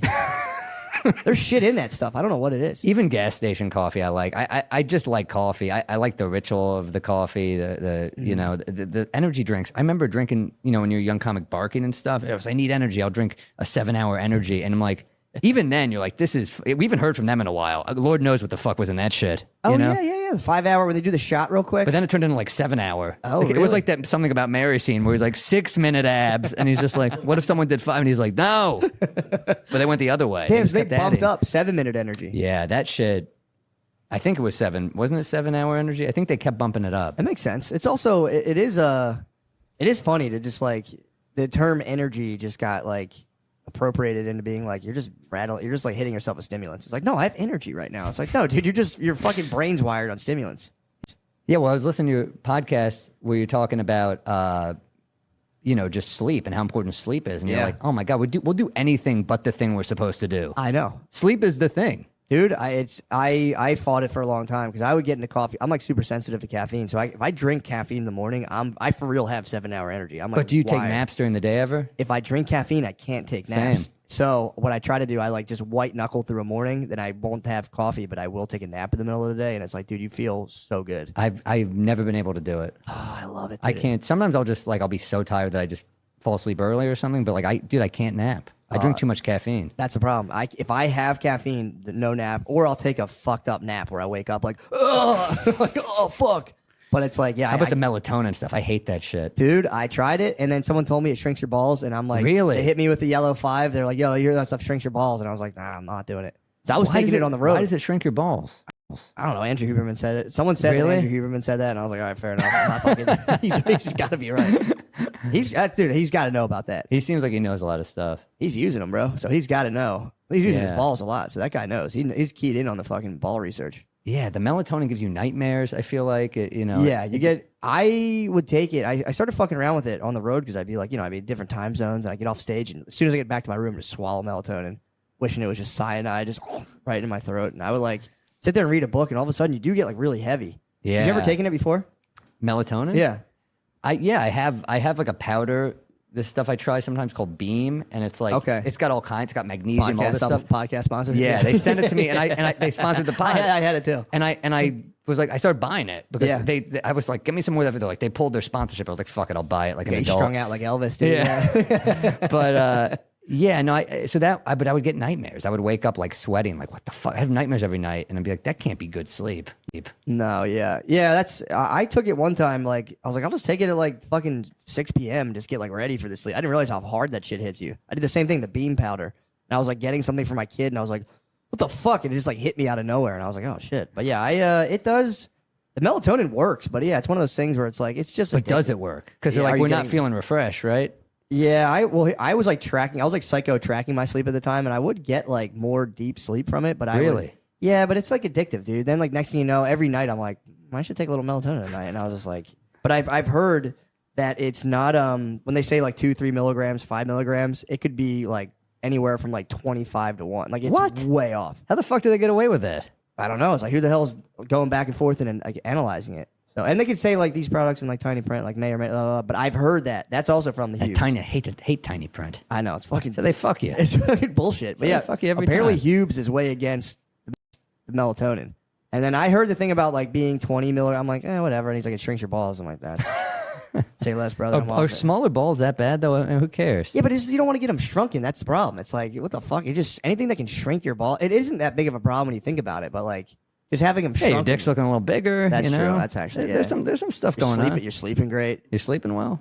Yeah, it's not a bad point. But there is something about them being. It feels less manly, I guess. Big balls is a good thing. That's what they say. Yeah, exactly. And it just there's something about it, something you're eating shrinking your ball. Like, dude, the yellow 5. As soon as I found out about that, I was terrified back in the day. Like, yeah, you know that shit. What's the shrinks- yellow 5? Never heard yellow 5 shrinks your balls? What's that? It's just a food dye. It's like the yellow 5 food dye or whatever the fuck it was called. But they were like, Hey, you're bro. best off just eating as naturally as possible. But like that's the thing. Like when you travel for work and you're waking up at weird hours, like you're eating weird. Yeah. You're sleeping badly. Like it just adds up. She's usually shitting, not the best either. Oof. A bad gas station shit. There's something about that where you're like, all right, there's something dark. Yeah, especially the worse the bathroom looks too. Just shitting in it, you're just like, dude, how did I get here? This is terrible. Someone definitely just shot up. Oh, everything's like a little less healthy when you go. Like in New York, you can eat pretty healthy, but then the diner's been destroyed in New York because rent is so damn expensive. So you're like, did I just spend $22 on 3 scrambled eggs? I know. It's insane. But then you go on the road and just the little things that you don't think about where you're like, all right, they put like a fucking bucket of butter on my toast. Yeah. This is like the hash brown's a little crispier. Everything tastes great, but you're like, man, I don't have the energy I had after this meal that I normally have. No, dude, I'm almost pre-diabetic now. I was traveling a lot, eating out. I thought I was pretty healthy. You look healthy. You look like a gym guy. Dude, I was working out and everything, but I was eating so much food when I was like, it's like, dude, I'm like getting the restaurant. Because you need something. You need a win on the road. Sometimes you have a bad set or something, or you're like, just like the anxiety. You need to do I need to do something somewhat self-destructive, and it's like and you don't drink, and you don't do drugs. I don't really drink, and I have not cheated on my wife, so I'm like, I'm left with nothing but overeating. So I'm like, well, I have to overeat, so I would just pig out, and like, I can't. That's for all the vices you have though. As long as you don't go diabetic, but like that's not the worst vice. Well, now I get to reverse it. Now I get to have a health journey where I can be like, guys, I was at 5.7 A1C. Now I'm going to try to get down. I kind of was happy to learn about that. I was like, oh, cool. This is like a cool thing now. It's another chapter. Yeah, exactly. It's like something I can do. And if I can actually get it down under control, that'll be kind of fun to be like, I got mine down. 5.7 is the beginning range of prediabetes. Like I'm at the door. I'm on the doorstep. Damn. My dad has Don't type go 2 in. diabetes. I know. Dude, I haven't. Your dad is type 2? Oh, yeah. Is he overweight or no? He's like lost. Yeah, he's got like a beer belly. But he also like, dude, I worked with him for a while, and he was out demolition, and we would, on the way home from work, he would drink a milkshake every day. Yeah, That's how he do it. rocked. It was like 4 soft pretzels and a milkshake every day on the way home. And I'm like, dude, I'm just eating too much rice. How the fuck am I pre-diabetic? This is bullshit. This is fucking nonsense. A milkshake. I haven't had one of those in fucking forever. Dude, I've never seen anyone do that because we were doing a thing where you burn steel, and it was forget that galvanized steel. So it's coated in zinc, which like I don't know protects it against rust or something. So when you burn the steel, there was this thing they'd be like, yeah, you got to get your calcium. So it's like calcium somehow trapped zinc. This was all like So that turned into a milkshake. Yeah. Then he was like, we need milkshakes. It's like so we can stay. This will healthy. help. McFlurries will help us if we. I think the last time I had one, we had Bill Burr on our podcast, and it's a drinking pod. So we were like, Norman's like, he doesn't drink. We should do. He likes milkshakes, and I'm like, all right. So we're like, we got to get Bill Burr in a good mood. So it was like milkshakes and cigars was the trick. That's kind of nice. And actually. it was a fucking great combo. Yeah, that's awesome. I mean, of course, two nice things. Of course, they but they don't always work together. They never. I don't think anyone besides my dad actually does milkshakes and a cigar. It was nice. That is awesome. How do you like that? He was in a good mood. Nice. We were. He, you just don't want to rattle him. He's Bill Burr. So Yeah. But at first we were like, he was like, this time to this time, I have a heart out, like whatever you need. Yeah. We had a friend waiting in the hallway to do the next episode. And then at 4:15, his out was 4. We were like, we got to get out of here, right? He's like, no, I don't. He's just like hanging out. We're like, all right. I got a text from Mateo Lane. Like, it's fine. Don't worry about it. Yeah, that's cool. It's Bill Burr, Yeah, that would suck just absolutely drawing his ire and just having him just being like, fuck you. You Bill, fucking asshole. how's your milkshake, Bill? I just want you to have fun. If you want to piss him off, just tell him the Patriots Super Bowl doesn't count where Marshawn Lynch should have run it. That's a good point. He screamed at me for like 15 minutes straight. Really? Yeah. You could get him on the vax too. He's super Yeah. super freaked out on the vax. That'd be fun. But you got fucking vax. That would That would piss him off. Yeah, that would get anybody. I'm not looking to piss him off. No, I wouldn't either. Yeah. I would never call him Bill Feisber. Piss him off. But no, I would not want that guy on my ass. That would suck. No. You know what we could all use a little more of? Getting off asses. They didn't fucking fix that typo, dude. They had the same typo last week. Getting off asses. Forgot to put getting off our asses. Fuck! Fix a typo! With bold flavors and a crisp, refreshing citrus kick, Mountain Dew gives you that extra push to get moving and feel like you're on top of the world. A world where the sun's always shining and your crew's ready for action. And unforgettable adventures are just around the corner. Call out your favorite flavor. Still classic. I'm going classic right now. Code Red sometimes if I'm getting freaky, but right now just getting the Mountain Dew Classic. Verbiage to use. Great tasting, refreshing, has a citrus kick, variety of flavors, bold flavors, helps you connect with others, is a treat, helps you celebrate, helps you express yourself, helps you take a break. Are you guys not convinced yet? You just read all those fucking words? Helps you connect with others and express yourself. Talk about what game and activity you play with friends. Dudes, look. Yeah, I've told you guys 100 times. I don't know why I got to keep talking about what I do. That's my personal life, what I do with my friends when we drink Mountain Dew. But lately, guys, we play a lot of games, but lately we've just been skipping all the games and just straight up hooking up, all right? I'll be honest. Me and my friends have been hooking up after we drink Mountain Dew. The mountain is calling, and you should answer. Grab your friends, grab an ice cold Mountain Dew wherever refreshing beverages are sold, and do the fucking do. All right. Does Blue Chew work? If you're asking that question, we want you to know that Blue Chew is putting their money where their mouth is by giving you a month free. Blue Chew is an online service that delivers the same active ingredients as Viagra, Cialis, and Levitra, but at a fraction of the cost and in a chewable form. The process is simple. Sign up at BlueChew.com, consult with one of their licensed medical providers, and once you're approved, you'll receive your prescription within days. Blue Chew tablets are made in the USA and prepared and shipped directly to your door. The best part? It's all done online. That means no visits to the doctor's office, no awkward conversations, and no waiting in line at the pharmacy. You can take them anytime, day or night, so you can plan ahead or be ready whenever an opportunity arises, like a job interview. Again, guys, they want a personal endorsement. I haven't taken them. My dick gets hard as fucking hell, but I'll let you guys know if I start to hate my wife to the point where my penis doesn't work. Right now, I love her, and my penis gets hard for her when I see her naked vagina. Blue Chew wants you to have the confidence to perform at your best, so discover your options at BlueChew.com verbatim. Blue Chew wants men rock hard. They told me. That's the mission. They will not stop until every man is bricked up like a brick house, till every tent is pitched, till every rod is raised. Discover your options at BlueChew.com. And we've got a special deal for our audience. Try Blue Chew free. Just pay $5 at checkout when you visit BlueChew.com. Well, $5 shipping, so sorry, that'll throw you guys off. You can try Blue Chew for free. You just got to pay to get the Blue Chew to your house when you visit BlueChew.com. That's BlueChew.com to receive your first month free. Visit BlueChew.com for more details and important safety information. Let me thank Blue Chew for sponsoring Mad Machine's Secret Podcast.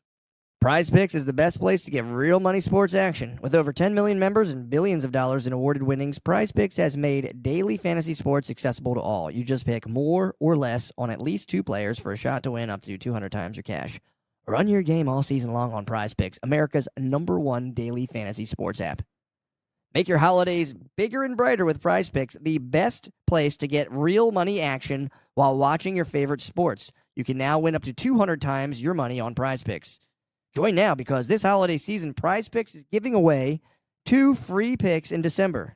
And they're giving away $30+ million in rewards during Picksmas. Damn, I hate they made me say Picksmas.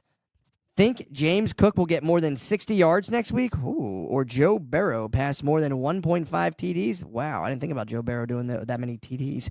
Cook up hot takes with your friends and win real money this football season when you and your crew run your game on Prize Picks. Prize Picks is the best way to win real money this football season. Which players are going off? Which ones aren't? Make your picks in less than 60 seconds and turn your sports opinions into real money all season long on Prize Picks. I mean, guys, how nice is that? Just getting in on real money sports action. I mean, I just love thinking about James Cook and Joe Burrow doing 60 yards and 1.5 TDs. I can turn that opinion into real money on real sports action. Download the Prize Picks app today and use code DRENCHED to get $50 instantly after you play your first $5 lineup. That's code DRENCHED on the Prize Picks app to get $50 instantly after you play your first $5 lineup. Prize Picks, run your game. The holidays are about connecting with loved ones, and there's no better way to do that than with a digital picture frame from Aura. Wirecutter called it the best digital photo frame. That's so fucking crazy at the Wirecutter nod. And it's easy to see why. You can upload your favorite pics of family to one frame and relive all those happy moments again. Or share the big news, like a new edition maybe? What pictures do you and your family love sharing? It could be cute selfies, vacation pics, or funny photos. I mean, that is really nice. I love the show. I try to get dressed up really cute and show my wife and say, hey, check me out. Do you want to suck me or fucking what? Who are you going to give this gift frame to? Definitely my mom. I'm going to give this gift to my mommy. And if that's not personal enough, you can even upload a video message to play on the frames as soon as they plug it in. So the first thing they hear is your voice and how much you love them, or the ISIS beheading video you want to send your mom. Save on the perfect gift by visiting auraframes.com to get $35 off Aura's best-selling Carver mat frames by using promo code MSSP at checkout. That's auraframes.com, promo code MSSP. This deal is exclusive to listeners, so get yours now in time for the holidays. Terms and conditions do apply. That would fucking suck. Dude, we were talking about bathrooms. I read a thing today saying, they're saying you got to check if you're at like a public bathroom, you got to open the thing and look into the toilet roll because people using like, IV, using like needles for drugs, heroin or whatever, are taking their syringe and just like sticking it, using that paper towel roll to like clean off the needle. And he showed a picture and it was just like little poke holes with just blood, like little like blood spots everywhere. That sucks because you already don't want to shit in a public restroom. I know, dude. And now you got to worry about a needle. Dude, yeah, for real. And I don't know why the guy was like, women should be more concerned than men. It's like, all right. I'll take it, but it's like, yeah. No, I'm not thrilled either. What the hell? But it's like, dude, yeah. I don't know what the rationale. Maybe vaginas absorb. I don't know, but it's like. Well, I'm doing the tour bus for the whole thing, so it's a lot of public restroom shitting. Yeah. Because you're like, you can't poop on that bus. Yeah, exactly. You're not allowed to. So next day, either the rec center, we go play a little ball, or we, that's kind of nice. Go to get you poop there, or Check. you poop at the. Yeah, open the thing and just look. Even if you don't see blood, but if you see little poke holes, that means people are cleaning their needles off. Maybe it's some internet bullshit, but I saw the picture. I was like, that actually does make sense. It bugs me too that these like heroin addicts are like worried about germs. Yeah, true. Yeah, like fuck, just do heroin, you fucking pussy. Be a man. Also, it's like you're worried about germs. You're taking toilet paper roll. I'm like, let me clean this off. Yeah, that annoys me. Yeah, it was funny in Philly when they gave there's like I'm sure you've seen the thing of like Kensington Avenue where it's like just K&A and there's guys like everyone's standing outside. Did you ever see like that shit on YouTube? What is that? In Kensington Ave in Philadelphia, it's like one of the biggest heroin markets, like I think in the country. It's like Skid Row. It's not as big as Skid Row, but it is just the people outside, tents, like zombified, standing out there. It'll shock you that this country, man, like every downtown now has that. Yeah. Except for Irvine. I was just in Irvine recently. They have 0 homeless people. They got rid of them all. They do. In Irvine, they offer you a bed, and if you say no to the bed, they put you on a bus, and they're like, out of here to LA. I swear that's their policy. Yeah, Rudy Giuliani did that back in the day in New York. Did he really? Yeah, they got rid of the homeless people. They sent them on a train. To where? I think to the West Coast. Damn. So he probably sent them to Irvine, and then they were like, you go back that way. Get the fuck that's probably what happened. Yeah, no, that's... even in like downtown Salt Lake, I was, you're walking by like, holy shit, this is crazy. Yeah, dude. Everywhere. But dude, well, it's funny in Salt Lake. I was there at a farmer's market like last year, and I was talking to this guy who was like, he was campaigning for mayor. Yeah, I think he had been mayor before and stopped. He's like, they need me back, and I was like, and the park was beautiful. I was like, dude, this is awesome here, and he was like, well, yeah, there was homeless people here, and like they got cleared out right before the farmer's market, and I was kind of hitting him with like, that's what's up. And he was like, no, it's actually an injustice, and this is why I'm running. I was like, oh, shit, my bad. I was like, fuck, my bad, dude. He's like, it's really sad. They took the prescription medication and kicked him out. And I was like, oh. Yeah, but look at these avocados. This is such a nice I did hit him with that. I was like, Yeah. you got to be honest, dude, though. It is way better. I was like, just on a level of just enjoyment, it is kind of sweet that they're not here right now. And he was like, whatever. He wouldn't give that to you. He was just kind of he was just kind of like, all right. But I was like, bro. I was like, it's nice you're defending them, get their tents taken up. But I am, and I think it'd be sad if I saw that part, but the aftermath is nice. It is weird too that these tents are being used for that. Like, the guy who designed the tents were like, this is good for camping. You're going to go on a nice thing. And then you just get people with needles like, oh, fuck. That's true. You would think, the thing about like the love of nature and you're out, you're like hunting and living off the land. It is mostly just like emaciated human beings like selling each other for sex and it sucks, man. And dying, it's getting a lot of dying in them. A lot of people dying in those tents.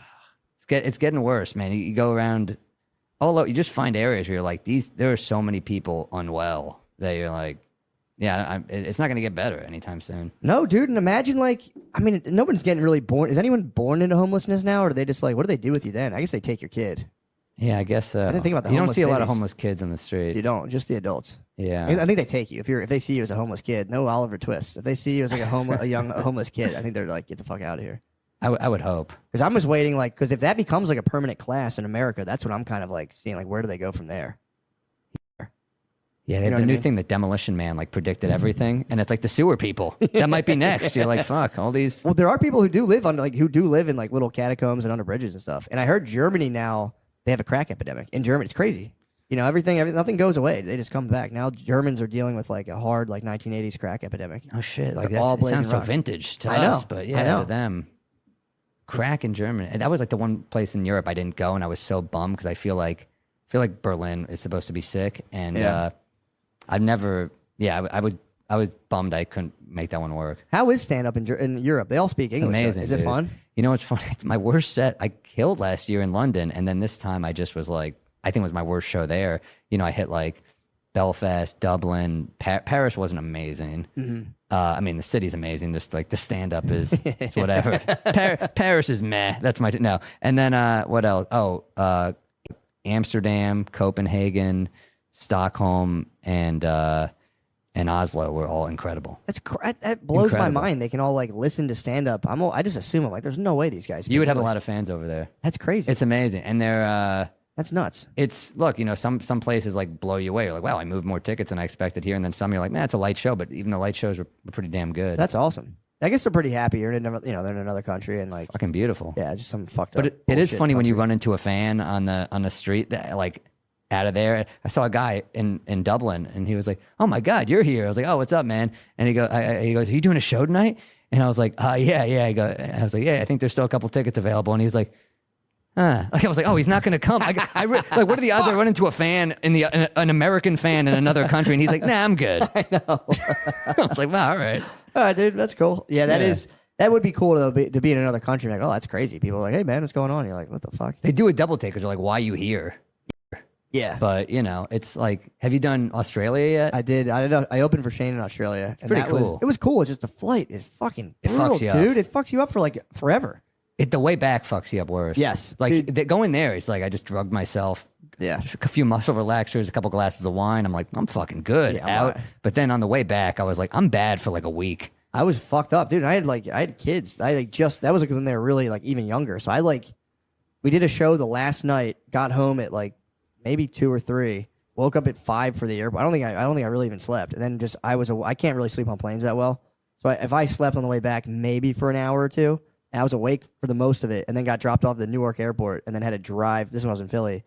I was awake for basically 24 hours, and then had to just drive from Newark to Philly. Oof. And to my wife, who was like, "Finally, you're back," all that shit. Yeah, you don't walk into a happy room there either. No, I see that with Gary because who I tour with, he's got a family and I don't. So I'm seeing he's like, she's like, you didn't FaceTime me. I'm like, oh my God, I'm just fucking You know, Dude, you I'm having a lower FaceTime, pressure. you watching your kids cry through FaceTime while you're in a hotel room while your wife is just like huffing Yeah. it's hell. It's the fucking worst. You're like, and you're sitting there like, hey guys, trying to tell you, well, maybe you should talk a little nicer. Maybe it's terrible. It's really bad. It's one of the saddest things of like when you travel for stand up. Then eventually, as they get older, it becomes a little better. But like when they're like little and you're just like, Yeah, and you feel powerless. oh, you just feel awful, dude. And you're like, why am I doing this? This sucks. But then you get it. But then the thing I always tell But it's a myself, good example to work too, you know, for your kids. Like you're doing your. That's the thing. You followed your dream and it worked out, and your kids will see that when they grow up, and that's a cool thing too. Well, that's what I tell my kids. I say, guys, I know you don't like when I go away, but if I were to stay here and do another job, I would kill myself. So do you want me to kill myself? You guys want your father to kill himself? Because it would be your fault. We got your babysitter. His name's Jared Fogle. But it is true. You do have to. There is like, because I'd be like, I should be around more. But I know if I had like a job that I hated, I would just be miserable in the house. So it's like, what's better, having kind of someone who's traveling a little bit and happy in the house, or someone who's there every day, like, ugh. And you got this going, so you have other things going on. I think he said a good. I hear it more from female comics because I think women are expected to be like the mom should be there. The mom shouldn't be traveling. And I know some female comics who have babies or young kids, and they're just like, Rachel Feinstein's one of my best friends, and she was like, if he could go to work like whenever, he could do like all these 24-hour shifts. I leave for like a spot. They're like, they treat me like I'm Casey Anthony, So it's like, when the baby's really young, it is like a biological reality that they do need the mom. Like they need the mom more. I mean, you can bottle feed them and stuff like that. But yeah, the mother guilt is like 50 million times worse. And yeah, you are judged. You were in there. You were in her. Exactly. Yeah. I mean, there's that. Yeah. There's a connection. Yeah, it's a real connection. There's actually now I've read in Sweden. Man, the headlines really working in my favor today. They're actually applying to everything. But there's a movement now called soft girl. There's like soft girls now. They're called. So like there's women who are now rejecting the workforce and being like, no, I'm a soft girl. So you're either a boss. I was like, what is the fuck's it called? This is in Sweden. Soft woman. Yeah, they call them soft women because you're either a boss lady or a soft woman. And now there's people embracing the soft woman lifestyle where they're like, yo, work sucks. I'm becoming just like a pure stay-at-home soft woman. Well, that it would originate in Sweden because they're just so fucking liberal there. So it's like that's where they'll try out. It's like this is what we'll try out, the liberal idea, and if it takes flight, it'll move over to like the other Scandinavian countries, then make its way here. Yeah, but like that's where you debut it. Well, I think they went. Well, that's more. There's more like liberal boss ladies. If you're like a boss lady, was like, I'm gonna kick ass at work. Don't even ask me to do anything around the house. It's fucking bullshit. Blah blah blah. But now there's a lot of women being like, yeah, this kind of sucks having a job. Like it's not as cool as I thought. Yeah, I think, a lot of people, they identify as what their job is. Yeah. They're like, that's how they describe themselves. I'm a this. Well, that's my thing is like, if you're in a 2-income household and your husband makes enough and you're still working, that's when I start to question. I'm like, dude, it's one thing if you're like running a fucking company, you're a boss lady, but when like women are like, I choose to work and they're like a team associate for like Verizon, it's like, fucking why? But what if there's like a prenup and the marriage doesn't work out? Then you're kind of just like relying on him forever. That's true. That's true. And then he can like take your cell phone and like get into there are those guys who do that. Yeah. That makes sense. That does make sense. I think it's good to have your own thing, Yeah. I'm more attracted to women who have their own thing going on. I like soft girls. You want a girl who just waits for you? Waits, yeah. Soft girl. No, I don't care. If a woman works, I don't care. It is I just think there is something like, I don't know, man. I do think there's something sad to have it put in a woman's head that like if they're not working, they're somehow like sold out their entire species and they're like if they're brainwashed. It's like that working sucks too. Yeah. No, I don't think that way either. But I hear you. It is nice. I will say there is something nice to have I just don't like the idea of thing. a woman waiting around for me. Like she doesn't do anything and then she's like, where have you been? Like I don't like that energy. That's totally true. I like her to have other shit like that she's got to deal with. It's good to have other things. You're right. No, you are right because I would say that is the downfall of a soft girl or whatever the fuck they're called. The where are you texts increase by 500%. Once you go from a boss lady to a soft girl, it's like they're just dishing off where are you. Like, where are you? I swear to God, when you said soft girl, I thought it was going to be like some like a trans like man, but like the penis doesn't work. I really thought because Sweden is so fucking liberal. That was like it's going to be something like that. But. Well, dude, there is something. Well, apparently, yeah, Sweden is the most liberal place, and that's why they're kind of like what the fuck's going on? Because a lot of women now, they're like, all right, we laid the path. Jordan Peterson talks about this. You laid the path for gender equality, and there's like they have more people than ever who are like, fuck that. I'm just gonna stay at home and be a traditional wife, which whatever. It's But just that's all also, fads. but that's also there. You know, that's. I guess it's weird if you had a male friend who would do that. Like, I'm just gonna like hang out. And you're like, all right, because I have a friend like that, and he hits me up for money, and I'm like, dude, just fucking do something. Do something, yeah. He's trying. In his Is he a defense. soft dad or is he like? No, he just chills? He fucked it. He had this woman who like was a hard worker and and she like wanted to have a family with him, and he was just like, nah, I'm good. And he's just like a single dude Just now. chills. I'm Oh. like, dude, you really misplayed your hand here. Yeah. Now I'm getting like Venmo requests from him. I'm like, dude, come on, Come on, $60. You got to get your life together. That's true. No, you did make a strong case for a boss lady because it is true. You do want kind of someone who has their own thing going on, or else they're gonna be fucking bugging you. I just think it's nice. You have another thing. It's just like, you know, it could be anything. It doesn't have to be like a crazy, but just have something else because you don't look at the divorce rate. Nothing. I mean, you hope things work out, but No, it's about 50. I think we just came down from 50 to like 48%. really, Yeah, So that's all right. it's high. It's still pretty fucking high, dude. But it's you know, 50-50. There's a reason people are getting less. Why is that? Wait, getting divorced less? Yeah, 2% is something, right? That's pretty good. Yeah, That's two. You said 48 instead of 50. I thought it was so it went. yeah, down, it went right? down a little bit. It went down a little bit. It's all geographically. I think depends abortion where- went down slightly too. Did it really? Yeah, maybe people are just being a little safer. Who knows? Yeah, I wonder because it's the saddest divorces I've seen are when like people don't even hate each other at the end, when they're just kind of like. It ran its course. It's just when two people just like lose all passion for each other and just go like. Yeah, you think you're gonna have like a season 4 Carmela Tony blowout on The Sopranos, but then at the end you're just like, eh. Yeah, I've always It's thought dead. I always thought that was the saddest like versions. You hear people like, yeah, we one day looked at each other and we're like, nah, it was pretty mutual and peaceful. I'm like, that sucks. You want it to be like tears. But if you have kids, that's what you need. Because That's the true. bad ones, you've seen those where you're like, holy shit, they just hate each other. I've seen people Yeah, who stay true. together who fucking hate each other, and that makes me sad too. That's bad. Because you're just like, you hate going home. That friend who will stay out with you all night, and you're like, man, this person rocks, and you're like, oh, they're deeply unhappy. That's why they're still drinking with me. Like you're just like so grateful. They're like, this person wants to party, but they hate their home life. That's true. That is the one thing where when the divorce rate is at 40%, it's like a lot of marriages, like just growing up, you see, you're like, damn, these guys hate each other. So that is a sad thing too to like. There's no easy way because it is going to be stressful, but it's like, yeah, when do you throw in the towel is like a weird question, and mostly women initiate divorce. Yeah. It's mostly women who initiate it, which is Yeah. like I've always been struck by that, but it's like, Yeah, maybe women put more stock in happiness. I think dudes are kind of more comfortable being miserable. yeah, true. Women are like, am I happy? Like they're more introspective. I think women question things more than we Yeah. do. Like I'm happy to just go through life being like, I need a joke, I need this, But then every once in a while, when you like face your feelings, you're like, oh my god, like Yeah. it'll scare because women are just like trained to deal with their feelings. Yeah, all And- the time. And we're not. So when I'll just like, I'm like, I'm feeling something I don't like. Whiskey, please. I'll just like, Yeah. I'll just bottle it up. But Yeah, that's not they're good either. They're incommunicado all the times with each other about like what's stressing them, what's going on. And they are good about that, but sometimes it can be too much where I'm like, dude, it's like, well, you're invalidating my feelings. They're dumb. They don't apply to the problem. They're just getting in our way. Turn it off now, cram Yeah. it down, and fucking deal. Yeah. But you are kind of right. I think I've talked about this before, but one time I was with my wife and she was like freaking out where it's like bedtime. She was just like panicking. I could hear her breathing weird. I'm like, what's the matter? And she was like, I'm like, just tell me what's wrong. And dude, she listed a rapid fire response of like 6 problems at once that had like sub problems about like this person. And I was just like, stop right now.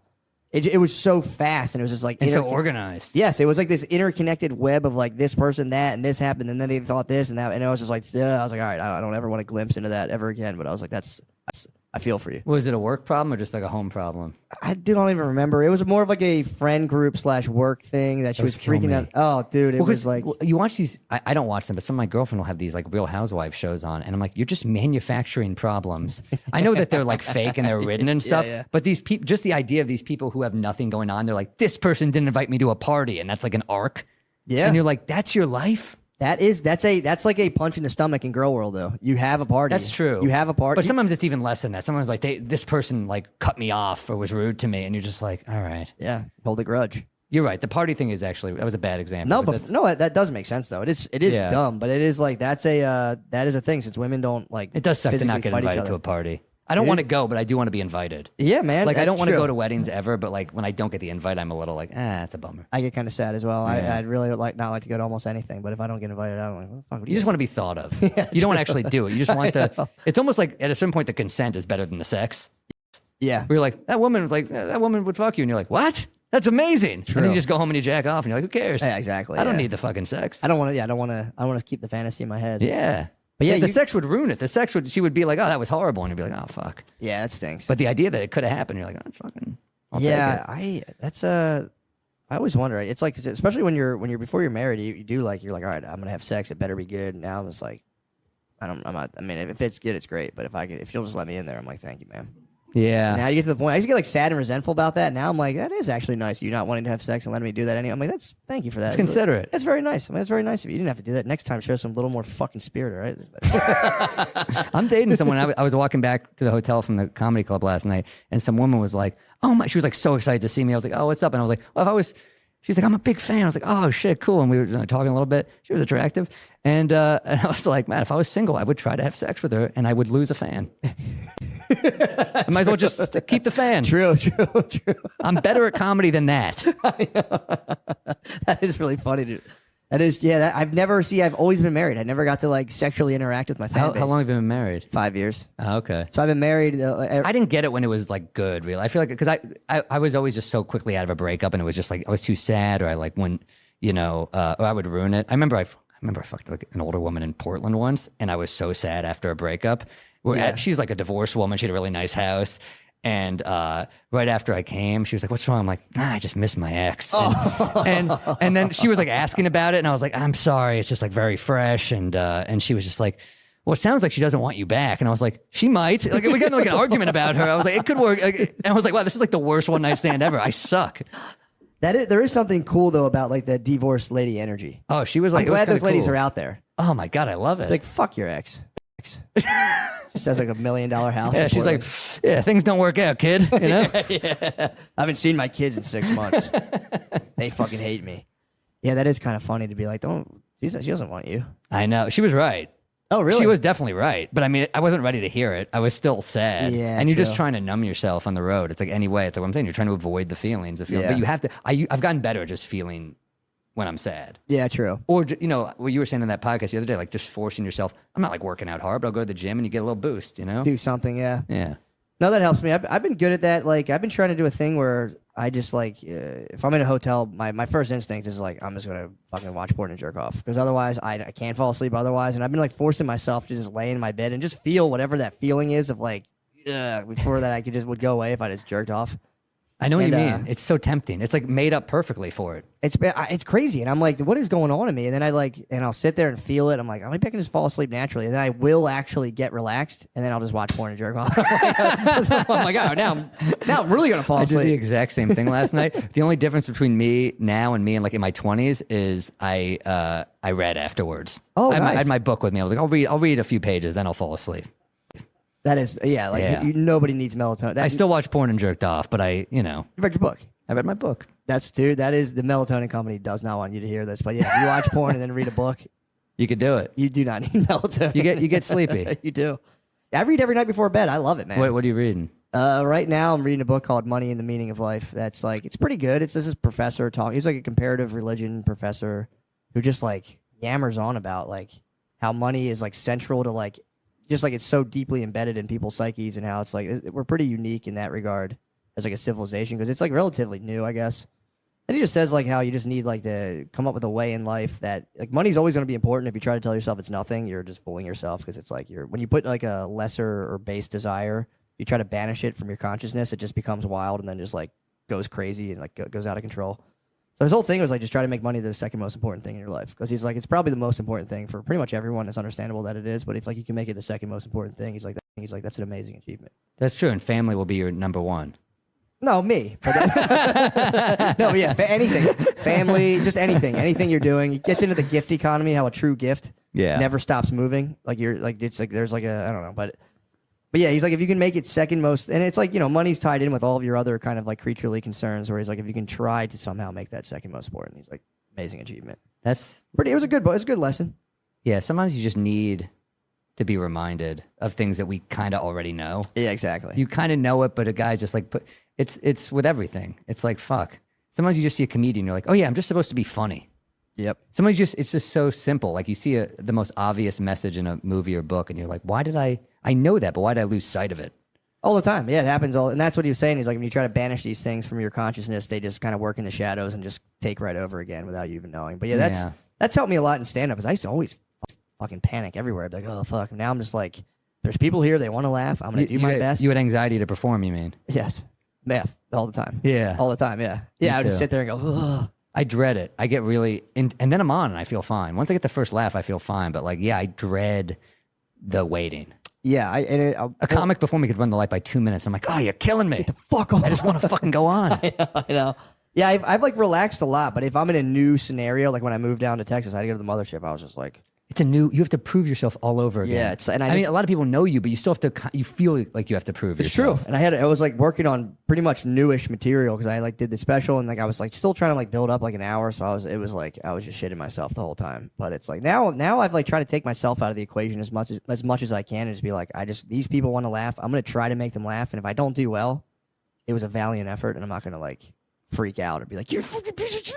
You know, like that stuff is bad. I used to always think like, it's one set. It's not going to change my life in any way. If you get a new joke, cool. But like this, I'm not ruining myself over this set. Yeah. Although Michael Richards might have thought the same thing. So you never know. But but that's Hey, how I feel. everyone bombs it. Yeah, Everyone says the N-word a bunch to strangers in the crowd. It'll be.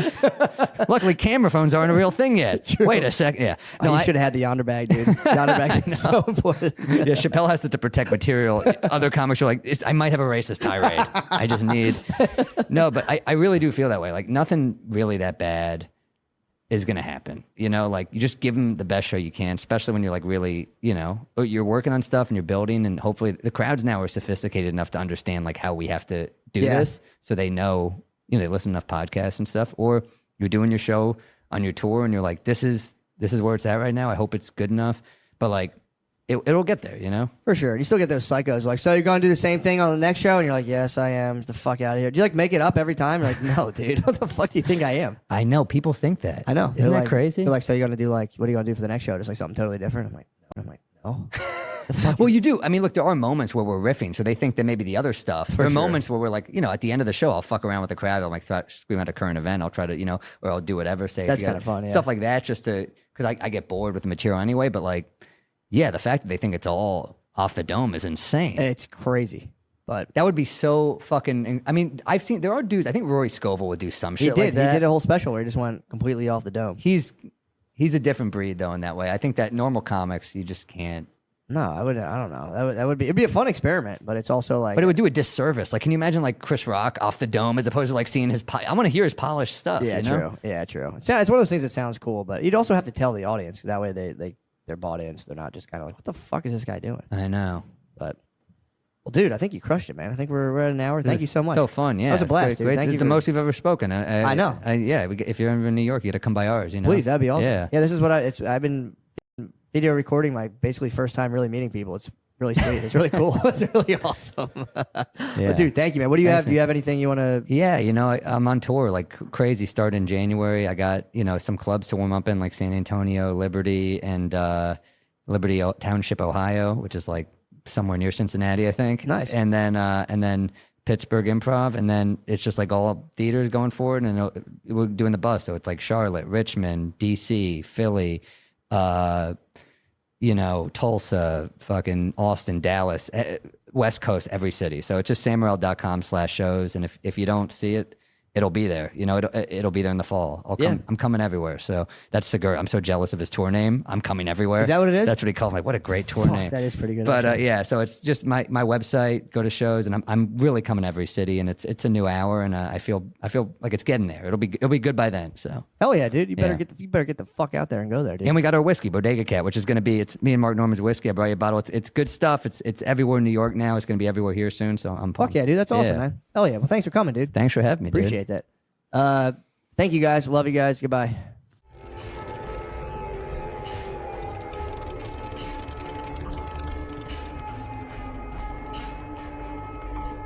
See. Yeah. See what it comes off as. So you're live, dude. You're live. Wow. You're in the mix. I mean, I can hold my mic like this, dude. It's no big deal. I think I can put mine down, but I'm just gonna. Yeah, mine's a condenser mic as well. So mine's state of the art. That is pretty tight. Where'd you get that thing? Office Max, dude. It's like a little. Little Thing's tight. podcast, boy. Can't stop What that. is something funny about this? There's nothing funny about that, Dude, Mike. ever since Ronies, you've had a bad attitude, dude. You've been talking shit. I'm just down here. It's 5 o'clock somewhere, baby. Damn, dude, you're Jimmy Buffett. I'm Jimmy Buffet, dude. No, it's spring break 2020, dude. It's endless summer. True. You're just catching the. You're just Endless looking for the summer. right wave. I've been just searching for the perfect wave. God damn. There's dude. waves. How's There's the no BBGs? fucking waves. How's the BBGs down there? Bro, these 2 rooms, like right here, are the hottest girls I've. They're all perfect, dude. What are they doing? Rumpusing. Really? They're frolicking. Are they locked in? No, they're out. They're out partying, dude. Oh, you should if you get locked down, you should Shawshank to their room. You should burrow through. Dude, I'm like fucking Kool-Aid Man through that wall, dude. The middle of the night, just explode through the wall. They're so hot. I went out to the elevator, and there was one that was in like a flesh-colored bikini, like, and with a thong, and she was just, dude, it's crazy. Barbie. It's like Barbie doll gear. They were literally all perfect. They have like I a just secret walked sex door in your room that leads to their room. Yeah, no, I don't think so. I could just scale the balcony. I could crawl around. I could die You gotta trying. get in their dude. room. Get to the baby girls or die trying. Yeah, you gotta spit some game, dude. It's crazy. And I don't think I can't talk to them, dude. I look like I like catch glimpses, full length mirror glimpses, and it's not great what I look like. What are you talking about? You're hot. No, I'm not. You gotta lean into it. Pretend Lean your into room what? service- Being a retarded alone guy? Pretend Being your room alone down service. here is weird. Pretend your room service. Get into their room. Be like, True. actually, I'm not room service. Panty special." raid, dude. Spring break 20. Panty raid. Classic spring break. Yeah, how tight is this? Not bad in a pinch. No, this is great. Got some vid. Yeah, as long as the audio sounds all right. Yeah, I can stop and send you the thing. It's not bad at all. And that's so you're coming straight through your computer. I have this sick ass blue ice plugged into the USB into my laptop. So yeah, you're coming in through the blue ice. The blue ice is streaming. Because yeah, if you click the microphone thing, it'll give you the option whether you want a computer sound but you sound like you're coming through a microphone. When you're coming through a computer, you hear It says select microphone, blue snowball. That's what this thing's called, dude. The blue snowball. How do they spell snowball? SONO? No W. No, you'll be disappointed to know it's perfectly spelled. Snowball. However, my headphones are known as Riff Wireless, bro. Damn. Classic Riff. So your computer doesn't put out audio? No, it's You audio. get the Bluetooth headphones. Dude, that's so fucking sick. Dude, when do you want to rip this thing? I don't know. Fucking put this out. We should. They should put this out as a teaser, dude. for the Just a thing. little teaser. Dude. Coming tomorrow. Hold on. Let me show you my sick ass life now. Let me see that. Look at my fucking life, dude. This is my ballin' kitchen. Yo, shout out to fucking politics. Shout out Biden, dude. Shout out Biden, dude. He's I need Biden to win. We need Biden. We need to a win that good shit. Biden, Yeah. dude. Business as usual. Look at that fucking. This is where I scope the girls. I stare at all the girls, dude. Let me see some girls. Dude, they're down in the pool. Oh no! I feel like it's one of those hotels where they film like pornos. Wow, there actually are some down there. I might go down there and drink a couple cold ones. Could you zoom your What's webcam? up, guys? Should I go down and zoom down there? Dude, but go pod by the pool. Just be like, yo, this is, just top 100 comedy podcast. Not a big deal. Go pod by the I'm pool. gonna zoom outside. This is all I've been doing, bro. Huh? Oh, fuck. I dropped I've been reading the fuck out of Blood Meridian. Really? It's so good. You were right. I was wrong. It's a good book. First time I tried to read it, I was like, I don't like the way it's written. Yeah, it's pretty. The guy goes pretty. Up here. Huh? Just the way the light's reflecting me looking down on these kids, like They're gonna think you have some sort of advanced fucking like skeptic Some sort They're of like. gonna know I'm retarded when they see this. Dude, they think that's binoculars, dude. They think you're zooming out. Yeah, we should just tease them up, dude. Be like, all right, you want to just put this out? Tease, dude. Well, here's the sitch for the boys. Yeah. I came down here for some shows, and then I was supposed to go to South by Southwest, and it got canceled. So I think I'm just gonna stay down here, and I think going back to New York would fucking suck, dude. Locked down. All the fucking foreigners, with all the foreigners in my neighborhood. Yeah. They're fucking coughing. Yeah, they got Ronies for sure. Every foreigner has to have it. You should go back to your neighborhood and kick them out. This might be my paradise. Key West suits you, dude. You're done. You should retire and just stay down there. True. I got to go up north again to pick up the cruise and bring it down here. True. Although it's a fucking Jeep thing now, dude. I got a sick Jeep. Oh yeah. How long is the rental on that thing last? Matt, it's a Jeep thing and you would never understand, dude. Has anyone flipped? I mean, dude, has anyone flipped you over and read that? No. You can read this. Flip me over, dude. No, this guy gave me a Jeep, so that's good. We got that going for us. But the beaches here suck. There are no beaches. It's just rocks. Did you drive your Jeep on the beach yet? No, there's no beaches. I drove my beach. Drove my Jeep. Take it on the rocks and park it all crooked. Matt, can I finish? Matt, pardon me? Excuse me? I drove my Jeep. We're going to do debate, dude. Joel, admit what you said. Damn, the baby girls are laughing, frolicking, dude. Are they splashing each other? They're splashing. You need to go drop a can opener. Can opener in the pool, dude. Should I run down there and go, jackknife? Call out the jackknife midair? Dude, if that was me, I'd be ripping a can opener right now, dude. Biggest splash. Show them that splash, dude. Huh? True. Just cover your face and fall in backwards. If I went down there and hit a cannonball, oh my God. The water would be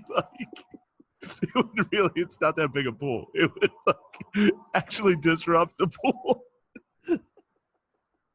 If I ran down there and crashed. Go down there and do a whirlpool. Oh, it makes me laugh so hard, dude. Just whirlpool them, dude. Just start running. Whirlpool. Dude, these are classic fucking it just reminded me of something like Iceman or not Iceman, like Ajax.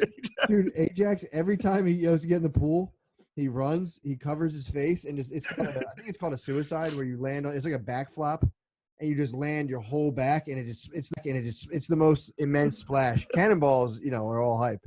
If you do a straight up jump backsplash, that's the biggest splash you can get. It would be like, I can't even tell you how funny that would be if I went down there by myself and cannonballed out, and then just like brought like a 6-pack down and just got out and sat. Oh my dude! If you made an entrance of cannonball, that's it, dude. It's gonna be. I'd be the king of spring break, dude. They're gonna be all over you. I'd be the king of spring break. It'd be over. Dude, cannonball feels like your head's gonna pop off your shoulders. All right. Yo, chill. We gotta release it. Hopefully, what? You should go parkour poolside. Just roll an ankle on a fucking chair. Hold on, this is Bay. Hello? Fuck, dude. I'm down here Grab a testing cold out some one. audio. All right, I'm gonna come back up. I got those sniffles. You taking upstairs? Uh-oh. Huh? Yeah, I can.